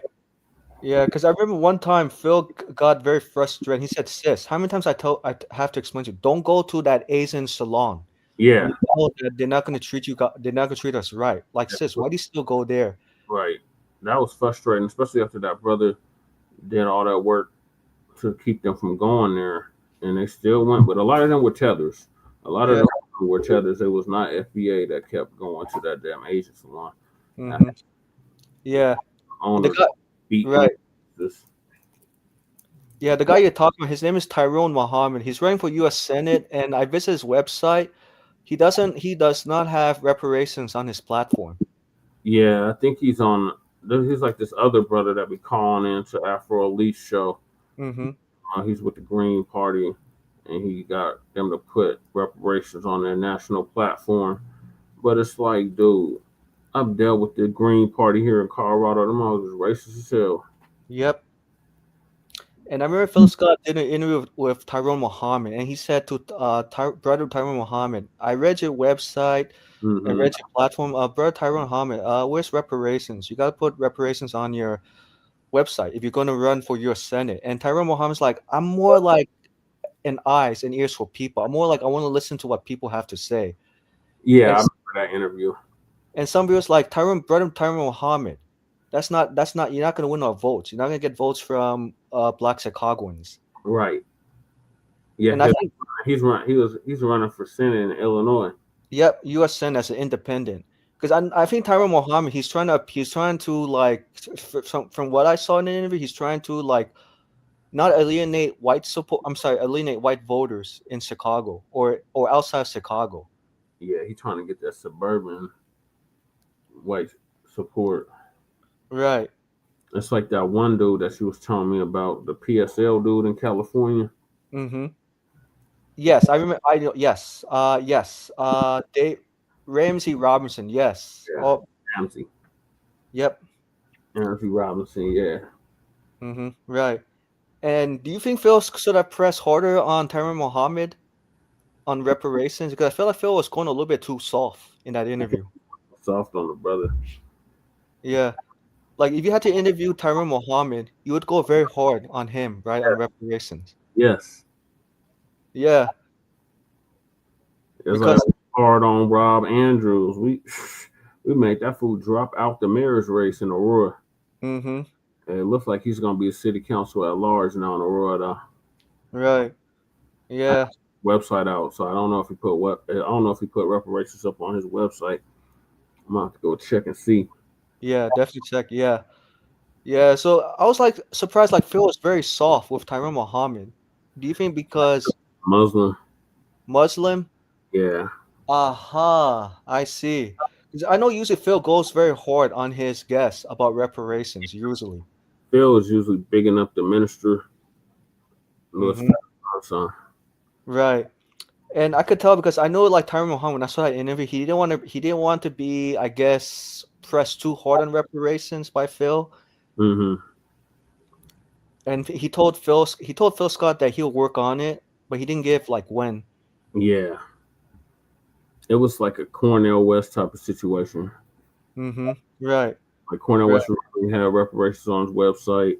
He had the amount on his website, and then months later, when he picked up Melina Abdullah, he took it out. He changed the whole site up. I mean, he kept reparations up, but he didn't put the amount. Mhm. Before he had the amount, he had how he planned to implement it in 2 years. Mhm. Elected. He had all that up there, and then a few months later, he changed that shit up. And you really think had me and Lady Che looking stupid because we kept telling the new black media, like, yeah, we support Cornel West. We support Cornel West. Right. And then after Black Alpha Network interviewed him, it was a wrap. Mm-hmm. Right. And do you think because Dr. Melinda Abdullah had influence on Cornel West to change the platform, right? I think she did. Yeah. What if let's go hypothetical, what if what's her name? Sister Soldier became Cornel West's running mate. Do you think it would have changed? Yeah. Big time. I wanted to be his running mate initially. Mm-hmm. Right. And when you read Cornel West's platform, right, in addition to reparations, what did you think about his universal policies platform? I mean, it sounded like the stuff I hear from my party, the Unity Party. Right. Universal basic income. What about reparations? Oh, we could have the conversation. No, fuck a conversation. Right. Like, are you gonna do it exactly? Like, if we were to elect you to office, or basically like asking Cornel West. Like, it was like pulling teeth to get the motherfuckers to even try to put a plank up about down reparations, but they want to. Oh, we need to give sovereignty to Ukraine. Fuck Ukraine. Mm-hmm. Right. And if you had to meet Cornel West, let's say today, would you like confront him in public? I mean, I did, but every time, like, it was retarded. Like, every time I would confront him, he would never be alone. Like, I'd never catch him by himself. Oh my gosh! So he's always with his wife and staff, right? Yeah. Oh man. Like when I met him when I was in college Mm-hmm. for the first time. And even then, I was like asking him about reparations and racial justice, and he was like trying to pander to the whites. And I tried to warn Lady Che about that because Lady Che was like, "Well, we need to bet on the black horse," and I'm like, "But that's the wrong horse to be betting on." Right. Lady Che's the one that convinced me to even get him to get endorsed by my party. Mm-hmm. My party initially was trying to endorse Kennedy. Kennedy, right. K Jr. And then that's how Castillo used to work on his campaign. Right. I remember you told me that on his presidential campaign. And then now, Yes. now Theo's working with Uncle Phil. Yep, Uncle Phil, Philip Scott. Yes, Phil. Yep. And I noticed Phil wears the African Daiseki. Mm-hmm. Or the neck. Yes. Yeah. Mm-hmm. Right. Yeah. And let me ask you this, Jesse. Did you think Lady Tse? Would you say your friend Lady Tse kind of regret her votes for Cornel West? No, we bet on the black ticket. Right. Even knowing that Cornel West was going to pivot back and forth from reparations to helping Ukrainians. Or Palestinians. His main Right. thing. Or Palestinians. Right. It was my party that was like trying to help Ukrainians. Mm-hmm. Right. If you had to flip the party again or rebuild the party again, how would you make it reparations exclusively 100% focus? And lineage-based cash payments for Cash payment. slavery. Right. I mean, we got a black in color. Mm-hmm. A black in color chairman, senior chairman. I'm Right. the senior chairman of the party. Right. I mean, if you had to run that party, but as the leader, as the top, would you fire all the staffers? Yeah. I mean, I would keep I'll keep Eric and maybe a couple others, but they fired themselves. A lot of them just left. Like Mm-hmm. dude named Gary Sweeney used to dress in a goddamn frog costume. He called himself trying to start a frog party. Right. It's like these third parties are a joke.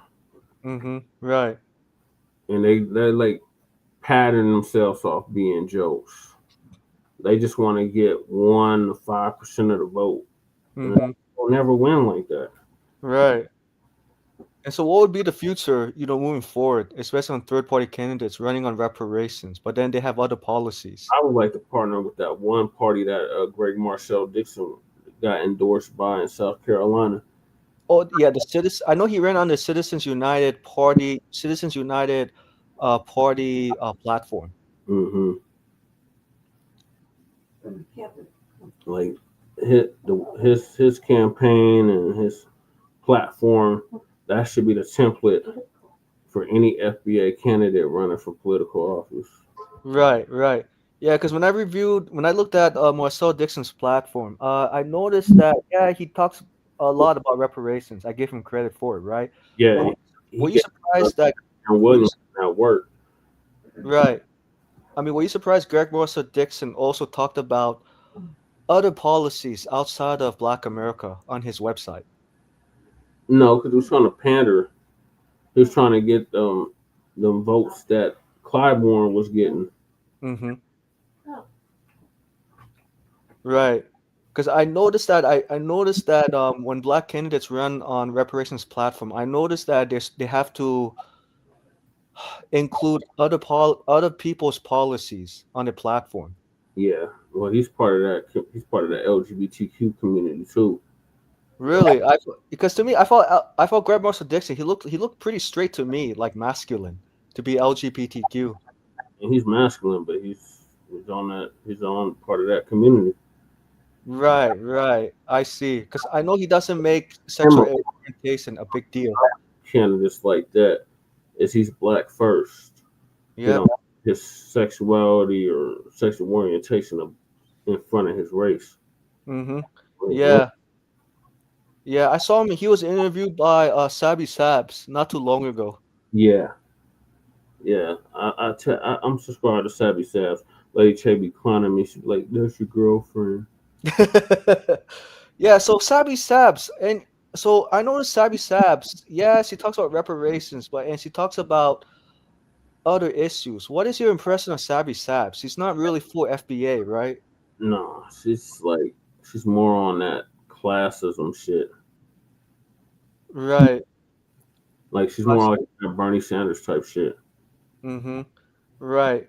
But in terms of credibility, would you say you don't give too much? Would you say her credibility? Would you question her credibility when it comes to fighting for Black America? I don't even know if she's part of the lineage. Like I have to like research like her lineage, Mm-hmm. give a thorough answer, but Right. she's not race first or lineage first. She's more so class. Like class first, and then lineage based second. Yeah. I see. Yeah, because I told Sabi, not when I said Sabi, the interview you did with Dr. Jill Stein. Sabi, I noticed that you didn't ask Dr. Jill Stein specifically about reparations. Was this going to be for cash-paying reparations for American descendants? I'm sorry, American freedmen of chattel slavery? Because I said to Sabi, you asked Dr. Jill Stein a word salad question about reparations. Sorry, no, softball question. Yeah. Reparations, because when she was on when Dr. Stein was interviewed by TBA. Yeah. Oh my God. I remember that. He took her to task. Mm-hmm. Her fucking vice president candidate, Butch Ware. Oh God, that motherfucker there. Yeah, and so then I compare how Sabi framed the reparations question to Dr. Jostan, how TBA framed it. Mm-hmm. Quite different. I knew TBA. I saw TBA was more specific, lineage based. Yeah, he was not letting up. Mm-hmm. And I was really surprised. Like Sabi did not. How do I say this? Like, she didn't press very hard on Dr. Jill Stein about reparations. Who it's going to be for, specifically, right? And also a dollar amount, etc. Right. And I would think like Sabi would do like due diligence. I mean, given her years of doing journalism. Mm-hmm. But she's from Boston. And Right. About Boston. You're right, Boston, Massachusetts. Yes, yes. Right. And I feel yes. But she became open to reparations in 2021. So she had a wake-up call from who? It's called Race Reset. You've seen the Race Reset on YouTube. They talk about lineage-based reparations. Yeah. Yes. So that's where I think Sabi got her wake-up call. Yeah, because prior to that, she was on Bernie Sanders heavy. Then she used to work for his campaign. Yeah, she did. Yeah, I think she did. She said she did volunteer work for Bernie Sanders, going to rallies. And then over time, she noticed that Bernie Sanders became more corporate Democratic leaning. Mm-hmm. Like he was like, no, we need to work with Democrats on this and that. We can't go hard through the paint. Yeah, so he's like the only elected independent, but he sides with the Democrats on everything. Yep. But Bernie Sanders changed his stance on immigration a couple weeks ago. He said, I agree with Donald Trump on stopping the fentanyl at the border, or the border needs to be regulated. Yeah, because Bernie Sanders before was always against illegal immigration. I guess what happened was his stance on immigration changed over time because of the Democrats. Democrats kept pressing him, hey Bernie, how about those illegals? How about those DACA? You can't just say no to DACA recipients. And so I really think it had to do with the white liberals taking over Bernie Sanders' campaign, especially the white woman who said, Bernie Sanders, you're being so misogynist. Oh, you're being sexist, Bernie. You're not focused on women's issues. And Bernie Sanders was like, oh, great. I was just getting started on my campaign. Now I got to address women's issue. Yeah. So, and by the way, you're right. It's not the first time he opposed reparations 2020, but he also opposed reparations in 2016. Twice.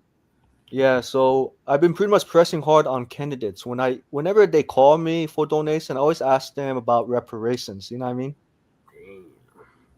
Yeah. She beat the fuck out of her. Oh my gosh, that's crazy. Abigail Spanberger, man, a landslide over Winsome Earle-Sears. I did not expect that. I thought it was going to be a close race, to be honest. Yeah, it was going to be close too. That's one of them counties on Molasses Park. Mm-hmm. Well, I know Manassas. Yeah. Abigail won pretty big over there.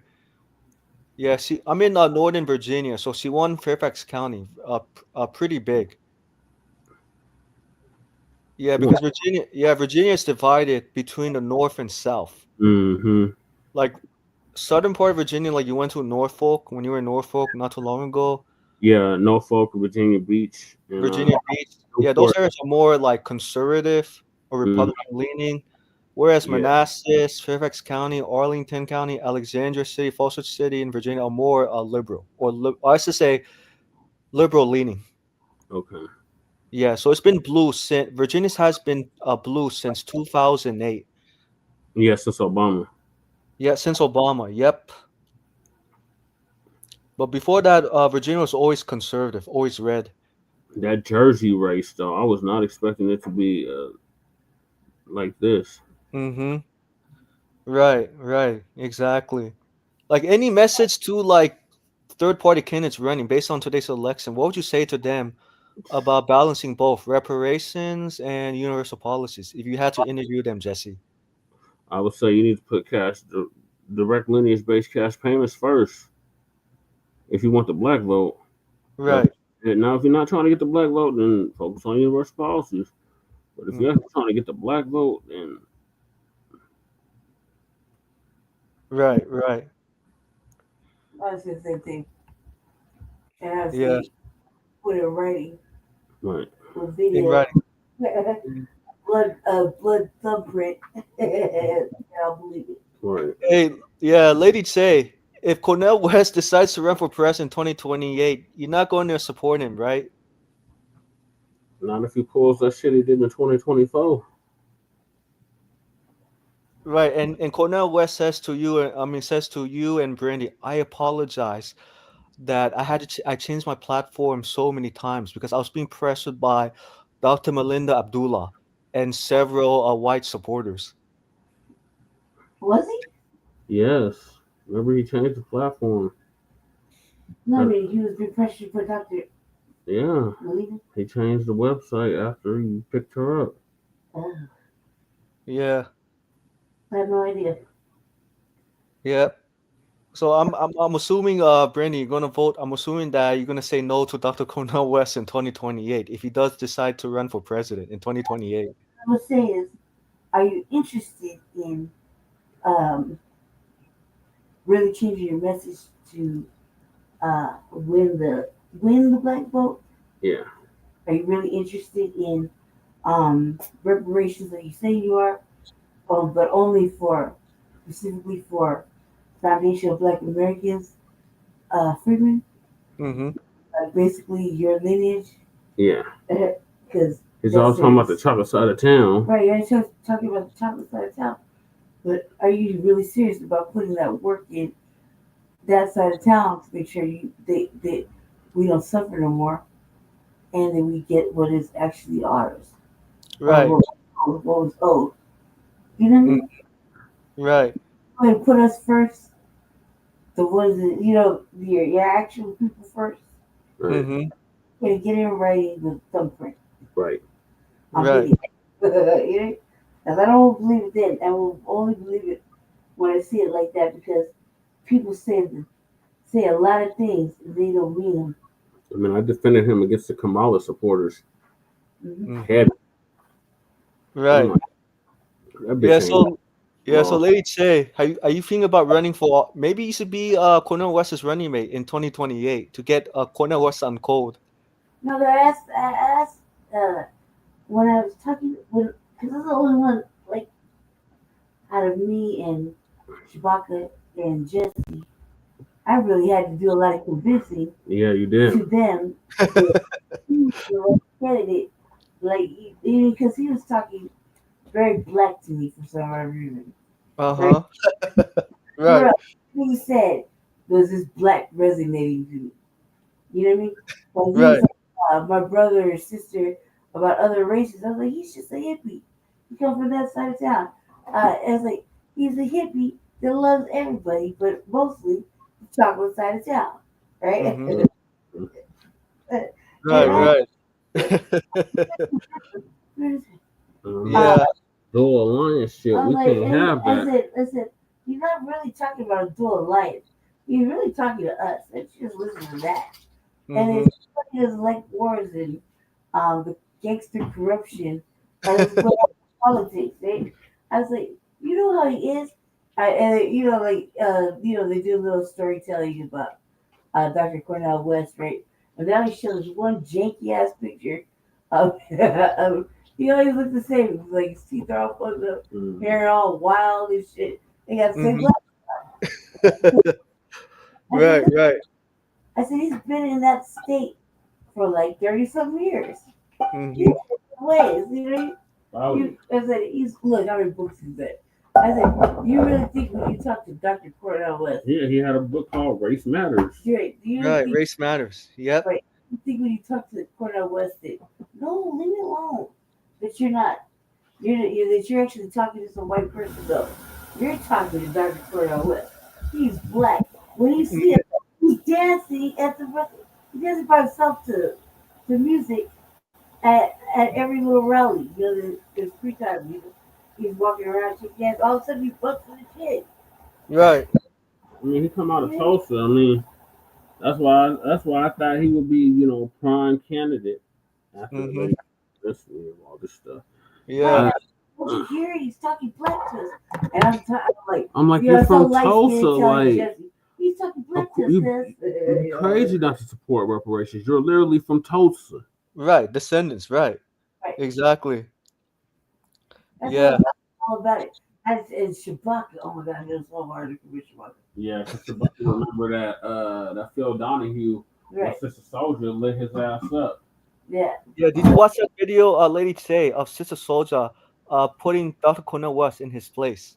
No, I do want to watch it. I do want to see it. I was heard about Phil Devil with it. Phil Devil, I did play it for you. When Dr. Khalid Muhammad said Phil Devil Hugh. Yeah, Devil Hugh. Devil's advocate, right.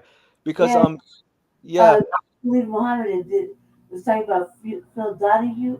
Yeah. And changed his name and said Phil Devil Hugh. That's hilarious. Yeah. Dr. Khalid Muhammad. Yeah, because Lady Tay, because Cornel West, after watching the clip in 1992 with the the debate between Sister Soldier and Cornel West, Cornel West has not changed his. That's what I was afraid of, Michael. That's why I was so reluctant to get behind him. Right. I was like, that guy's been a hippie his whole life. He loves everybody. He's one of those hand holding. This kumbaya, a lot of fire, but at the end of the night, I'm going with my people. Right. That's how I was thinking. Right. He said, "You said no. His wife is a Pakistani." Palestinian. I said, "So you really don't think he's gonna obviously lean in that direction?" His wife is Palestinian. Yeah. She's not Afro-Palestinian. But she's like purely white Palestinian. Yeah, she's white Palestinian. Oh no, I didn't know. Now that I do know, I'm still willing to ask you because I was like, he just needs Brandy's razzle dazzle on the website. You just don't remember. There was several sisters that used to come on this program right here and be like, "He's married to a white woman." I would not listen to that. You couldn't convince me of that was true. Yeah. Right now. But do you honestly think that if let's say if Sister Soldier decides to be Cornel West's running mate, do you think he'll allow her to be his running mate or not really? I don't think so. I think he'd want to win the best way possible. And I think if all those options were explored, he would make the right decision. I don't think that he would want to go back under the Green Party because of Jill Stein. Right. And I don't think he would like to do anything completely 100% like by himself because there's so many poisonous directions to go. I think that him too, like he probably had the one thought of, shit, it doesn't matter. It's just money. That's all I care about. Taking any donation. I think that. I fought him for raising $1 million as an independent candidate, but I know. You're probably right. Right. I think that when they chose Dr. Cornel West, I think it was a good place to start. So you're saying, so Lady Che, so you're saying that, in other words, it should be a balance for Cornel West. Mm-hmm. Because from what Jesse told me and Sarah Black said, no, they want Cornel West to be fully actually focused on black, 100%, be one first. Right. For the president, for presidential races or other races in politics. I mean, if we want to get the swing vote, yeah, because we're the swing vote. Right. Mm-hmm. I mean, of course. I mean, he's gonna pander to the whites. Right. Yeah, the reason I bring this up or ask this question because I know Cornel West is very passionate about. Yes, I know he said he made statements about reparations, had a reparations platform, like what Jesse said. Dr. Cornel West kept changing his reparations platform back and forth because Cornel West didn't want to alienate white voters, who were attracted to Cornel West's policies on Medicare for all, Yeah. free public college education and vocational training, UBI. Yeah, that universal basic income shit. Yeah. Right. That's all I kept hearing in my party. Oh, we need to support universal basic income. No, we need to support reparations. Mm-hmm. Right. And so I'm not sure Cornel West is going to change in 2020. Wait, I highly doubt it because Cornel West is really at the stage of he's already at the stage of his life. I mean, especially in his 70s already, to really do a self-evaluation. Right. He's setting his ways. Mm-hmm. Right. So that's how I was thinking. Maybe Sister Soldier could take his place, or maybe Jesse, you could take his place. Yeah. Shabaka said I should run in 2020. Yeah. President. Yep. Yeah. Let me ask you guys, what do you guys think? Do you guys think I should run for office or I should just remain as behind the scenes type? I mean, if you're up for the task, I mean, that having ran 3 campaigns at the local and state level, it's a lot of work. A lot of work. Yeah, I figured. Filthy Frank 5-inch Shanky. I think it's worth it though. Is he a Baka man or something? No, to hell with old Sambo. Oh, you're talking about Maru Baraka?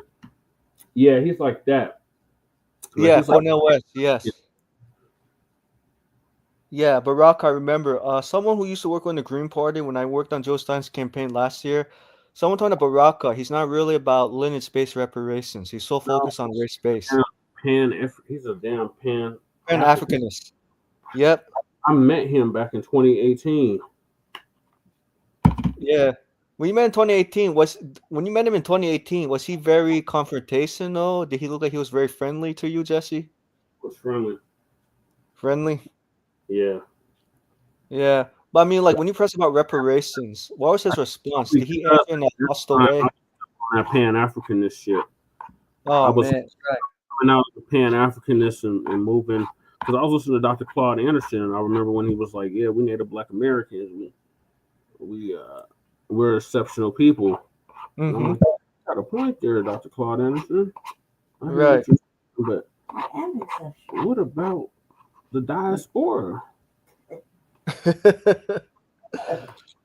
Right. No, yeah. I was coming out of that shit. I'm like a recovering Pan-Africanist. Right. I think Dr. killed it for us. Yeah, Umar ruined it. I met Umar too. I met all the so-called conscious community, Black conscious community. All the big names you can think of, I met all of them. Yeah, I think that if there was a chance of Pan-Africanism coming out of like the dark shadows, I met Seti. Dr. Umar. Although he has been doing a lot of interviews lately. I met Umar. The Banner. Mm-hmm. Who else did I meet? Ross Ben. I met Runoko Rashidi before he passed. Yeah, he was nice. Boyce Watkins, Vicky Dillard, Michi X. Nietzsche X. I like Michi X. Yeah, I was on Nietzsche X Soul once. I remember. I liked it because she cussed like me and she was like the same color. Right. Bro, and nobody questioned it. But whereas me is like fucking every question. Pops called her Butterball. He was like, hey, Right. Butterball. I was like, goddamn. Yeah. Hey, what do you think about Bobby? What do you guys think about Bobby Seals becoming president of the United States of America on reparations? Damn, he's old. Bobby Seals is like 90 years old. He just had a birthday. Yeah, she's 88. 88. Like I think that we got at least, accept a 70-year-old dinosaur. We need people my age running for space. I'm sick of these old ass. No offense to Bobby Seals, but I'm sick of these old geezers running for office. Like, I'm not. I think that's kind of okay. And only like if you're like 70 max. Other than 70, I'm like I have to question your brain capacity. And whether you got Alzheimer's, dementia, or you're just clumsy. Right. Right. No, you need to. I'm so sick of my like. There comes a time where it's like you gotta take the keys. Right. Right, and like head out and be gone. Yeah, you gotta take the keys for your grandparents. Right. Yeah. Well, how about your friend Shabaka? I'm sure Shabaka will make a great president of the United States of America. Shabaka never run for political office. No. I've asked him. to run for office. He's like, hell no. He said they're gonna kill me on day one.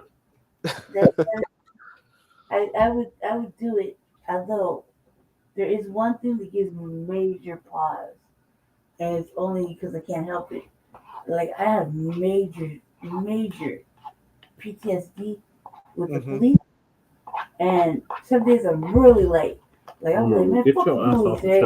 I'll drive out. I'll be like, man, fuck the police like that. Like look at you and pretend you're dangerous and shit. Hiding out in my neighborhood. Nobody here, right? Talking about the police.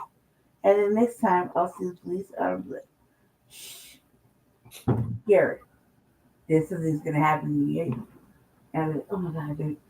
Looking over my shoulder thinking I'm gonna get arrested. You know? Like it's iffy. It's iffy. It's iffy with me. Like it's all about the tone and the mood I'm in. Anything can happen. And like for me, running for office like that, knowing I got a major police grievance, that's it. What's left? That's what I was talking about. Maybe she makes spaghetti. It's not. That's frosted. You said you take it out. You take it out. Me and Jesse are having a meal conversation. Meal conversation. I figured. Yep. And he's supposed to feed me and gave me like this little bit of whatever. Like the damn ball I'm supposed to get her. Yes, the cat distracted me. I got on the damn counter. I'm like, move, goddamn it, move. And I sit and I just started eating that shit. All I know, I would like the reparations explained by either Samuel L. Jackson voiceover or Morgan Freeman voiceover of reparations. Yeah. Audio read. Well, remember the Amar video? I mean, the halftime show. Yeah. Jackson was playing Uncle Sam. Remember Shabaka was I remember, yes. I think him and all the white people in the world are mad. Right. Like Super Bowl had all kinds of generous symbolic Easter eggs in it. You know who built this goddamn country? Yep, American Freeman built this country. Yep, voluntarily. No, not voluntarily, involuntarily. And Like right, Chantal, involuntary, right. Chantal Lewis said she received the broken system. Something like that, right? I'm so sick of hearing that bullshit. And I was like, what? This goddamn Democrats and they bullshit out excuses on why they can't do That's nothing. stupid. That's stupid. For a black, right? For like for Black Coloradans specifically. Yeah. Well, here in the state of Colorado, yep. Black Democrats, Black Coloradans. Oh, we can't do nothing. We're only 4% of the state. We're only 10% of the city. Oh, that's stupid shit. But you do all this shit for the LGBTQ. You do all this shit for these other groups that are a small percentage. Mm-hmm. When it comes to us, it's every fucking excuse in the book on why you can't do it. But y'all want us to go out and vote. Right. What? It's like, yeah, it's kind of like this. It's like asking you guys to do their homework for them, and then they don't give you credit. Yeah, that's exactly what it's like.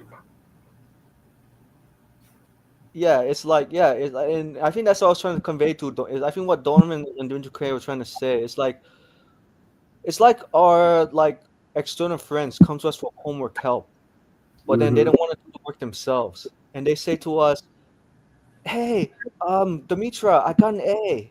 Guess what, Demetra? I work hard by myself." And Demetra is like, no, Jose, I helped you to get an A on your paper. Right. You're not cheating off of me no more. Right. Oh, no. Yeah. Sorry, these cats are just all over the place. Yeah, but anyways, there's another YouTube channel called Until Reparations Come. This guest, he's an American freedman.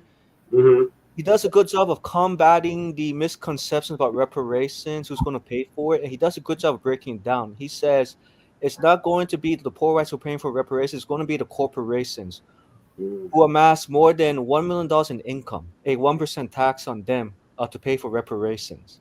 Yeah. That's what Shabaka'S always saying. Tax the corporation. Yep. Yeah, I think I sent you that. I think Jesse, I think I sent you that link, right? Until Reparations Come. Yeah, I think you did. Let me. Yeah, he does. Yeah, and then he also talks about why he talks about why Black Americans need an anti-Black hate crime bill, and he does a good job breaking down. Talks about the history of America and to the present with Jim Crow, segregation, KKK, redlining, and saying that the Civil Rights Act did not mitigate anti-Black racism. No, it didn't. And yeah, you sent me the link. Right, and he says next time. I think he says on Until Reparations. He said next time if anyone tells you that reparations can happen, use these talking points. Hit them hard. Yep. Yeah. I can't remember the words he said exactly. I'm just paraphrasing because I think I watched a lot of videos of his. Yeah, how long has he been around? It looks like he just started his channel. Yeah, I think he's been around maybe, I think about almost a year, I think.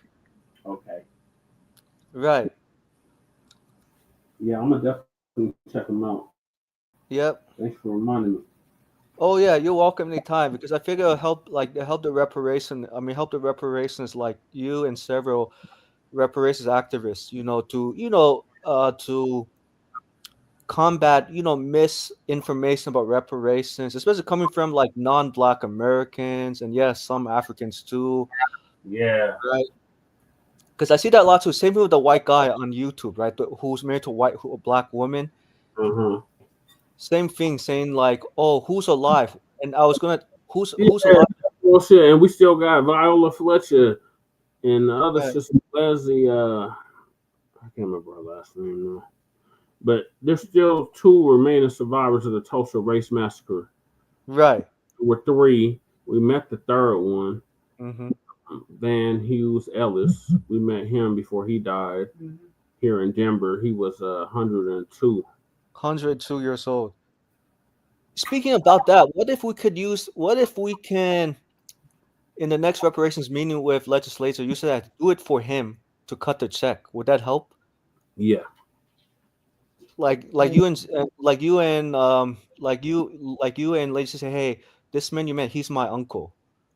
Mm-hmm. I'm saying my grandpa. Wouldn't that work? Yeah, it'd be worth a shot. Yeah. Because I noticed that with legislative staffers, I noticed something. They always warm up to the word family. I noticed. Mm-hmm. So I'm trying to figure, maybe if you guys can say the man you met at Tulsa was was your grandpa. You know what I mean? Yeah, but now look, what they're trying to do was wait us out. That's why they always keep saying, "Oh, there was nobody living. I was a slave." No, because you waited till all the slaves died, and then you said, "Oh, there's nobody living that's a slave now." That was Right. so long ago. When in reality, it wasn't that long ago. We have played a whole video. Shout out to our brother, our cousin, Black Joe, Right. who showed us that slavery was still going on all the way into the 1970s Mm-hmm. in this country. Right. So And I know it's still far removed. Yeah, because it's more mental these days, the mental slavery than physical. Nowadays, yeah, but they still had chattel slavery going on in certain parts of the South, going all the way into the 1970s. 70s. Yep. And then YouTube conveniently flagged the video and took it down. Wow. You know, it's interesting. YouTube never flags down white supremacists or white racists, I've noticed. Never. They can do no wrong. Mm-hmm. Right. They're always in the wrong. Not to YouTube. They don't never violate the community standards. Mm-hmm.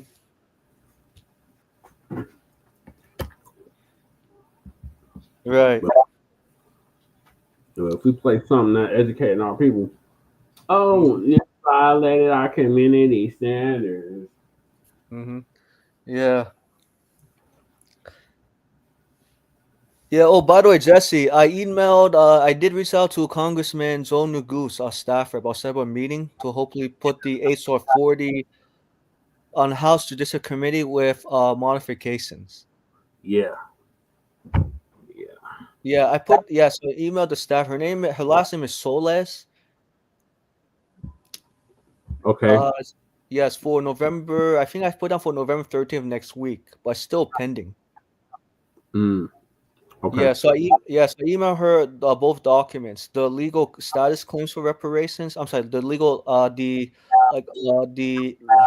losing my words. Sorry, the legal lineage based language of the first document, and then the HR 40. Okay.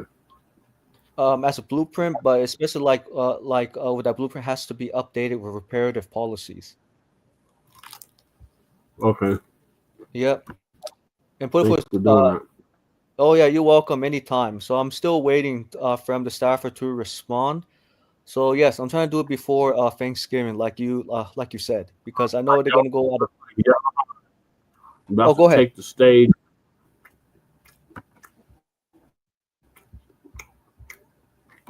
But remember, this election is sending a message to all of them.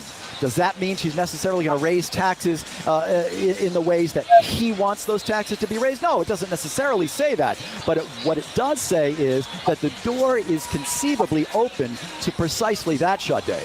Well, NJ, I'm curious. We talk about the politics. Now let's talk about the person, because here's a guy who seemingly came out of nowhere. You mentioned he just turned 34, born in Uganda, raised in Cape Town, moved to New York City when he was 7, and then attended the Bronx High School of Science, and he was off and running, spending 3 terms in the assembly. But it's interesting to think about all those people who had criticisms for his policies, but the historic nature of his rise to this moment to become the 111th mayor of the biggest city in this country is truly remarkable, no matter how you slice it. Yeah, and I want to read to you a statement that was just texted to me from the Reverend Al Sharpton. And he says, quote, "Not since the election of Barack Obama in 2008 have voters been this energized or hopeful about a candidate. Mayor-elect Mamdani's victory represented not only the belief in a single candidate, but the idea that New York City can once again be affordable, especially for black and brown communities." That statement just texted to me from the Reverend Al Sharpton. So, yeah, it's an historic moment. It's a big deal for the city of New York. Now, the question is, what can he do on the municipal level? Well, he's got a progressive city council. We know that. Now you've got a progressive guy in the mayor's office. So presumably a lot of these progressive ideas and concepts and policies will be enacted in the months to come. Obviously, after January 1st, they're going to look to do a lot of things. They're going to look to close Rikers Island. A lot of things that Mayor Adams vetoed or told them, if it comes to me, it's dead on arrival. That's not going to be the case after January 1st, Mike. Yeah, no, AJ, you make a great point. Stick with us. We're going to be coming to you throughout the night. But Shada, we were talking. I live in Brooklyn, so I was out there, in the streets, especially that Brownstone, Brooklyn sort of corridor, the Fort Greene, and then you have the Park Slopes and Cobble Hill. And I was talking to a woman today who said that she voted for Mamdani, and I said, well, what is it about him? And she said it's the energy. He was able to capture the energy. I said, have you seen anything like this?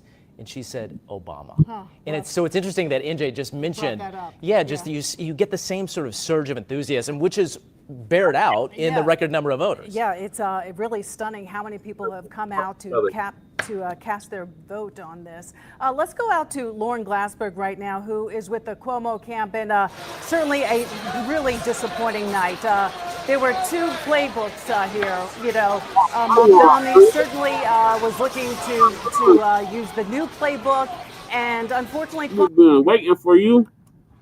We got Breeze Omega in the building. Salute to Breeze. We got Leonard in the building too. Hey, Leonard.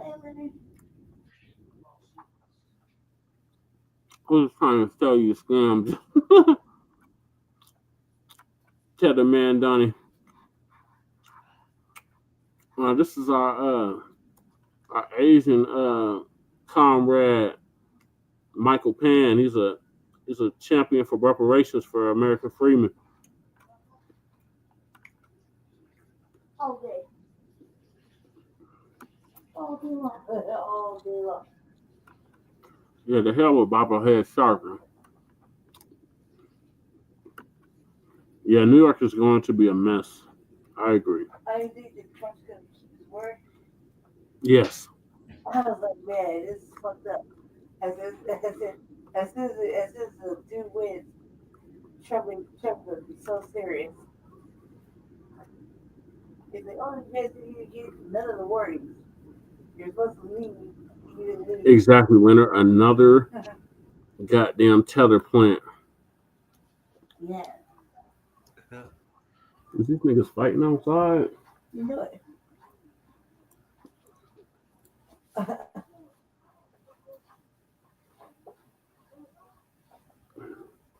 All right, Michael. Thank you for joining us. I know it's getting super late on the East Coast. Yeah, thank you so much, Jesse. Yeah, I didn't realize it's getting late for me. Oh, it's already 12:43. Yeah, I gotta get ready for my client next day. But thank you so much for inviting me on your show. I know usually Shabaka will be on your. Usually he's on your show for the entire time. Yeah, he's on sabbatical. Right. Anytime. Thank you to you, Jesse and Lady Che. It was a great conversation based on substance. And yes, we're definitely going to work on the language for reparations, codified, like you said, Lady Che, American freedmen into law while fighting for reparations. Yes. Yes. Thank you, Michael. Thank you. Yeah, you're welcome. I'll be in touch via email. Okay, we'll definitely stay in touch for sure. At that racial equity study hearing. All right. It'll be about 5:30 your time. Yeah. Okay, 5:30 my time. Yep. It's for this Wednesday, right? Yep. All right. Is it going to be streamed on like Zoom, YouTube? It's going to be on my Jesse Parasek, A. Chan Kruma YouTube. And The RBA. RBA. Yeah. Okay. Okay, got it. All right. I wish you guys good luck at the meeting on Wednesday, and hopefully they can move quickly on the substance for reparations at the state assembly. Yeah. Reparative justice. All right. I mean, all right. Thank you for joining us, Michael. All right, Have a good thank night. you. You too. Good night.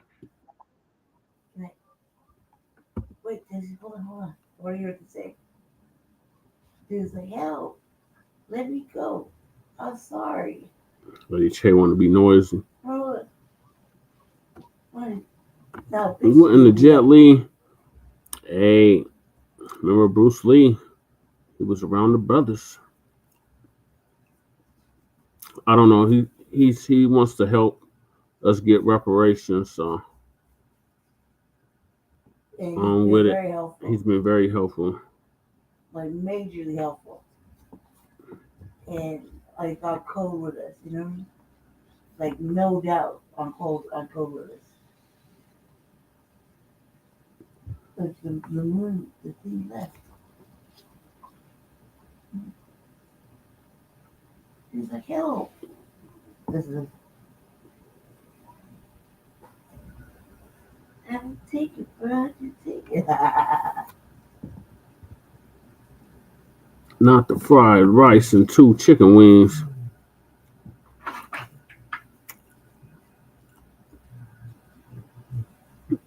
Yeah, what was it? I think it was Phil Scott. He said these other groups, they need to help us get our reparations so they don't have to suffer no more. Because otherwise, we're just going to suffer all together.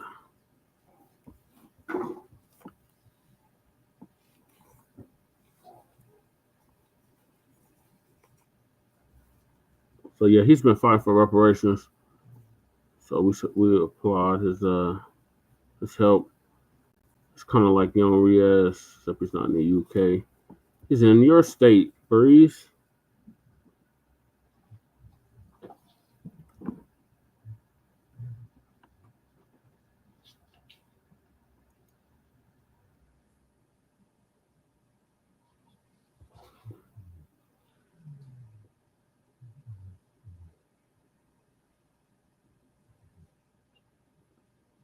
All right, it looks like it stopped. The Spam sandwich beat the crusty beef patty. Oh man, yeah, she did. What are your thoughts on that? Let me drop the link so you can come up here, Breeze. We've been waiting on you for 4 hours, man. Let's see. 4 hours.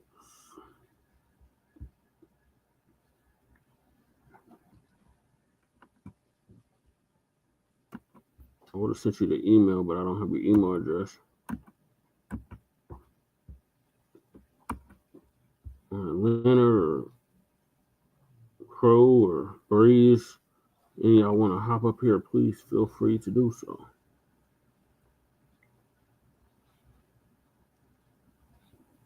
Yeah, we played her acceptance speech.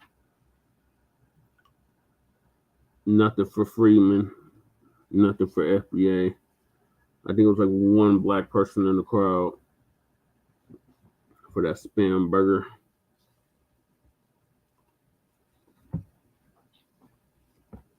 Michael said he didn't vote for her either.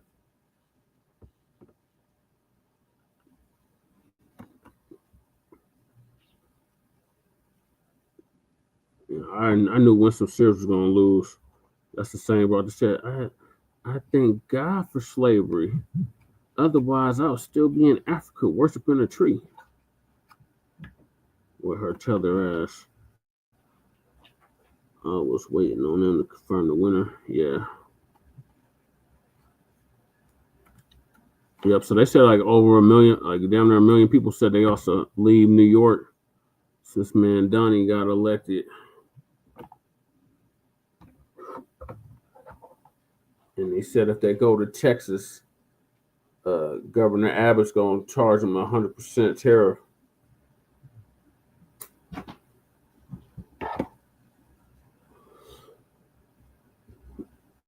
see what these crackers is talking about. Not about winning tonight. The mood here is celebratory despite tonight's loss. Curtis Sliwa in his concession speech said, "We will not surrender, we will not retreat, we will continue on," as his supporters chanted, "Fight, fight, fight." He framed this campaign, his candidacy, as for the people, by the people, us versus them, against the billionaires, he called it. He also had a message for the mayor-elect. Let's take a listen. Let me warn our new leader. If you try to implement socialism, if you try to render our police weak and impotent, if you forsake the people's public safety, we're not only organizing, but we are mobilizing, and we will become the mayor-elect and his supporters' worst enemies, worst nightmare. And you heard it there. Curtis Sliwa is not going away. He did not go away during this campaign, even after facing intense pressure to drop out of this race. He campaigned hard until the very last. You said you had to cook dinner or something? Breeze, can you hear me? Yeah, mic check. You got me? Yeah. Yeah, shit. I cooked dinner and shit, then I fucking I went to fucking sleep. I was sitting there watching that shit and it was so damn boring I fell asleep. Yeah. So it looked like Mamdani's the new mayor of New York. Yep, tether New York. New York is full of tethers. It's about to only get worse. Ooh, wait. Yeah, because Trump only federal funding. I've been telling niggas let the tethers have New York, nigga. It's flooding up there. It never used to flood when I was up there. Let them have it now. Yeah, I noticed that too. Yeah, I spent a little bit of my childhood in New York. Yeah, that shit about to sink. Yeah, that shit about to sink. Family is coming back south. The family getting the fuck up out of New York. Yeah. Moving to Georgia, Florida, back to North Carolina. I've been telling my last brothers, like, nigga, it's time to abandon that shit. Leave that shit alone. Just keep mommy house and sell it as a B&B to niggas. But just get the fuck out of Dodge. That's all I'm telling niggas. It's time to go out of there. We lived in New York for a good amount of time. We came up, our people came up from the South, from North Carolina, my daddy from Alabama and all that stuff. And it's just time to get the hell up out of New York now. Right. It's just time. They've taken it over with the tethers and the immigrants, and it's just a damn mess up there. Yeah, and then you see they're trying to back away the door into our reparations. Now I was saying with that dude, like, hey, we ain't gonna scam and say somebody's our goddamn grandmama and granddaddy. Yeah. We don't do that shit. We don't do that. Even if you like, oh, if you could say that for the Tulsa, no, we not scamming our way into nothing, nigga. We already know we from the soil, so we just gonna get that shit done, because our ancestors would not even work with that. That shit would go against it. That shit would boomerang so quick that I'm not down with any type of fried rice scammery. None of that. We don't do that. That's how other groups move and shit. We don't do that. And plus they wouldn't let us do it anyway. Yeah, I think he was just saying it I think he was just saying it because he was like, the Democrats, that's all they care about is if you related to the family or something. Then Democrats don't give a shit anyway. They play good cop, bad cop. That's what they do. That's why I don't really look for outside assistance about anything we doing. I feel like that was our biggest mistake always, getting other people involved in our shit. We need to like cancel other people. We don't really need y'all information. We don't want it. We doing something we never did before, which is standing on our laurels. We never done this. We just go out and vote. We do whatever white people tell us to do. This, that, and the third. We run for Pan-Africanism. We run out for all this shit instead of just standing on our square and be like, nah, nigga, we only doing Black American shit. This is it. Right. That's it. The line has been drawn. Particularly foundational Black Americans. I just say foundational Black Americans because I feel like when Tariq cleaned that shit up from Dr. Claude, the Native American shit, he cleaned it up with that foundation, and that shit locked the shit in. It's like niggas is mad because they can't. Just go on TikTok. The tethers is like spinning out of control. They don't even know what to do no more. Because you can't remix it. You can't remix it. At all. You can't remix it at all. Yeah, I don't know. Listen to Uncle Phil. That's how I found out about him. He be on Demetria K and Uncle Phil's platforms. Yeah, Demetria K. Yeah, that's our sister and shit over there too. And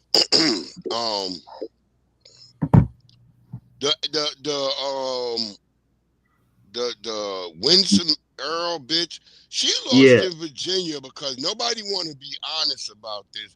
She tried to come to Black people in the 9th inning.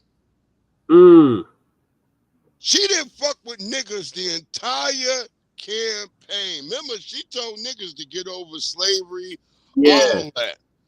Yeah, you know what she did? She waited to the 9th inning. That's the same one I was saying that she thank God for slavery. Otherwise, she could worship in the tree. Go over there. She's over there praying for the Jews and shit and all that shit. Yeah. And then she's telling niggas we gotta get over slavery, while at the same time as her ass is losing, she come in the 9th inning.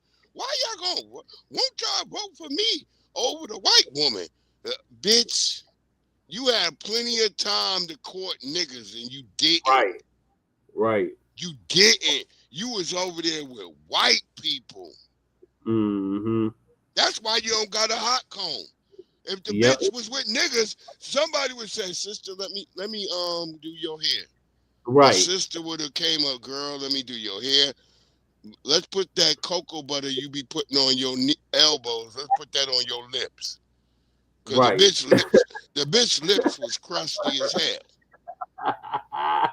I'm telling you, ain't nobody Black was gonna vote for her just because of her lips. Right. Niggas was looking at them big old dry lips, and all niggas could think about was Jim Crow. When niggas saw her lips, niggas like, Jim Crow, god damn, that shit is here. And niggas couldn't fuck with her because of her hair. When I was talking to women in the streets out here in Virginia, they was like, man, girl, she got to do something with her hair. And so, yeah, that bitch lost because she ain't done nothing with her hair. Yep. She out here because she know her white zaddy. The nigga love her looking like a damn mammy and shit. Come on, gal. Get in here, gal, goddammit. Nah, he calling her gal. He don't even call her girl. He call her gal. Come on in here, gal. Trump didn't even endorse her. That's what I'm saying. Trump, she was doing all that pandering to the whites, and Trump didn't even endorse her. Trump didn't even endorse her. That's what I'm trying to tell y'all. Y'all up here getting behind a broken pony. I told people, I said, look, the spam sandwich is going to win. And it ain't got nothing to do with Trump. Yep. The spam sandwich going to think it got something to do with Trump, but it don't. It had everything to do with Winsome Earle not being a candidate that nobody wanted. Nobody liked her. Nobody liked the spam sandwich either. The votes was only 2 million. There's 7 million Virginians. All right, y'all not getting it. Only 2 million niggas voting. That's mostly the niggas in Northern Virginia. Yep.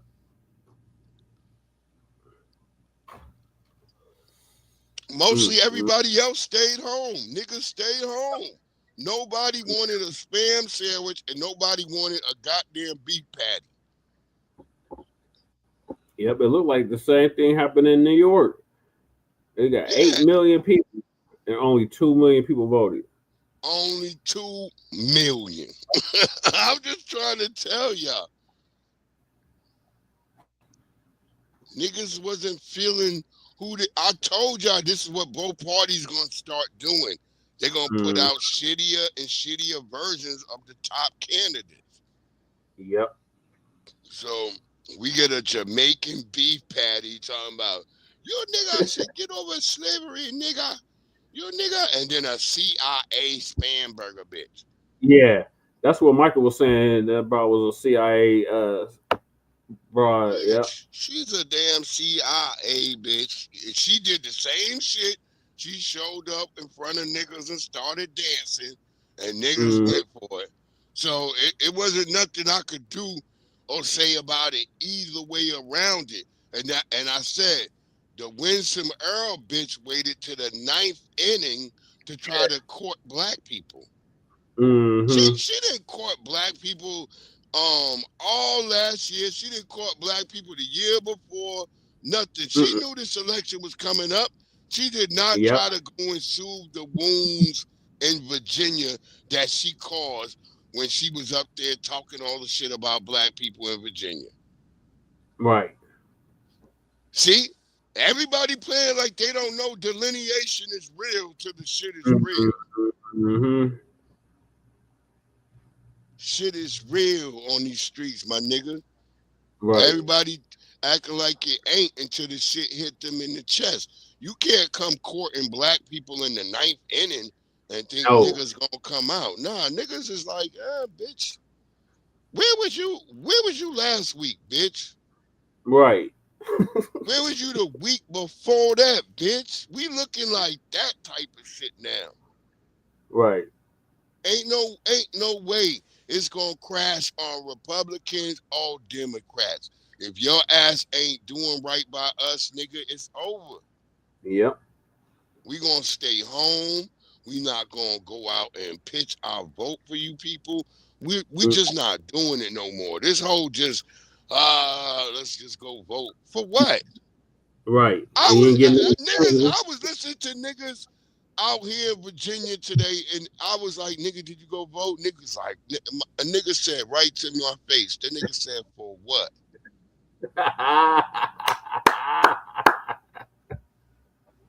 I looked crazy. I was like, damn, nigga, you right.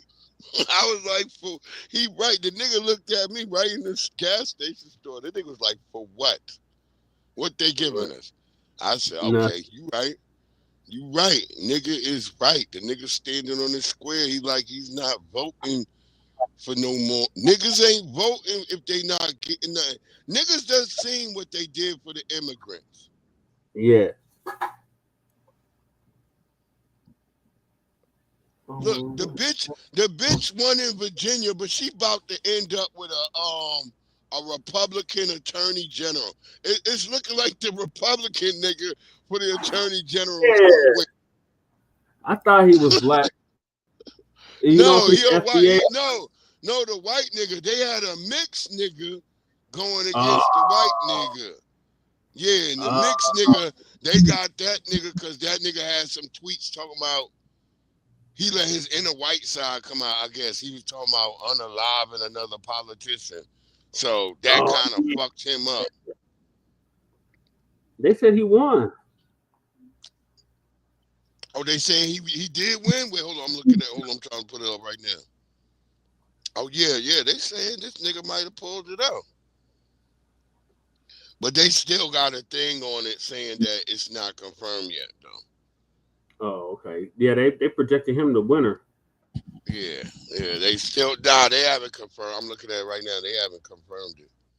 That attorney general shit gonna go down to the last. Why? They gonna wait till they count every last vote. Oh man. They always do that out here in Virginia with the attorney general. They'll say, "Oh, and the nigga that you think could won, you'll wake up in the morning, that nigga be done lost." Oh man, it'd be another 2020 situation. Yeah, they'll find fucking ballots. So yeah, we just wait in Virginia. We always try to wait on that shit. Okay. But yeah, if the light skin mixed nigga won, then okay, then she might got something. I don't know.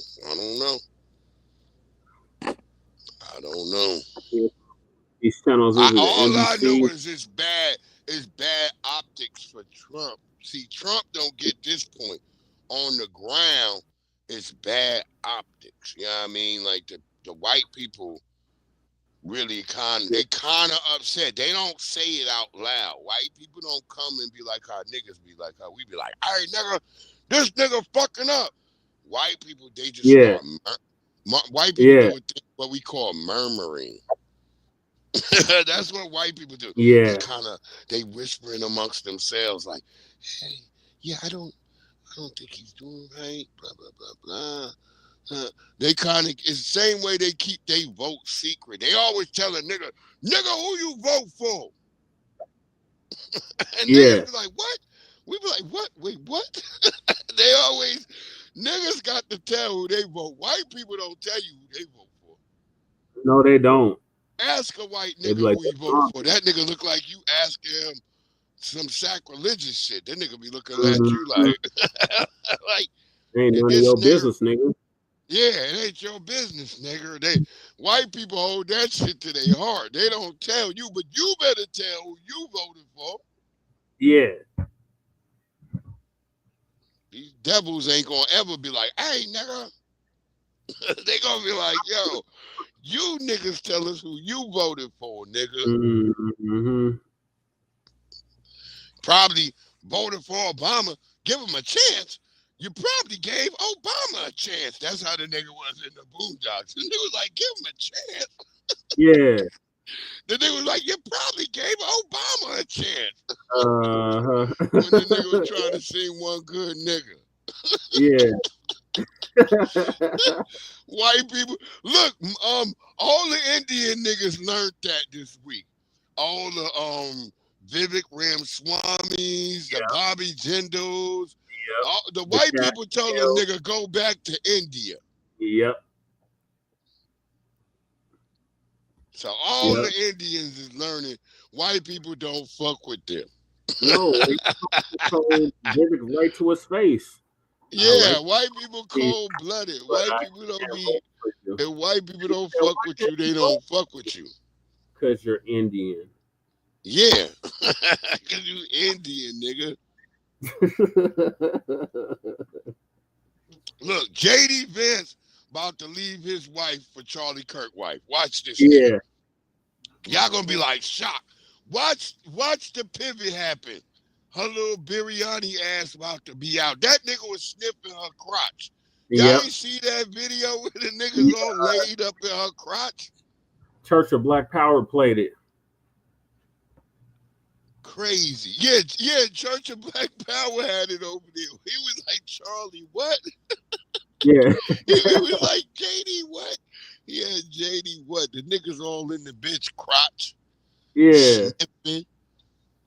Fuck out of here, man. These people are sick. Yeah, they are. Those of us up here hoping we gonna ever. No, look, we gonna get our shit because they know the ball is rolling. Evil can only do as much as evil does, as evil wills. Right. And so, at some point, even evil knows it's got to swing the pendulum in its favor. So it's gonna have to do something good. Right. And the best good white people could do right now to cancel out all this illegal immigration and all that shit is to give foundational Black Americans their tangibles. I don't use the R word no more because I was listening to Professor Black Truth and the Black Authority. Yeah. And I was listening. I was like, yeah, that's right. Because when we say that, that's like a trigger word to these crackers. Yeah. We got to take away what makes them be triggered Mm-hmm. Like he said, soothe the savage beast. Yeah. He said, soothe Yeah. the savage beast. So yeah, we might got to do some shit like that where we don't use that word so it don't spark up they inner hatred. Just talk Mm-hmm. about tangibles. Give us our tangibles, and that's it. And that's what we've been doing for 6 years. Yep. It's been tangibles from 2020. Well, they starting to see it. They see the vote. They see the Democrats toppling. Mm-hmm. But then you'll have situations like this where, like this right here, with all this turnover, you'll have the Democrats acting as if they won something. Yeah, here it is right here. He got 53% of the vote. Yep, there he is. Yep, he got it. Yep, they confirmed it. I was telling Lady, I said, I think that's a nigga. I'm not sure. Nah, he like a half nigga. He like a half mixed nigga. We nobody really trusted him. I'm just telling you, look at the votes. There's not that many people voting. Just look at that. There's more Virginians than that. Right. And people just aren't really voting right now. Mm-hmm. And look at his last name. Mayarez and Jones. Who you gonna vote for when you go in there? Blind vote. Jones. You voting for Jones. There you go. There it is, right there. White people ain't voting for no niggas with foreign names no more. No. See, white people already got the notice. They on code. Yeah. Niggas is still trying to figure it out. Like, do we vote for him because he got a foreign name? Nigga, white people already realize, like, that nigga name is foreign. Mm-hmm. And that's what the Republicans gonna have to figure out too. You can't put a nigga up right now with a foreign name. Niggas is just not fucking with y'all. Right. Are they not on their own forums? Are they not in the Reddit chat rooms? Yeah, on the 4chans. Yeah, white people don't. Look, even for all the hate that foundational Black Americans catch, white people actually of Americans still prefer us over tethers. Oh yeah. There's some white people who like tethers because people always forget because they had that judge in Michigan who's like, we like them better than y'all and all that, and that's not true. That's not really true. Most fucking white people, you can tell when a white person can tell you a real Black American. Because they'll be like, brother. They look at you first. They'll say brother at first, and then they kind of give you this look. Yeah. To see if you respond right. And if you respond right, they like, oh shit, I'm so grateful. Thank you, man. Like you see that in white fucking people's eyes. I be like, yeah, they don't really like tethers like that. No, they don't. The tethers think they do, but they don't. They don't really fuck with y'all. Especially the Republicans and them libertarians. Hell no. Hell no. Yeah. Them niggas be sounding like Hulk Hogan coming up to you, brother. Hey, brother. Yeah. You like, nigga, you know like Hulk Hogan was a racist. Yeah. But that nigga fuck with us over the other niggas. It's just fucked up because it's all a system of white supremacy, but at the same time, we ain't under the same guidelines, nigga. Right. Y'all niggas running fleet, and they can tell. They know you coward niggas. They know the cowards. And crackers don't trust a nigga that's gonna turn on their own people. On their own. That's what I was about to say. The one thing the white supremacist, he likes it, but he loathes you if you fucking turn on your own people. See, that's how much deception they use. That's how much trickery and deception they use. Because they kind of fucking want you to fuck over your own people, but they gonna loathe you. Right. Now, That's why I always look at damn anime. One of my favorite animes, Dragon Ball Z. Yeah, Dragon Ball. Remember when he was like, "That's deception," or was it Boo? Yeah, with Mugen Boo, the niggas like, nigga, we don't fuck with that deception shit. Yeah. That's how it go down. Shit. There's another anime. Go watch an anime called The Gate. The Gate? Yeah. Okay. It's about niggas showing up in a goddamn, you know, they have these isekai animes and shit all over the place. So now imagine you a bunch of niggas show up in Japan and then slaughter a bunch of people and take niggas slavery, and then you go through the gate and shit, and you bring all your military, and you come over there and you got to catch a nigga that took some bitches slaves, some niggas slaves, and you got to whoop on their ass. You got guns, and these niggas only got shields and swords. They over there like lighting these niggas up. Yeah. So I'm telling you, that type of shit in Gate, they expose niggas who sit up there and pander to other niggas, and they make sure that in that shit they let you know, like, oh nigga, we was trying not to harm the people from the other world, but they was killing everybody. They was killing. Yeah. If you was on a dragon, nigga, they shot you out the sky. Them niggas had niggas with helicopters. Yeah, them niggas did the run of the Valkyries on these niggas out there. I was like, this is the craziest anime ever. If a nigga showed up with overwhelming might in another world and start taking all their resources. That was the funniest thing, because they started mining and digging up everything, taking the niggas' resources. And I told people, I said, the funniest shit is the anime Gate. It reminds me of how, like, literally how white people arrived on this earth. They just showed up out of nowhere, start digging up everything, and any niggas who complained, they shot them. Mm-hmm. They were like, hey, nigga, get out of here.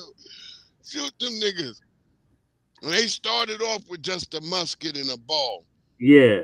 So they eventually got to a repeating rifle. And then once they got a repeating, which like that starts with the Colt 45. I always tell people that the Colt 45 comes 1845. And they literally subjugate niggas from that point on. Yep. All that fighting kind of ends. It's like they just whooping on niggas left and right. Damn. Did you see the New Jersey? The only niggas who they can't really beat down is in America. It's like America's the only place where the nigga stands up to white supremacy and does not never fold. This is like the greatest comic book story of all time. Right. How the black American left that out. Your girl Spanberger, she left that part out during her damn victory speech. She was talking about she left niggas out. Oh yes, there was no niggas mentioned at all. I told you, I told people, see. I was listening to that shit like, bitch, you wouldn't have a Virginia if it wasn't for FBA. She don't. You think that bitch give a damn? She a CIA bitch. Right. And most black people, when I'm looking at the numbers right now, black people didn't really vote that much. Mm-hmm. Black people numbers is really down. Yeah. I figured it was gonna be a turnout. We didn't want a spam sandwich. And then we had a Jamaican bitch who couldn't even apologize. Like, hey niggas, I'm sorry about what I said about. No, she couldn't. Her pivot was to the right, and she lost. Mm-hmm. And had she got like I said, a lot of sisters out here were questioning her not using a hot comb. Right. That was That was heavy on sisters' moms. Even Jasmine started using a hot comb. Oh, yeah, on wig. That's what I wanted to see if that bitch kept her seat. Because remember they did that redistricting. Yeah, I didn't even check on her yet. I was thinking about her just a couple of minutes ago. I was like, wait, did Jasmine Crockett keep her seat? Damn, they took the Texas video down. I was watching the Texas video on the results. They were just talking at the time. They hadn't closed the polls yet. I'm doing all this shit while preparing my brother's goddamn funeral all the way out in goddamn Copenhagen, Denmark. There's a lot of nut shit going on in my world. Damn, your brother died in Copenhagen, Denmark? Yeah, that nigga passed away out there, so we had to get this shit figured out. Yeah. Again, condolences to you and your family. Yeah. So, yeah, we finally finalized everything last night. So. Oh, okay. Yeah, it was a nightmare. It was a logistical nightmare. I would say that much. Damn. Don't go out of the country, Black Americans, and not have your shit in order, nigga. Right. That's all I gotta say. I'm gonna leave it at that. But it was a lot of shit we had to go through, but we finally got it solidified, and you know he good. My nieces and nephews gonna be good. Okay. Yeah, we straight and all that shit out. It'll just be tough. Look at that, Texas border tax break. Huh? It was for that tax break, for the border tax break. Yeah. I'm trying to see if Jasmine Crockett's ass. Yeah, I'm trying to look. Yeah, I'm looking too right now. I'm like, let's see what we got. If she held on. Oh, they was for the bail reform. Yeah, I see all that too. Water fund. Animal feed. Yeah, that's a lot of farms out there. A lot of cattle ranchers. The original cowboys. Vet spouse tax. Inheritance tax. Yeah, they would definitely want that inheritance tax. Yeah, you know that. Inventory tax. House fire exemption. 90%. God damn. School tax exemption. Judicial conduct. Pull it up another way. Yeah, it's just repeating. Dementia research. Yeah, it's just repeating. Dementia research. Parental rights. Okay. Voter citizenship. Oh yeah, 73%. Yeah.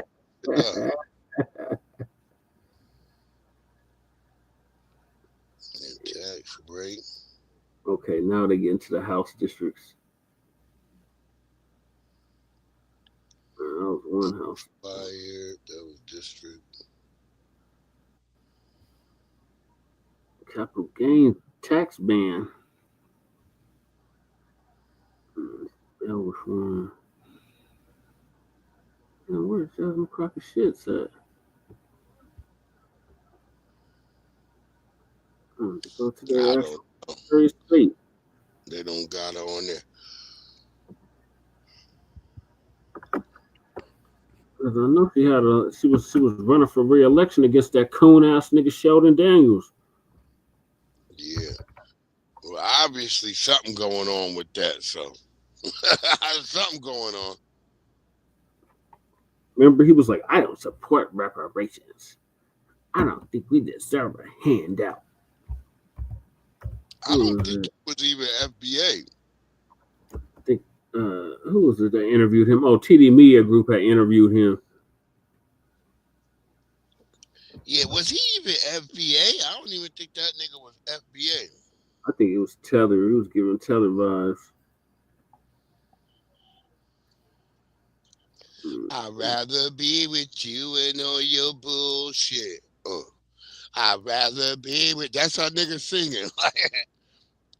I'd rather be with you and all your bullshit. Yeah. That niggas is with Jasmine Crockett. Jasmine Crockett shit. Oh my god.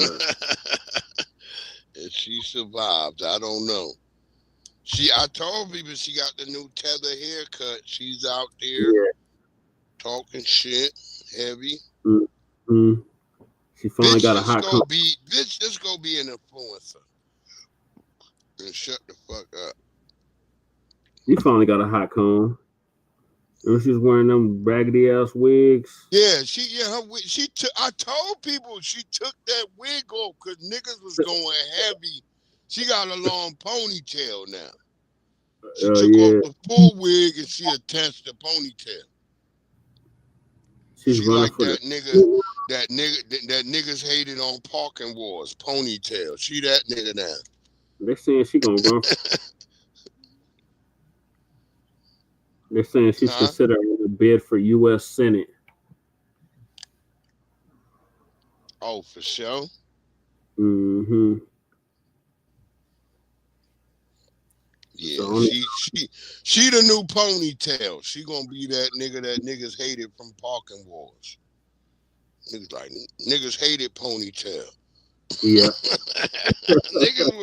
They had to stop it because niggas was trying to unalive ponytail. Niggas was like, yo, that nigga ponytail gotta go. They saying this broad gonna run for Senate.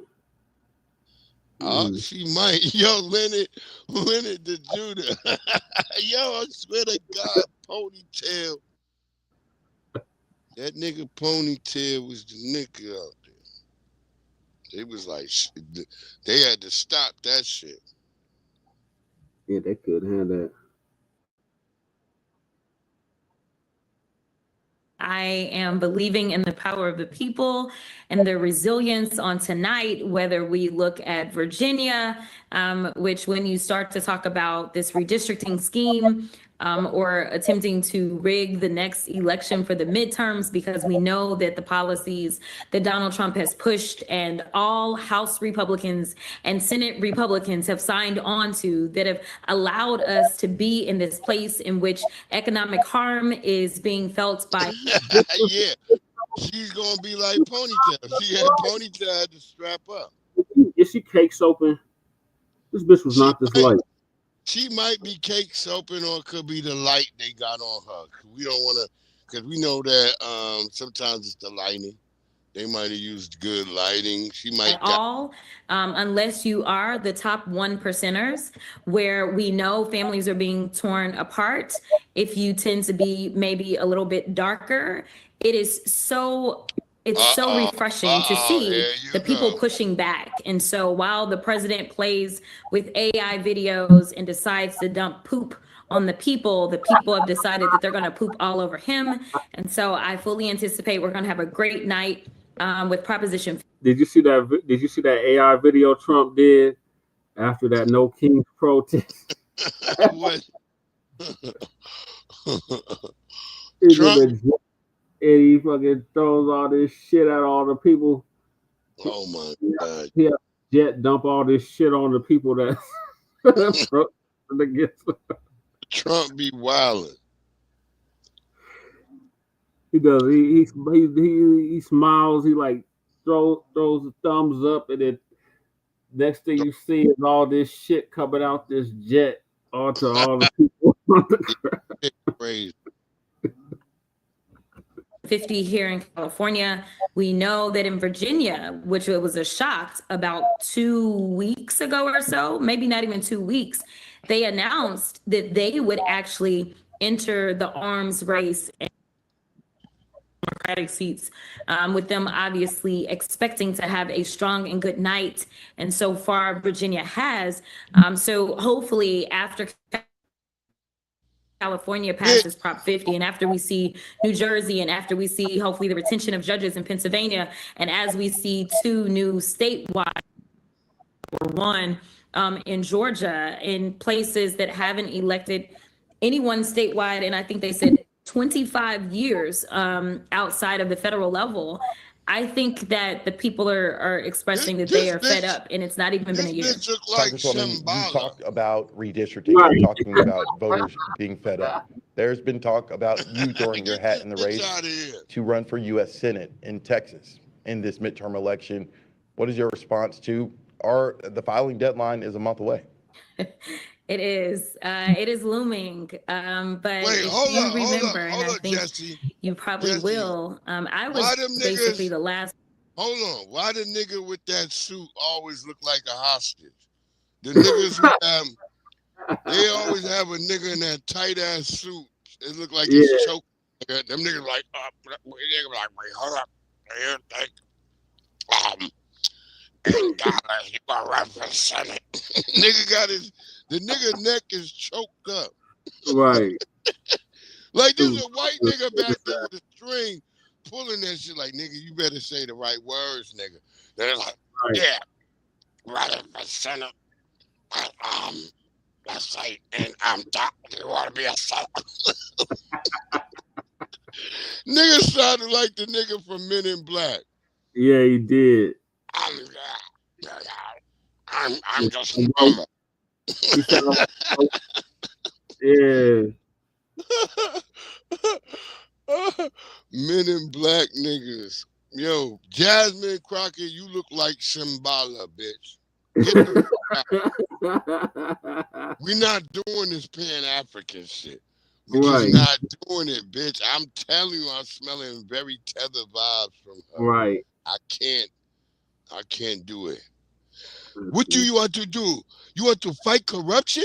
Find your father? Fuck you, nigga. I'm going to New York.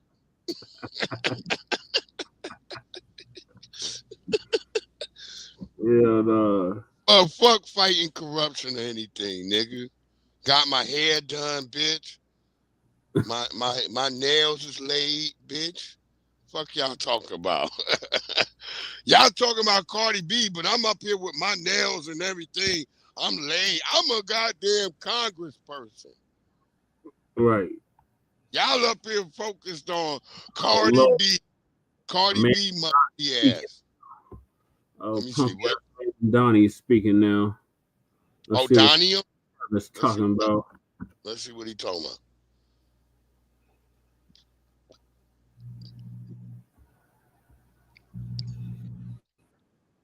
Where the more than 1 million Muslims know that they belong. This city, oh my God! You hear that? Yeah, I heard it.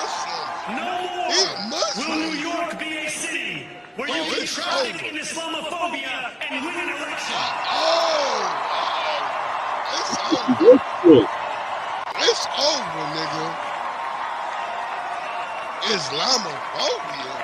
This new age will be defined by a competence and a compassion that have too long been placed at odds with one another.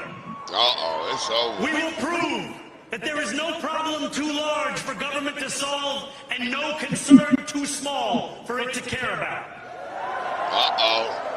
For years, Look, niggas those in City Hall have only helped those who can help them. But on January 1st, we will usher in a city government that helps everyone.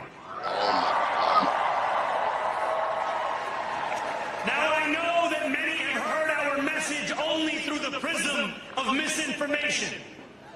Tens of millions of dollars have been spent to redefine reality and to convince our neighbors that this new age is something that should frighten them. As has so often occurred, the billionaire class has sought to convince those making $30 an hour that their enemies are those earning $20 an hour. They want the people to fight amongst ourselves so that we remain distracted from the work of remaking a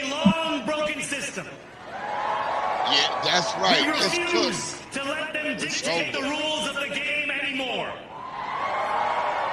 They can play by the same rules as the rest of us. That means third world for all you niggas in New York. Yep. And if we embrace this brave new course, rather than fleeing from it, we can respond to oligarchy and authoritarianism with the strength it fears, not the appeasement it craves. You know about fleeing. After all, if anyone can show a nation betrayed by Donald Trump how to defeat him, it is the city that gave rise to him. We could be rich here. This fucking ain't getting no funding. To terrify a despot, it is by dismantling the very conditions that allowed him to accumulate power. This is not only how we stop Trump, it's how we stop the next one. Come on. So Donald Trump, since I know you're watching, I have 4 words for you. Turn the volume up.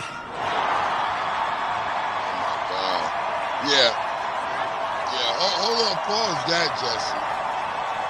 I can't pause it. Oh, you can't pause it? Yeah. What's that? Oh, yeah. New York, y'all cook, nigga. It's over for y'all, nigga. Welcome to New Pakistan or New Mumbai. Yeah, New Mumbai, New Islamabad, New whatever the fuck it is, nigga. It's going down. It's over there. That nigga about to turn y'all niggas fully third world. Y'all gonna really look, niggas from New York gonna be screaming uncle in a year. Yep. Especially if you're in Manhattan. Now it might not affect the surrounding boroughs right away, but most of the boroughs niggas gonna get the hell up out of there. Yep. They already said what? 750 million people said they about to flee the damn city. Yeah, Tetherville. Niggas is getting the hell up out of there. It's New York gonna be a hell. Yep. It's gonna be a hellhole. Yep. Yeah, it's the same speechwriter for Obama, the same bullshit. I told people the same bullshit. Mm-hmm. They tried to use the nigga out here in Virginia, and niggas is laughing because niggas like, the only reason Trump won out, the bitch won out here is because people were really fucked up about Trump. Yeah. And I think that's why I feel like Trump fucked up. Like he could have shored himself up by, focusing really on the people in this country. And he doing the same thing all them niggas do. They just they pander to the base and they do what the hell they want to do. Yep. So you don't really get nothing for the actual American people. Right. And now you got a hotel as a mayor of the largest city in America. A super tether. A nigga who lied about he was FBA and he talking about not even FBA. He said he was African American. Yeah, he did a whole bunch. He did a whole bunch of lies to come up. Look at that nigga face right there, the way he's sitting there in that image.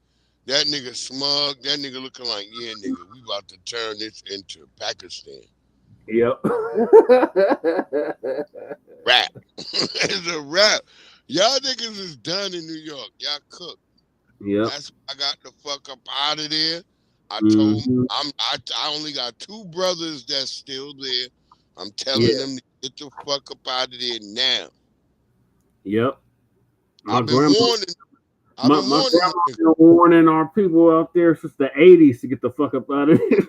Mm-hmm. My grandma was the first out of my immediate family on my mom's side to get the fuck up out of there.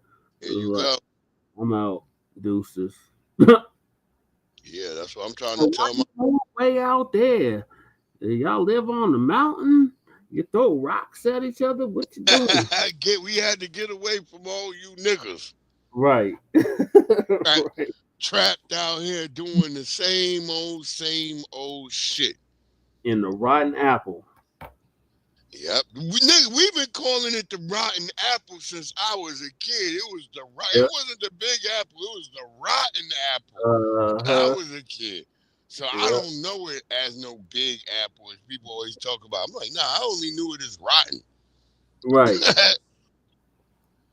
Word up. I spent like a little bit of my childhood out there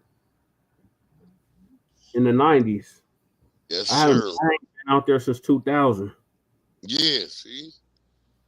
Oh, 2000. You lucky. 2000 is when it was really going to hell. Mm-hmm. That's when a nigga walked up to me like, yo, nigga was like, you can't be talking about a nigga because he less. I said, wait, a nigga who ain't shit, y'all don't talk about him no more? That's when I learned that them niggas they was supporting like crab ass niggas. So I was like, because a nigga ran up on me like, hey, nigga, even if he ain't doing shit, that nigga still doing shit. I was like, wait, that don't make sense. But that's how it is. A nigga told me even if a nigga ain't doing shit, he doing shit. So I realized what was going on in New York, like lame ass niggas. Cause my own brother, I had to go through the shit with my brother. He had a whole bunch of lame niggas coming at me because I was saying his music was trash. And I was like, I was just trying to help my brother, telling him, being honest to him, like, yeah, this don't work. You can't just make a beat off a goddamn keyboard, nigga, and think that shit gonna be a hit. Like, nigga, you gotta actually get some fucking mixing going on. Right. The nigga wasn't listening, so yeah. That unfortunately, that's the world we live in now. You ain't supposed to kick a nigga that's down, even though he trying to pull your leg.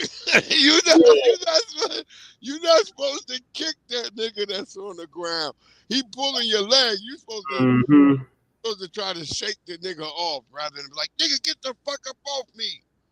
Right. Yeah, you said that crab in the barrel mentality. Yeah, we created that. The brave new coon. I say that instead of a brave new world, we created a brave new coon. Yeah. And we didn't the crabs in the barrel thing ain't never really a real thing unless you're not thinking about who made the damn barrel. Right. Because that's not the natural habitat for that creature. For a goddamn crab. But a lot of niggas forgot that. Niggas like, wait, nigga, nah, nigga. We just all crabs, nigga. That's how niggas act. Like, hey, nigga, where you going, nigga? Wait, is that NBA Young Thug? Get that nigga. Pull that nigga back down in here, nigga. I'm NLE. Nigga, we's a crab, nigga. Wait, nigga, we ain't supposed to be in this barrel. I don't care, nigga, we's a crab. That's how niggas is living now. Niggas like, nigga, we's a crab. I don't care, nigga. Fuck that barrel.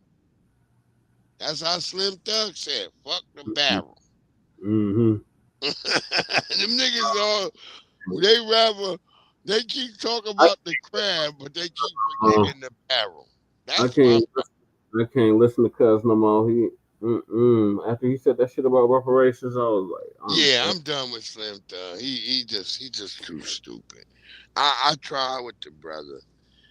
Oh God, me and him were having a dialogue on TikTok, but it's just too hard to crack his head. His head full of coconut residue. All that shit. He done took too many trips down to the Caribbean. Yeah, clearly. So he fucked up. And the white supremacists love giving niggas like that. So go ahead. Let's see what else this damn Super Tether had to say. Who that? To make this city better than it was the day before. Talk about congratulations to Zohran. who feared that we would be condemned only to a future of less. Yes, you got some tethers With over every there, election Jesse. consigning us simply to more of the same. And there are others who see politics today as too cruel for the flame of hope to still burn. New York, we have answered wherever those that fears. other shit you got on, there's a tether over there. That's the stream. That's the streams chat. The other streams chat. That's not my chat. Oh, the other stream. Oh, yeah, there's tethers over there. A lot of them. Tonight we have spoken in a clear voice. Hope is alive. Hope is a decision that tens of thousands of New Yorkers make day after day. Volunteer shift after volunteer shift. Let me go. I'm coming on that one. More than 1 million of us stood in our churches, in gymnasiums, in community centers, as we filled in the ledger of democracy. And while we cast our ballots alone, we chose hope together. Hope over tyranny. Hope over big money and small ideas. Hope over despair. We won because New Yorkers allowed themselves to hope that the impossible could be made possible. And we won because we insisted that no longer would politics be something that is done to us. Now it is something that we do. That's Obama's speech. Standing before you, I think of the words of Jawaharlal Nehru.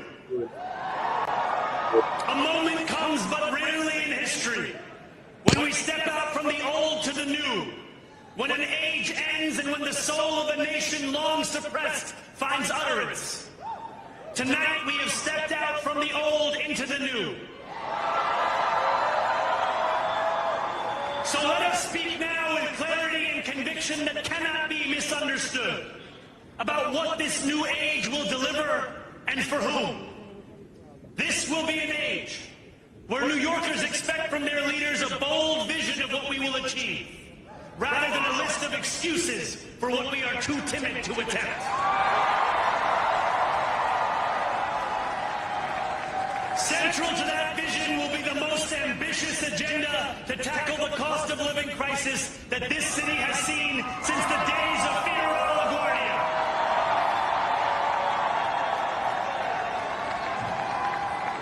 An agenda that will freeze the rents for more than 2 million rent-stabilized tenants. Make buses fast and free. And deliver universal child care across our city. I don't know how any of that's going to work. May our only regret be that this day took so long to come. This new age will be one of relentless improvement. We will hire thousands more teachers. We will cut waste from a bloated bureaucracy. We will work tirelessly to make lights shine again in the hallways of NYCHA developments where they have long flickered. Yeah, you gotta be able to pause this shit. Safety and justice. We gotta be able to stop and We work with unpack. police officers to reduce crime and What? create a department of Did y'all community hear that? safety Did y'all just hear that? Hey, niggas, y'all in trouble. How? Excellence will become the expectation across government, They taking not the gay exception. people now. In this new age we live for ourselves, we will refuse to allow those who traffic in division and hate to pit us against one another. In this moment of political That's more darkness, bureaucracy. New York will More be the light. bureaucracy. Here, we believe in standing up for those we love. Whether you are an immigrant, a member of the trans community, Oh my God, here we go. one of the many black women that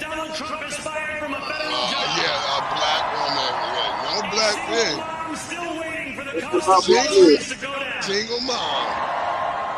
Or anyone else with their back against the wall. Your struggle is ours too. And we will build a city hall that stands steadfast alongside Jewish New Yorkers and does not waver in the fight against the scourge of anti-Semitism. Build a city hall. A city hall. More than 1 million Muslims know that they belong. Not just in the 5 boroughs of this city, but in the halls of power. No more will New York be a city where you can traffic in Islamophobia and women.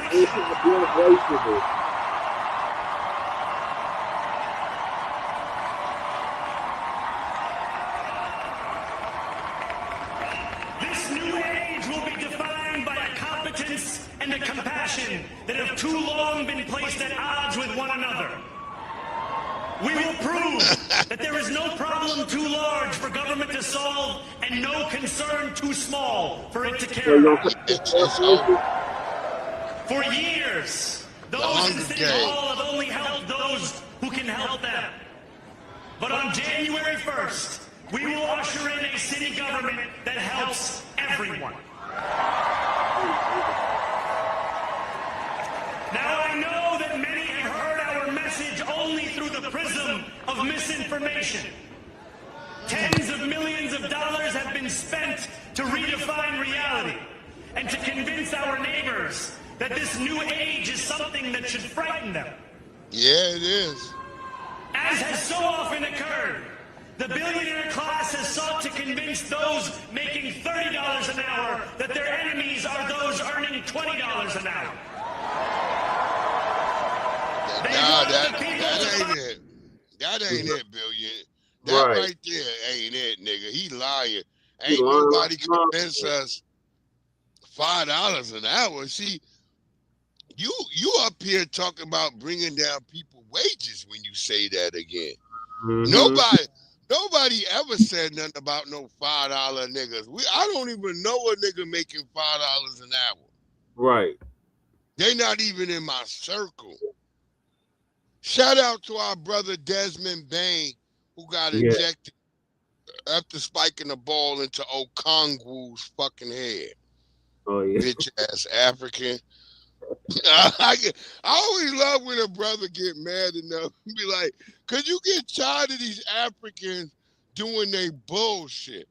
And brothers who play ball, it ain't never when you dealing with these damn immigrants it's worse than when you playing ball.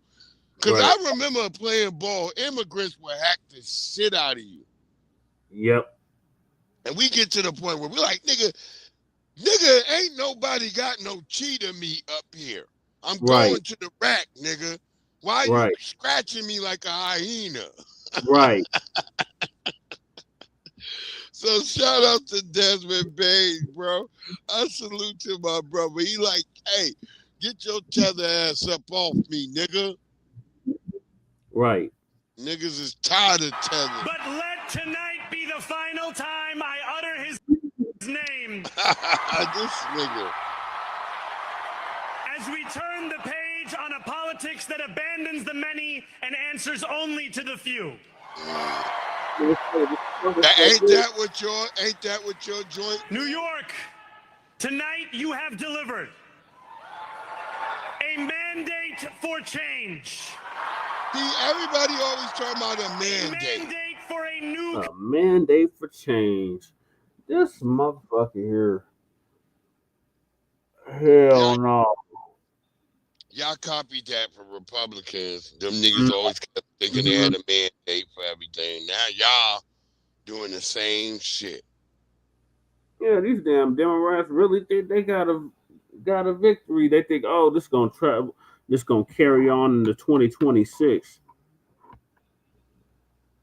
Because the midterms. The only reason Abigail Spanberger, whatever she won, was because of the lack of the Republicans putting up a nigga that didn't look like they came from fucking slavery. Now I'm gonna just say that You put a bitch up that looked like she was still need a hot comb. Her lips was ashy. Niggas wasn't feeling that. White people gotta get this in their head. We see what y'all doing.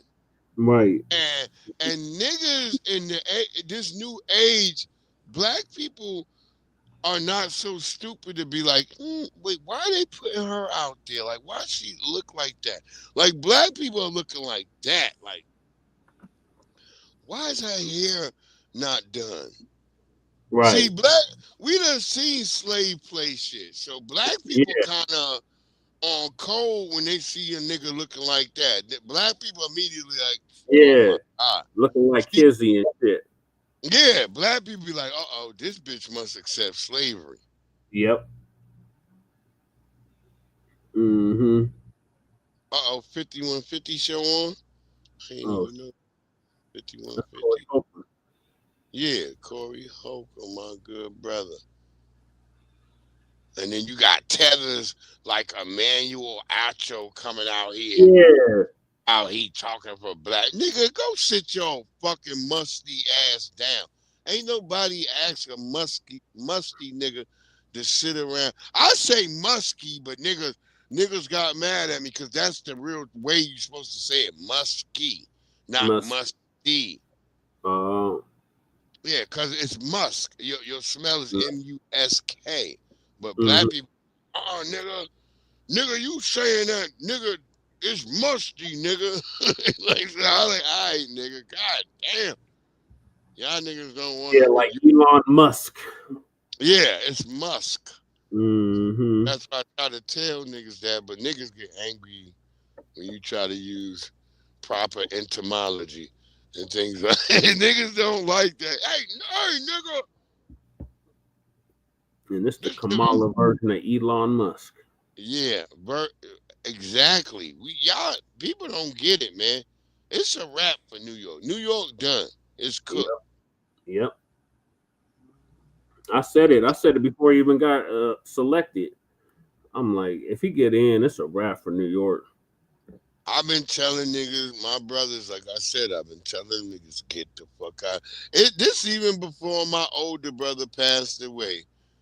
This week, I was telling these niggas, get the fuck out of here. I was telling my older brother, like, nigga, what are you over in Europe? You need to bring your ass home. Right. Before he passed away, I told that nigga the same shit. Like, nigga, what the fuck you over there with all those musty white people? Right. Cause white people are musty. A lot of niggas act like white people ain't musty. Some of the most mustiest niggas I ever been around is white people. Right. They still don't bathe. We had to teach them how to bathe. Yeah, I've been in a small plane with them niggas, and them niggas all stank. I lived in a whole house. Yeah, I couldn't do a house with them. Hell no. I'd have been like, oh hell no, get the hell out of here. And they used to look at me crazy because I was bathing every day. Yeah, they don't do that. That's a crime to them. I used to have my white friends always come knocking on my door like, yo, hey Breeze, what up? Like, nigga, hold on, nigga, y'all come back. I'm taking a bath. Them niggas like, a bath at this time of day? Yeah, nigga. Yeah, gotta get that funk up off your ass. We don't like being funky. No, we don't. I be trying to tell them that. Like, that's a history we have. We don't like funk. No, your mama, you grew up, your mama and daddy, your grandmama, everybody told you, like, nigga, don't come in here smelling like outside, nigga. Go wash your ass. Right. You couldn't just come in the crib and just do what the fuck you wanted. Oh, hell no. Well, shit, this been a great... Go ahead, my brother. A mandate for a city we can afford. And a mandate for a government that delivers exactly that. On January 1st, I will be sworn in as the mayor of New York City. Somebody gonna kill that motherfucker. Excuse me. Somebody gonna unalive him. And that is because of you. So before I say anything else, I must say this. Thank you. Thank you to the next generation of New Yorkers who refuse to accept that the promise of a better future was a relic of the past. You showed that when politics speaks to you without condescension, we can usher in a new era of leadership. We will fight for you because we are you. I blame or as Adam we say Sandler. on Steinway, ana minkum wa ilaykum. Motherfucker, you not even American. Yeah, I blame Adam Sandler. When that nigga said don't fuck with the Zohan, niggas thought they was talking about this nigga. Yeah. Word up, it's a rap. New He York. named after Kwame and Nkrumah, Breeze. Yeah, I know. I was done. I seen that shit on Democracy Now! I was like, oh, hell no. Yeah, I told Rocky that. He was like, oh, hell no. They nigga, they done stole y'all whole identity. It's a rap, bro. It's a rap. I've been trying to tell niggas it's a rap. I'm about to go over here to 5150 and see what's last going on. But shit, shout out to my good brother Jesse Paris, aka Che Nkrumah. Y'all always fuck with my brother. Tap into him. Come through if y'all want some funny shit over Breeze Omega. We gon' in the chat, Breeze. Huh? If you can't put your link in the chat. Oh shit! Can I put it in there? I don't know how I do that if I'm not a moderator. I gotta mod you up. Let me see if I can do that before you get off. Yeah, let me go over here. Cause we'll post that shit. We want people to come over there and have some good fucking, Yeah, lighting them others up. Come over there, Beyonce. Have some fucking fun with the family. Jesse be over there. Yep. Look at this. Is that El Cheapo making T-shirts at this hour in the morning? El Cheapo. El Cheapo. Go shout out to my sister El Cheapo. She over there. She's making goddamn T-shirts. Right now. Word. CRU Royalty. Go check my Crew. Yeah, check out Crew too. Yo, Crew be over there having some great fucking he has some great TikToks. Go check out some of his TikToks, y'all. Yes. His TikToks are pretty good. Yeah, that's our family off the shy. Yeah, I love my brother. I love what he doing over there. I mean, he over there got them with a knot too. Them tethers is mad. Them niggas don't like niggas organizing. They're like, hey nigga, y'all, why are you niggas all over here on TikTok now? What Twitter not paying you niggas enough? Niggas is over there like, hey nigga, they mad on TikTok. We gotta get more family over there and shit on TikTok. We gotta all get over there and crush these niggas and move them out. The same way we did on X. We got them all out of X, boy. Oh, it was funny last night because Pete did he was on X last night, and some of the X niggas is mad at him because he done left and went to TikTok. It's like having an outdoor cat inside and a wet ass dog inside. That's what it's like with the motherfuckers. Yeah, they were big mad at Tariq last night on X. I was laughing because they was like, nigga, you left us over here. I'm like, nigga, y'all don't know how to go over to TikTok? Like, right. This the world we live in, y'all.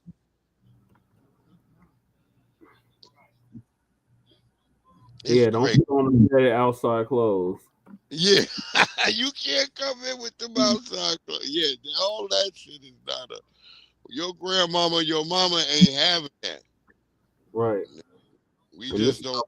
Link right here, so make sure y'all sub up to him. Yo, I appreciate y'all. If y'all come through, look. We gonna have fun on my side of the block. We try to give y'all something scholarly, but we gonna give it to you on layman's terms, and we might snap about it. We might joke about it. You might get Jones though. You might get burnt. Some of y'all gonna get upset. We might roast your ass. We might get roasted. Yeah, you might get roasted. But look, we love y'all. We fuck with y'all. Shout out to my brother Jesse Paris. He always out there doing that good work. That man is out there. I'm about to be at reparations hearing today now, since it's Wednesday. Yeah, it's Wednesday. Yeah, yes, sir. 5:30 your time. Well, I'm gonna check in. I'm gonna tell you. You know, I always tap in. I'll see you when you go and doing what you're doing. But everybody, y'all have a great one. Your boy Breeze Omega. I'm gonna get out of here. Jesse probably will keep rocking, but I'm gonna get out of here. I'm gonna go check out Corey Holcomb, and then I'm gonna take my black ass to sleep so I can get up and go to work. All right. I'm gonna catch you on the flip side, family. All right, peace. I appreciate you for letting me come out. Yes, sir. Thank you, my good. And tell Lady Che I appreciate her too. You don't say nothing to her. We all be in shit creek. But I'll let her know she wake up. All right, have a good one, bro. All right, peace. All right.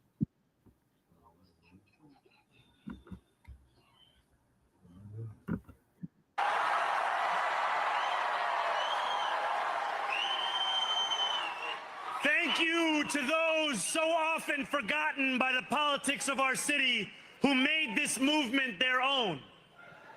I speak of Yemeni bodega owners and Mexican abuelas,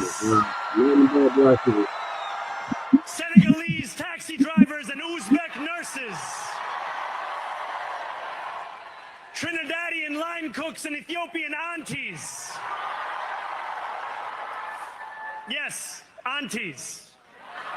To every New Yorker in Kensington and Midwood and Hunts Point, know this. This city is your city, and this democracy is yours too.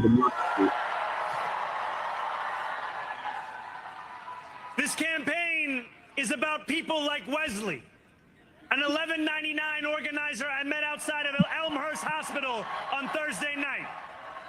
A New Yorker who lives elsewhere, who commutes 2 hours each way from Pennsylvania because rent is too expensive in this city.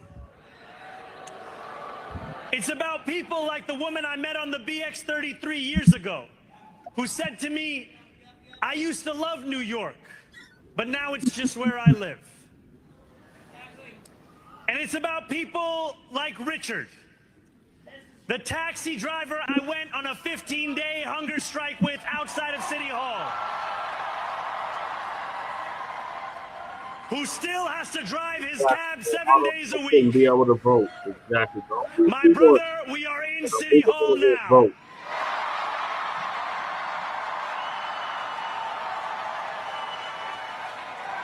This victory is for all of them, and it's for all of you. The more than 100,000 volunteers who built this campaign into an unstoppable force. Because of you, we will make this city one that working people can love and live in again. With every door knocked, every petition signature earned, and every hard-earned conversation, you eroded the cynicism that has come to define our politics. Now, I know that I have asked for much from you over this last year. Time and again, you have answered my calls. But I have one final request. New York City, breathe this moment in. We have held our breath for longer than we know. We have held it in anticipation of defeat. Held it because the air has been knocked out of our lungs too many times to count. Held it because we cannot afford to exhale. Thanks to all of those who sacrificed so much, we are breathing in the air of a city that has been reborn.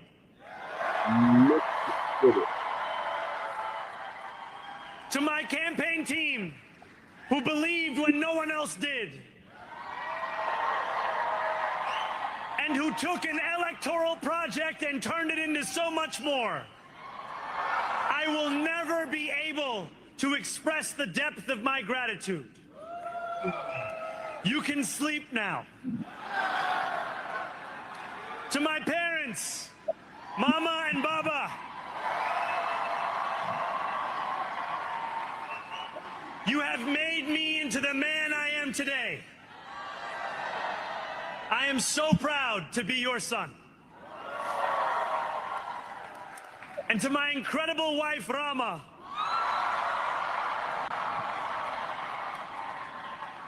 Hayati, there is no one I would rather have by my side in this moment and in every moment. To every New Yorker, whether you voted for me, for one of my opponents, or felt too disappointed by politics to vote at all, thank you for the opportunity to prove myself worthy of your trust. I will wake each morning with a singular purpose: to make this city better for you than it was the day before. There are many who thought this day would never come, who feared that we would be condemned only to a future of less, with every election consigning us simply to more of the same. And there are others who see politics today as too cruel for the flame of hope to still burn. New York, we have answered those fears. Tonight we have spoken in a clear voice. Hope is alive. Hope is a decision that tens of thousands of New Yorkers made day after day, volunteer shift after volunteer shift, despite attack ad after attack ad. More than 1 million of us stood in our churches, in gymnasiums, in community centers, as we filled in the ledger of democracy. And while we cast our ballots alone, we chose hope together. Hope for what? Exactly. Hope over tyranny. Hope over big money and small ideas. Hope over despair. We won because New Yorkers allowed themselves to hope that the impossible could be made possible. And we won because we insisted that no longer would politics be something that is done to us. Now it is something that we do.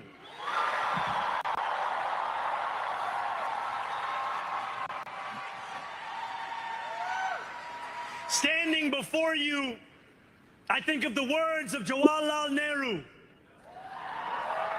A moment comes but rarely in history when we step out from the old to the new, when an age ends and when the soul of a nation long suppressed finds utterance. Tonight we have stepped out from the old into the new.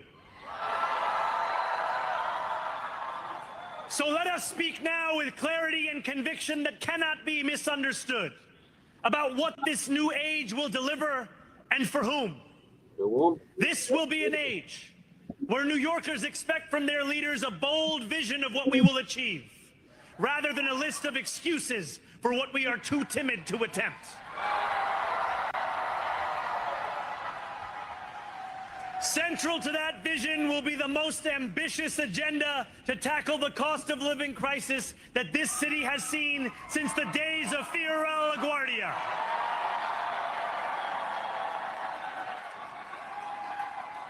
An agenda that will freeze the rents for more than 2 million rent-stabilized tenants. Make buses fast and free. And deliver universal child care across our city. Years from now, may our only regret be that this day took so long to come. This new age will be one of relentless improvement. We will hire thousands more teachers. We will cut waste from a bloated bureaucracy. We will work tirelessly to make lights shine again in the hallways of NYCHA developments where they have long flickered.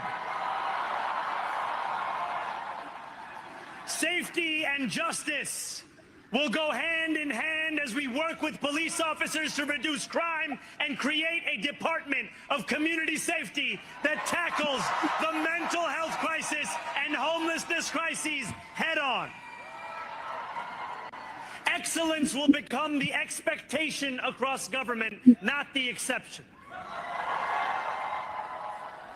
In this new age we make for ourselves, we will refuse to allow those who traffic in division and hate to pit us against one another. In this moment of political darkness, New York will be the light.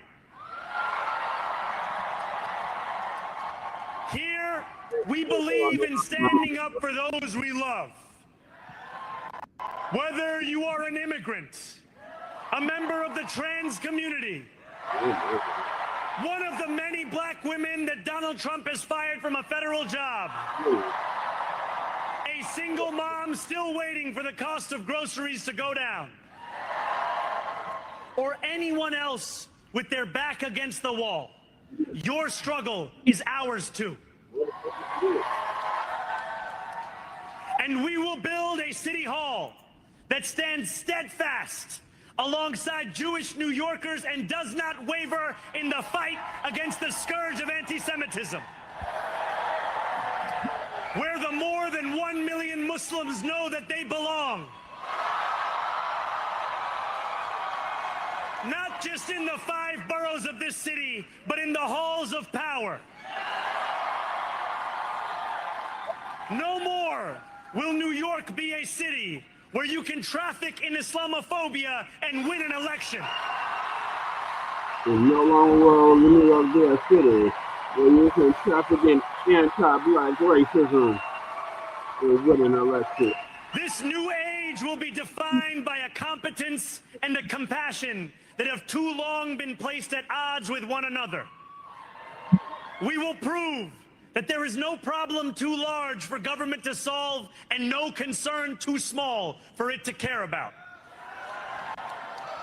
For years, those in City Hall have only helped those who can help them. But on January 1st, we will usher in a city government that helps everyone. Now, I know that many have heard our message only through the prism of misinformation. Tens of millions of dollars have been spent to redefine reality and to convince our neighbors that this new age is something that should frighten them. As has so often occurred, the billionaire class has sought to convince those making $30 an hour that their enemies are those earning $20 an hour. They want the people to fight amongst ourselves so that we remain distracted from the work of remaking a long broken system. We refuse to let them dictate the rules of the game anymore. They can play by the same rules as the rest of us. Together, we will usher in a generation of change. And if we embrace this brave new course, rather than fleeing from it, we can respond to oligarchy and authoritarianism with the strength it fears, not the appeasement it craves. After all, If anyone can show a nation betrayed by Donald Trump how to defeat him, it is the city that gave rise to him.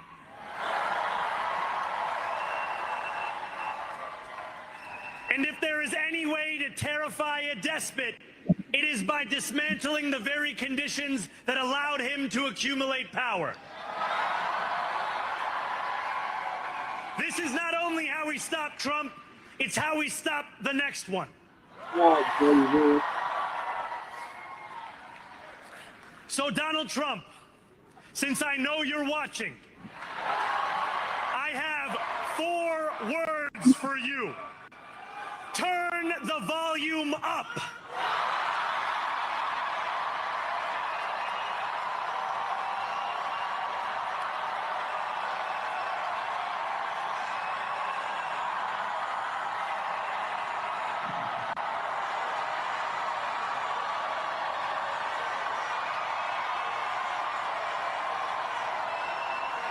We will hold bad landlords to account because the Donald Trumps of our city have grown far too comfortable taking advantage of their tenants. We will put an end to the culture of corruption that has allowed billionaires like Trump to evade taxation and exploit tax breaks. We will stand alongside unions and expand labor protections because we know, just as Donald Trump does, that when working people have ironclad rights, the bosses who seek to extort them become very small indeed. New York will remain a city of immigrants, a city built by immigrants, powered by immigrants, slaves, the foundation of Black America. And as of tonight, led by an immigrant.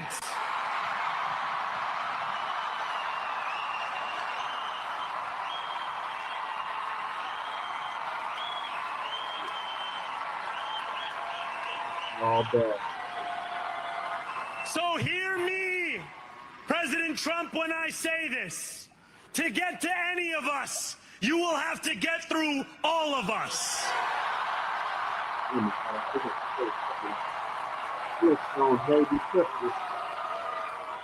When we enter City Hall in 58 days, expectations will be high. We will meet them. A great New Yorker once said that while you campaign in poetry, you govern in prose. If that must be true, let the prose we write still rhyme, and let us build a shining city for all.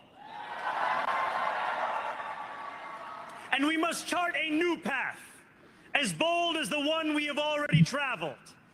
After all, the conventional wisdom would tell you that I am far from the perfect candidate. I am young, despite my best efforts to grow older. I am Muslim. I am a democratic socialist. Yeah, socialist. And most damning of all, I refuse to apologize for any of this. And yet, if tonight teaches us anything, it is that convention has held us back. We have bowed at the altar of caution, and we have paid a mighty price. Too many working people cannot recognize themselves in our party. And too many among us have turned to the right for answers to why they've been left behind. We will leave mediocrity in our past. No longer will we have to open a history book for proof that Democrats can dare to be great. Our greatness will be anything but abstract. It will be felt by every rent-stabilized tenant who wakes up on the 1st of every month, knowing the amount they're going to pay hasn't soared since the month before. It will be felt by each grandparent who can afford to stay in the home they have worked for. and whose grandchildren live nearby because the cost of childcare didn't send them to Long Island. It will be felt by the single mother who is safe on her commute and whose bus runs fast enough that she doesn't have to rush school drop-off to make it to work on time. And it will be felt when New Yorkers open their newspapers in the morning and read headlines of success, not scandal. Most of all, it will be felt by each New Yorker when the city they love finally loves them back. Together, New York, we're going to freeze the... Together, New York, we're going to make buses fast and... Together, New York, we're going to deliver universal... Let the words we've spoken together, the dreams we've dreamt together, become the agenda we deliver together. That's the Black agenda. New York, this power, it's yours. This city belongs to you. Thank you. You're not welcome to each other.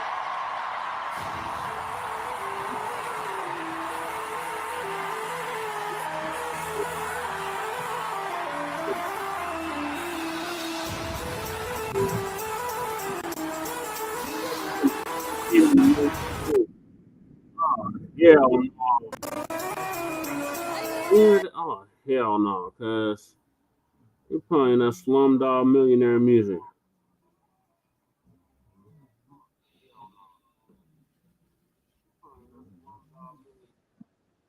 Right there, Alicia Johnson at 58% of the vote right now. The Democrat who is running to unseat the incumbent Tim Echols, a Republican, that's in District 2.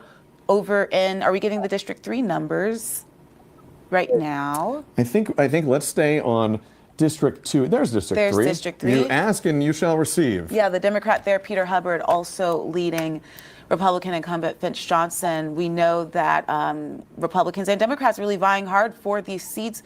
The numbers are still reported in, but right now Democrats are taking the lead and probably sitting very happy looking at these results right now. And we're looking at these statewide results in the PSC contests in District 2. We just saw the early results and not so early now. We're starting to get a lot of results in. Alicia Johnson in the lead. We heard from Alicia Johnson just a little bit ago. If we can, let's play part of that interview. It was an arduous process, of course. The incumbent had been in the office for 14 years. And I think that the people of Georgia this was a referendum on that leadership at the Public Service Commission level. And it was an opportunity for every Georgian to have this choice and a chance to choose who they wanted to represent them. It was with all the support, with my family. It was very taxing because I work full time. I'm a mom, a grandma. During this campaign, we had several family members that were diagnosed with certain illnesses that required extensive care, and so it's been a long, hard-fought battle, both personally and publicly. It's important to note, it might have sounded like a victory speech there. We do know that Georgia Democrats calling that a win, but Democrats or Republicans do not call races. We have folks that do call those races. We have not called this race yet, but we will stay on top of it. However, the feeling in that room is very high right now. A lot of smiles. They're very excited about this race. Mark, you're a Republican, you're a strategist, you're hearing this speech. What's going through your mind right now in that other camp, the Republican camp? It's a little more on the critical side. I think the Republicans never could get their footing under them for their campaign on what their message was. They kind of made this message, there was a bifurcated message. One of them was that we're endorsed by Republican incumbent legislators, which I don't think is a winning message. People like their legislators, but they're not affected by their endorsement. You're really bearish about endorsements. You told us this on the Georgia vote a couple of weeks ago. Yeah, they just, people can, there's so much information now that endorsements have no real significant impact at that level. And then the other is, they were sort of put into a position of saying, you know, they didn't phrase it this way, needless to say, but, you know, we have raised rates a number of times in the last 3 years, but don't vote for the other guys because they're going to raise rates. It wasn't going to be a winning message. I don't think the Republicans kind of ever, the candidates never grasped it. I think their campaigns probably were being run by third-party entities in a lot of cases. I just think this was a mess. That is just a mess. That's a campaign mess. That's a pretty heavy sentence there from a Republican talking about two Republican incumbents. Guys. I mean, they're good guys. They just didn't run cohesive campaigns, and I got to hand it to the Democrats. They did. Is that also, and I think that's very magnanimous of you, I think the Democrat on our panel would say, it seems to be, you guys get along well on the Georgia vote, even when you do clash. But it seems to be tonight the story of Democrats feeling pretty good at this time. We're at 9:07 p.m. right now on the East Coast. Virginia gubernatorial contest called for Democrat Abigail Spanberger. We're watching to see how some other flashpoint races in Virginia, particularly the Attorney General's race, turns out tonight. Also watching New York City mayoral. Yep. And we're watching the New Jersey gubernatorial. There's a lot of narrative spinning and narrative telling right now. Democrats, I'm sure, want to say, hey, look at us. We've got momentum going into 26. Republicans are probably going to downplay that, I'd imagine. But, Fred, is there some truth to it? Do Democrats get to say, hey, look, we're in a good spot going into the midterms? So let's talk about the elephant in the room. It's Donald Trump. So since the November election, when you look at the special elections in Florida for Matt Gaetz' seat that the Republicans held on to, but they held on to by a very narrow margin. Look at the special elections that took place in the early part of this year in March. And you look at what's happening in Virginia, which is feeling the brunt of Trumpism and the DOJ and all the cuts and all of that. Republicans, since Donald Trump was elected last November, have not fared well at the ballot box, and that's not a partisan statement. That is just an empirical thing of it. And so for Democrats, again, I said it earlier in the last hour. For Democrats, I think the biggest obstacle to us winning in 26, aside from these efforts of redistricting and all that, is really believing that we can do it. And when you look at the tapestry of election results across the country, especially on the East Coast, from Florida to potentially tonight in New York City, it shows that America is responding negatively to at least on the East Coast, to Donald Trump. And that's something we talked about on the Georgia votes before, that voters do not give you 4 years anymore. They give you 2 years and 1 year in some cases to make a change or to make moves. And so I think this is, and again, it's not a partisan thing. It's just looking at the election results. Democrats really should, I think, be bullish going into 2026. And I think that's why, and again, one other thing, these elections are taking place against the backdrop of everything that's happening with the shutdown and SNAP benefits. Again, this is huge. Absolutely. Yeah, and Fred, we don't want to cut you off. We have some other results, Faith, we want to go to in just a moment, but I do want to bring Donnell in here. Can I give you the last word on this topic here? Because, Fred, you're alluding to this point where you said, voters don't give you 4 years anymore. They give you 2 or 1. You talk to voters all the time in your reporting. Is it a story where you can be feeling good this month, you can be feeling good this year, but things can change quickly? Is there a risk of saying, hey, we're doing great right now, change nothing if you're a Democrat or a Democratic Party official right now? It's more, what are you doing? 4 days? 35 today. Pushing on the record in just a few hours now. So that has a lot to do with what my thinking was a month ago and what my thinking is today, and that's starting to show a little bit. I also want to ask you, Donnell, too, because we're everybody watching, and we're so happy that you all are watching our stream and watch our show every Sunday. and you are obviously very interested and in tune with politics, but there's another pocket of people, our family members and our friends, that could care less about what's going on today, right? They did not go out and vote because some of them just did not know it was going on. It's an off year. How do you, if the Democrats do take these races, some of the races against the Republicans, vice versa, and Mark, I can bring you in on this too, as a strategist, how do you keep that momentum going until the midterm? Because we're in the age of TikTok and Instagram and YouTube Shorts, where people just do not remember what happened 6 months, 10 months ago, unless it really hurt them financially or with their safety, Donnell. The Democratic Party's got to use the victories tonight, be small or what have you, as momentum and say, we won these, we can win some more.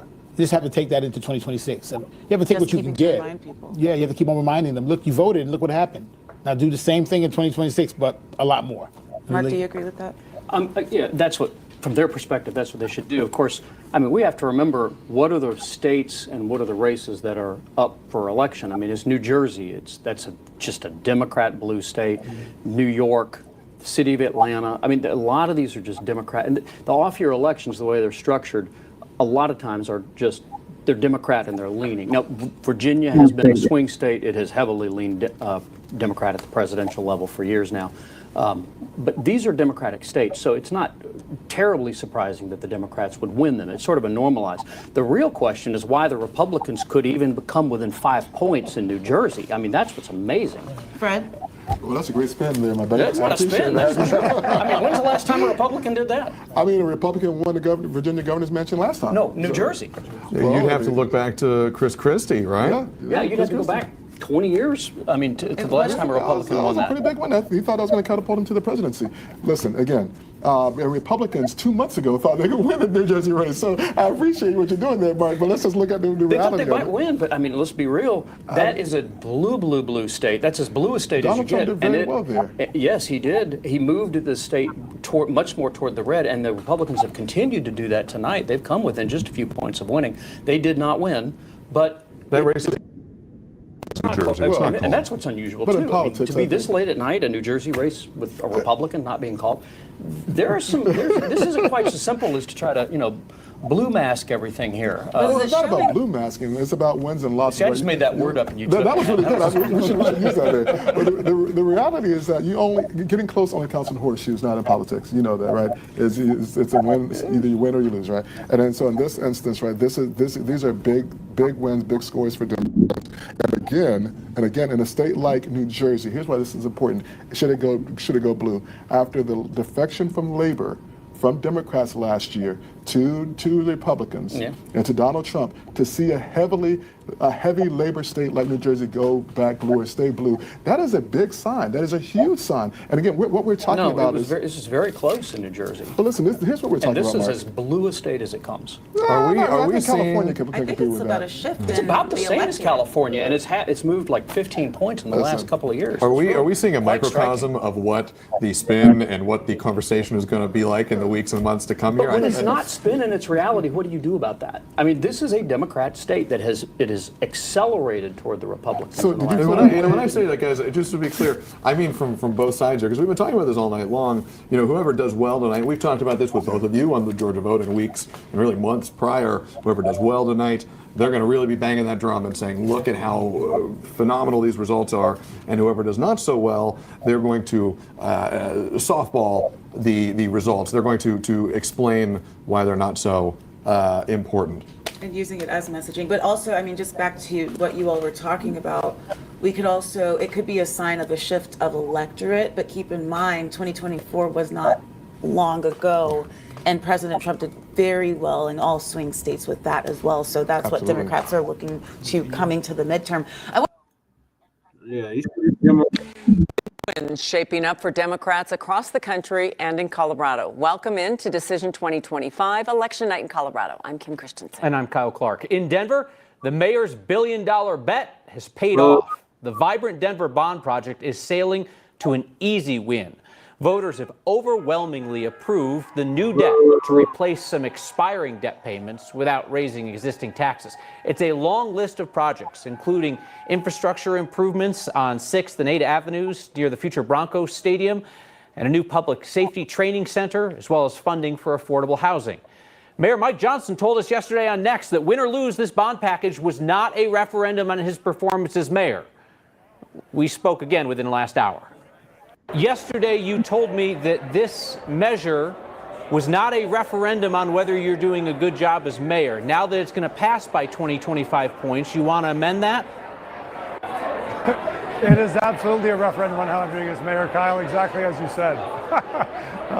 No, I think it's actually a referendum on how Denverites feel about the future of Denver. They're excited about where the city's going.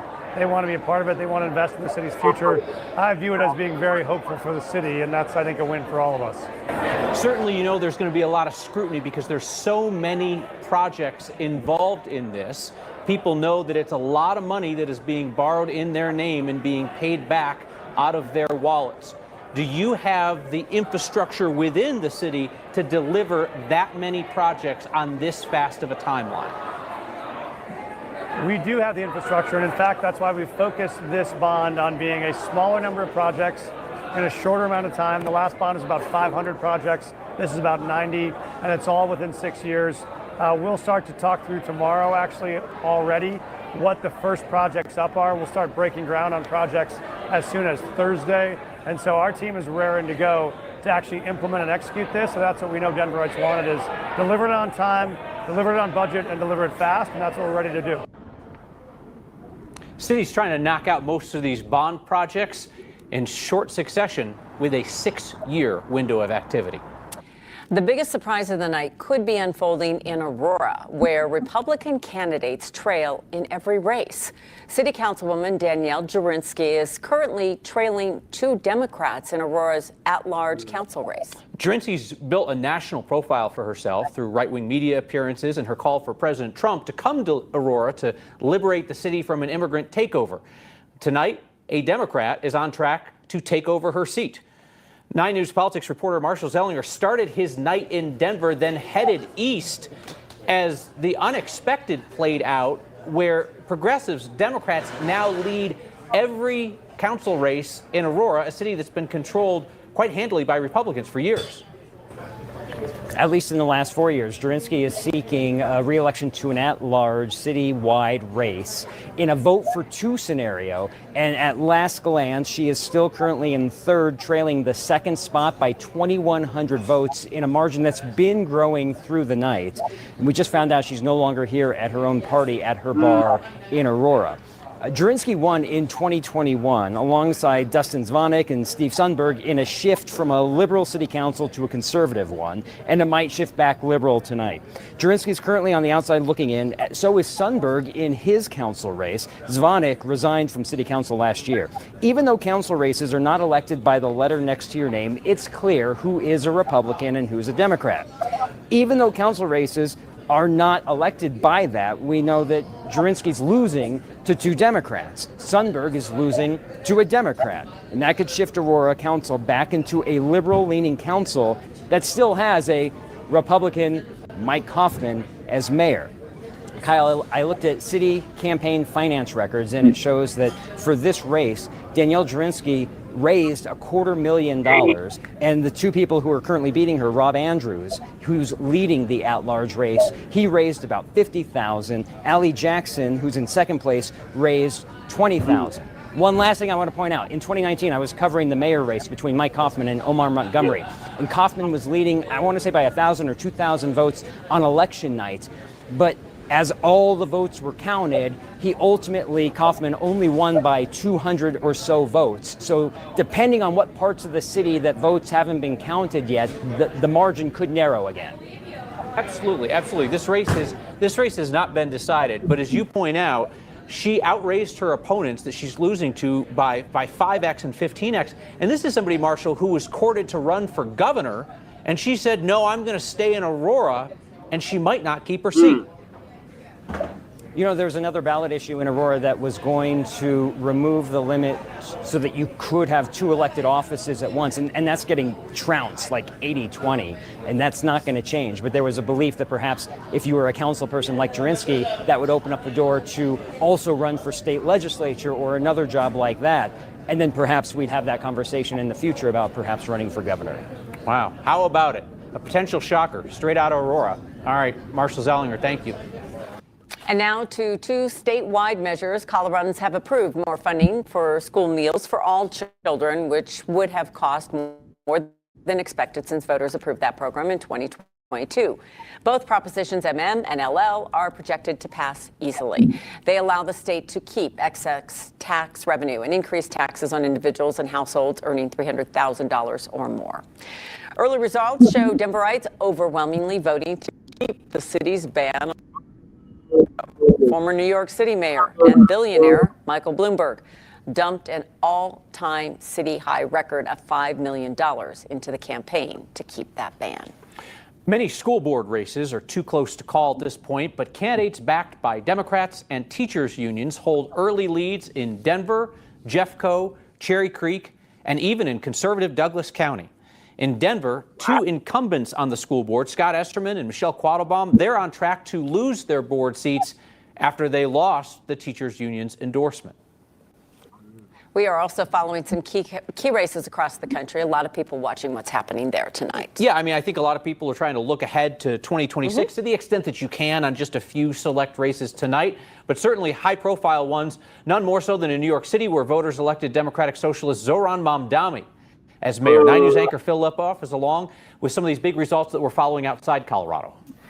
Kyle, Kim, cost of living was the top issue for voters in New York. Zohran Mamdani ran a generational campaign, and tonight he is the first Muslim mayor of New York City. Mamdani beat former Governor Andrew Cuomo and Republican Curtis Sliwa. He promised new leadership, free buses, government-subsidized grocery stores, though he has faced some backlash even from some in his own party over the feasibility of some of those proposals. The 34-year-old has come to symbolize the more youthful, progressive wing of the Democratic Party. Still, moderate Dems, both in New York and nationally, are distancing themselves from Mamdani, worried that his socialist label will hurt them in nationwide elections. A struggle we are seeing play out here in Denver, too, in Colorado at the local and state level between centrists and Democratic Socialists. In his speech just moments ago, the mayor-elect doubled down on his platform and went right after President Trump. Whether you are an immigrant, a member of the trans community, one of the many black women that Donald Trump has fired from a federal job, or anyone else with their back against the wall, your struggle is ours too. I am Muslim. I am Democratic Socialist. And most damning of all, I refuse to apologize for any of this. All right, another intensely watched effort tonight in California, a move to redraw its congressional voting districts to add as many as 5 Democratic-leaning seats to Congress has passed by a lot. Pushed by Governor Gavin Newsom, the ballot initiative aims to offset the effects of President Trump's redistricting efforts in Texas specifically, to add 5 Republican-held seats there so Republicans can maintain control of the U.S. House just ahead of the 2026 midterm election. An effort Colorado's Democratic Attorney General Phil Weiser told our Kyle Clark that he supports here in our state, though that wouldn't happen until after the 26 midterm elections. And finally, 2 hotly contested governor's races in Virginia and New Jersey, and a pair of women winning both, one making history. In Virginia, former Democratic Rep Abigail Spanberger becomes the first woman elected governor in that state and will succeed Republican Governor Glenn Youngkin. And in New Jersey, Democratic Representative Mikie Sherrill, a former Navy pilot, is now governor-elect in the Garden State. Guys?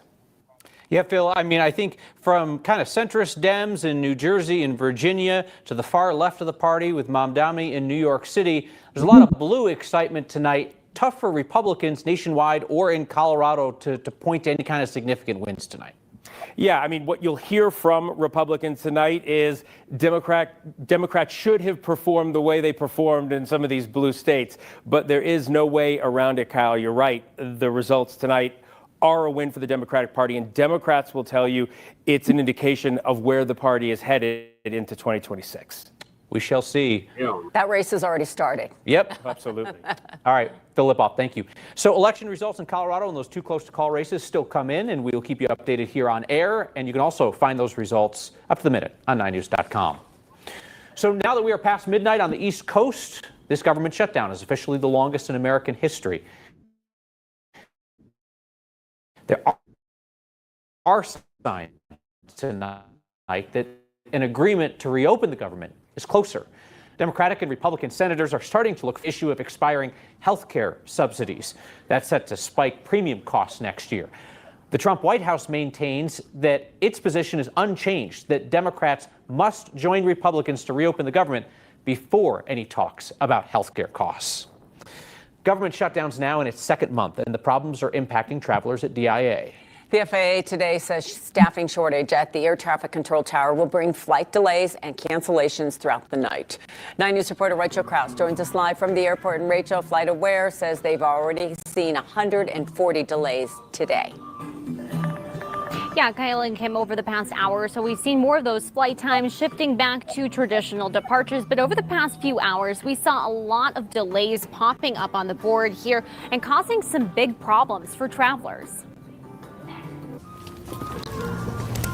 A trip to the airport is always stressful, even more so when your flight is delayed. Supposed to need waiting like to 3 in the morning. Or I don't know what happened with all problem right now. Jose Cherez is flying from Canada to visit family in El Salvador, but with his connection hours behind, he's filling time. I don't know, need something to do.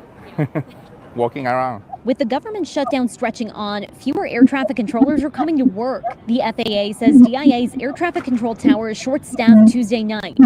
Warned travelers to expect delays. 9 News aviation expert Greg Fife says that means fewer flights can fly in and out safely. Everything has to be scaled. And unfortunately, in order for the airlines to at least meet that, they either have to delay flights or cancel flights. Air traffic controller shortages are nothing new. A years-long problem compounded by call-outs from the shutdown, stressing controllers coming in. And while delays and cancellations are frustrating, Fife says it comes down to keeping flying safe. You can't blame them. Look, they're human.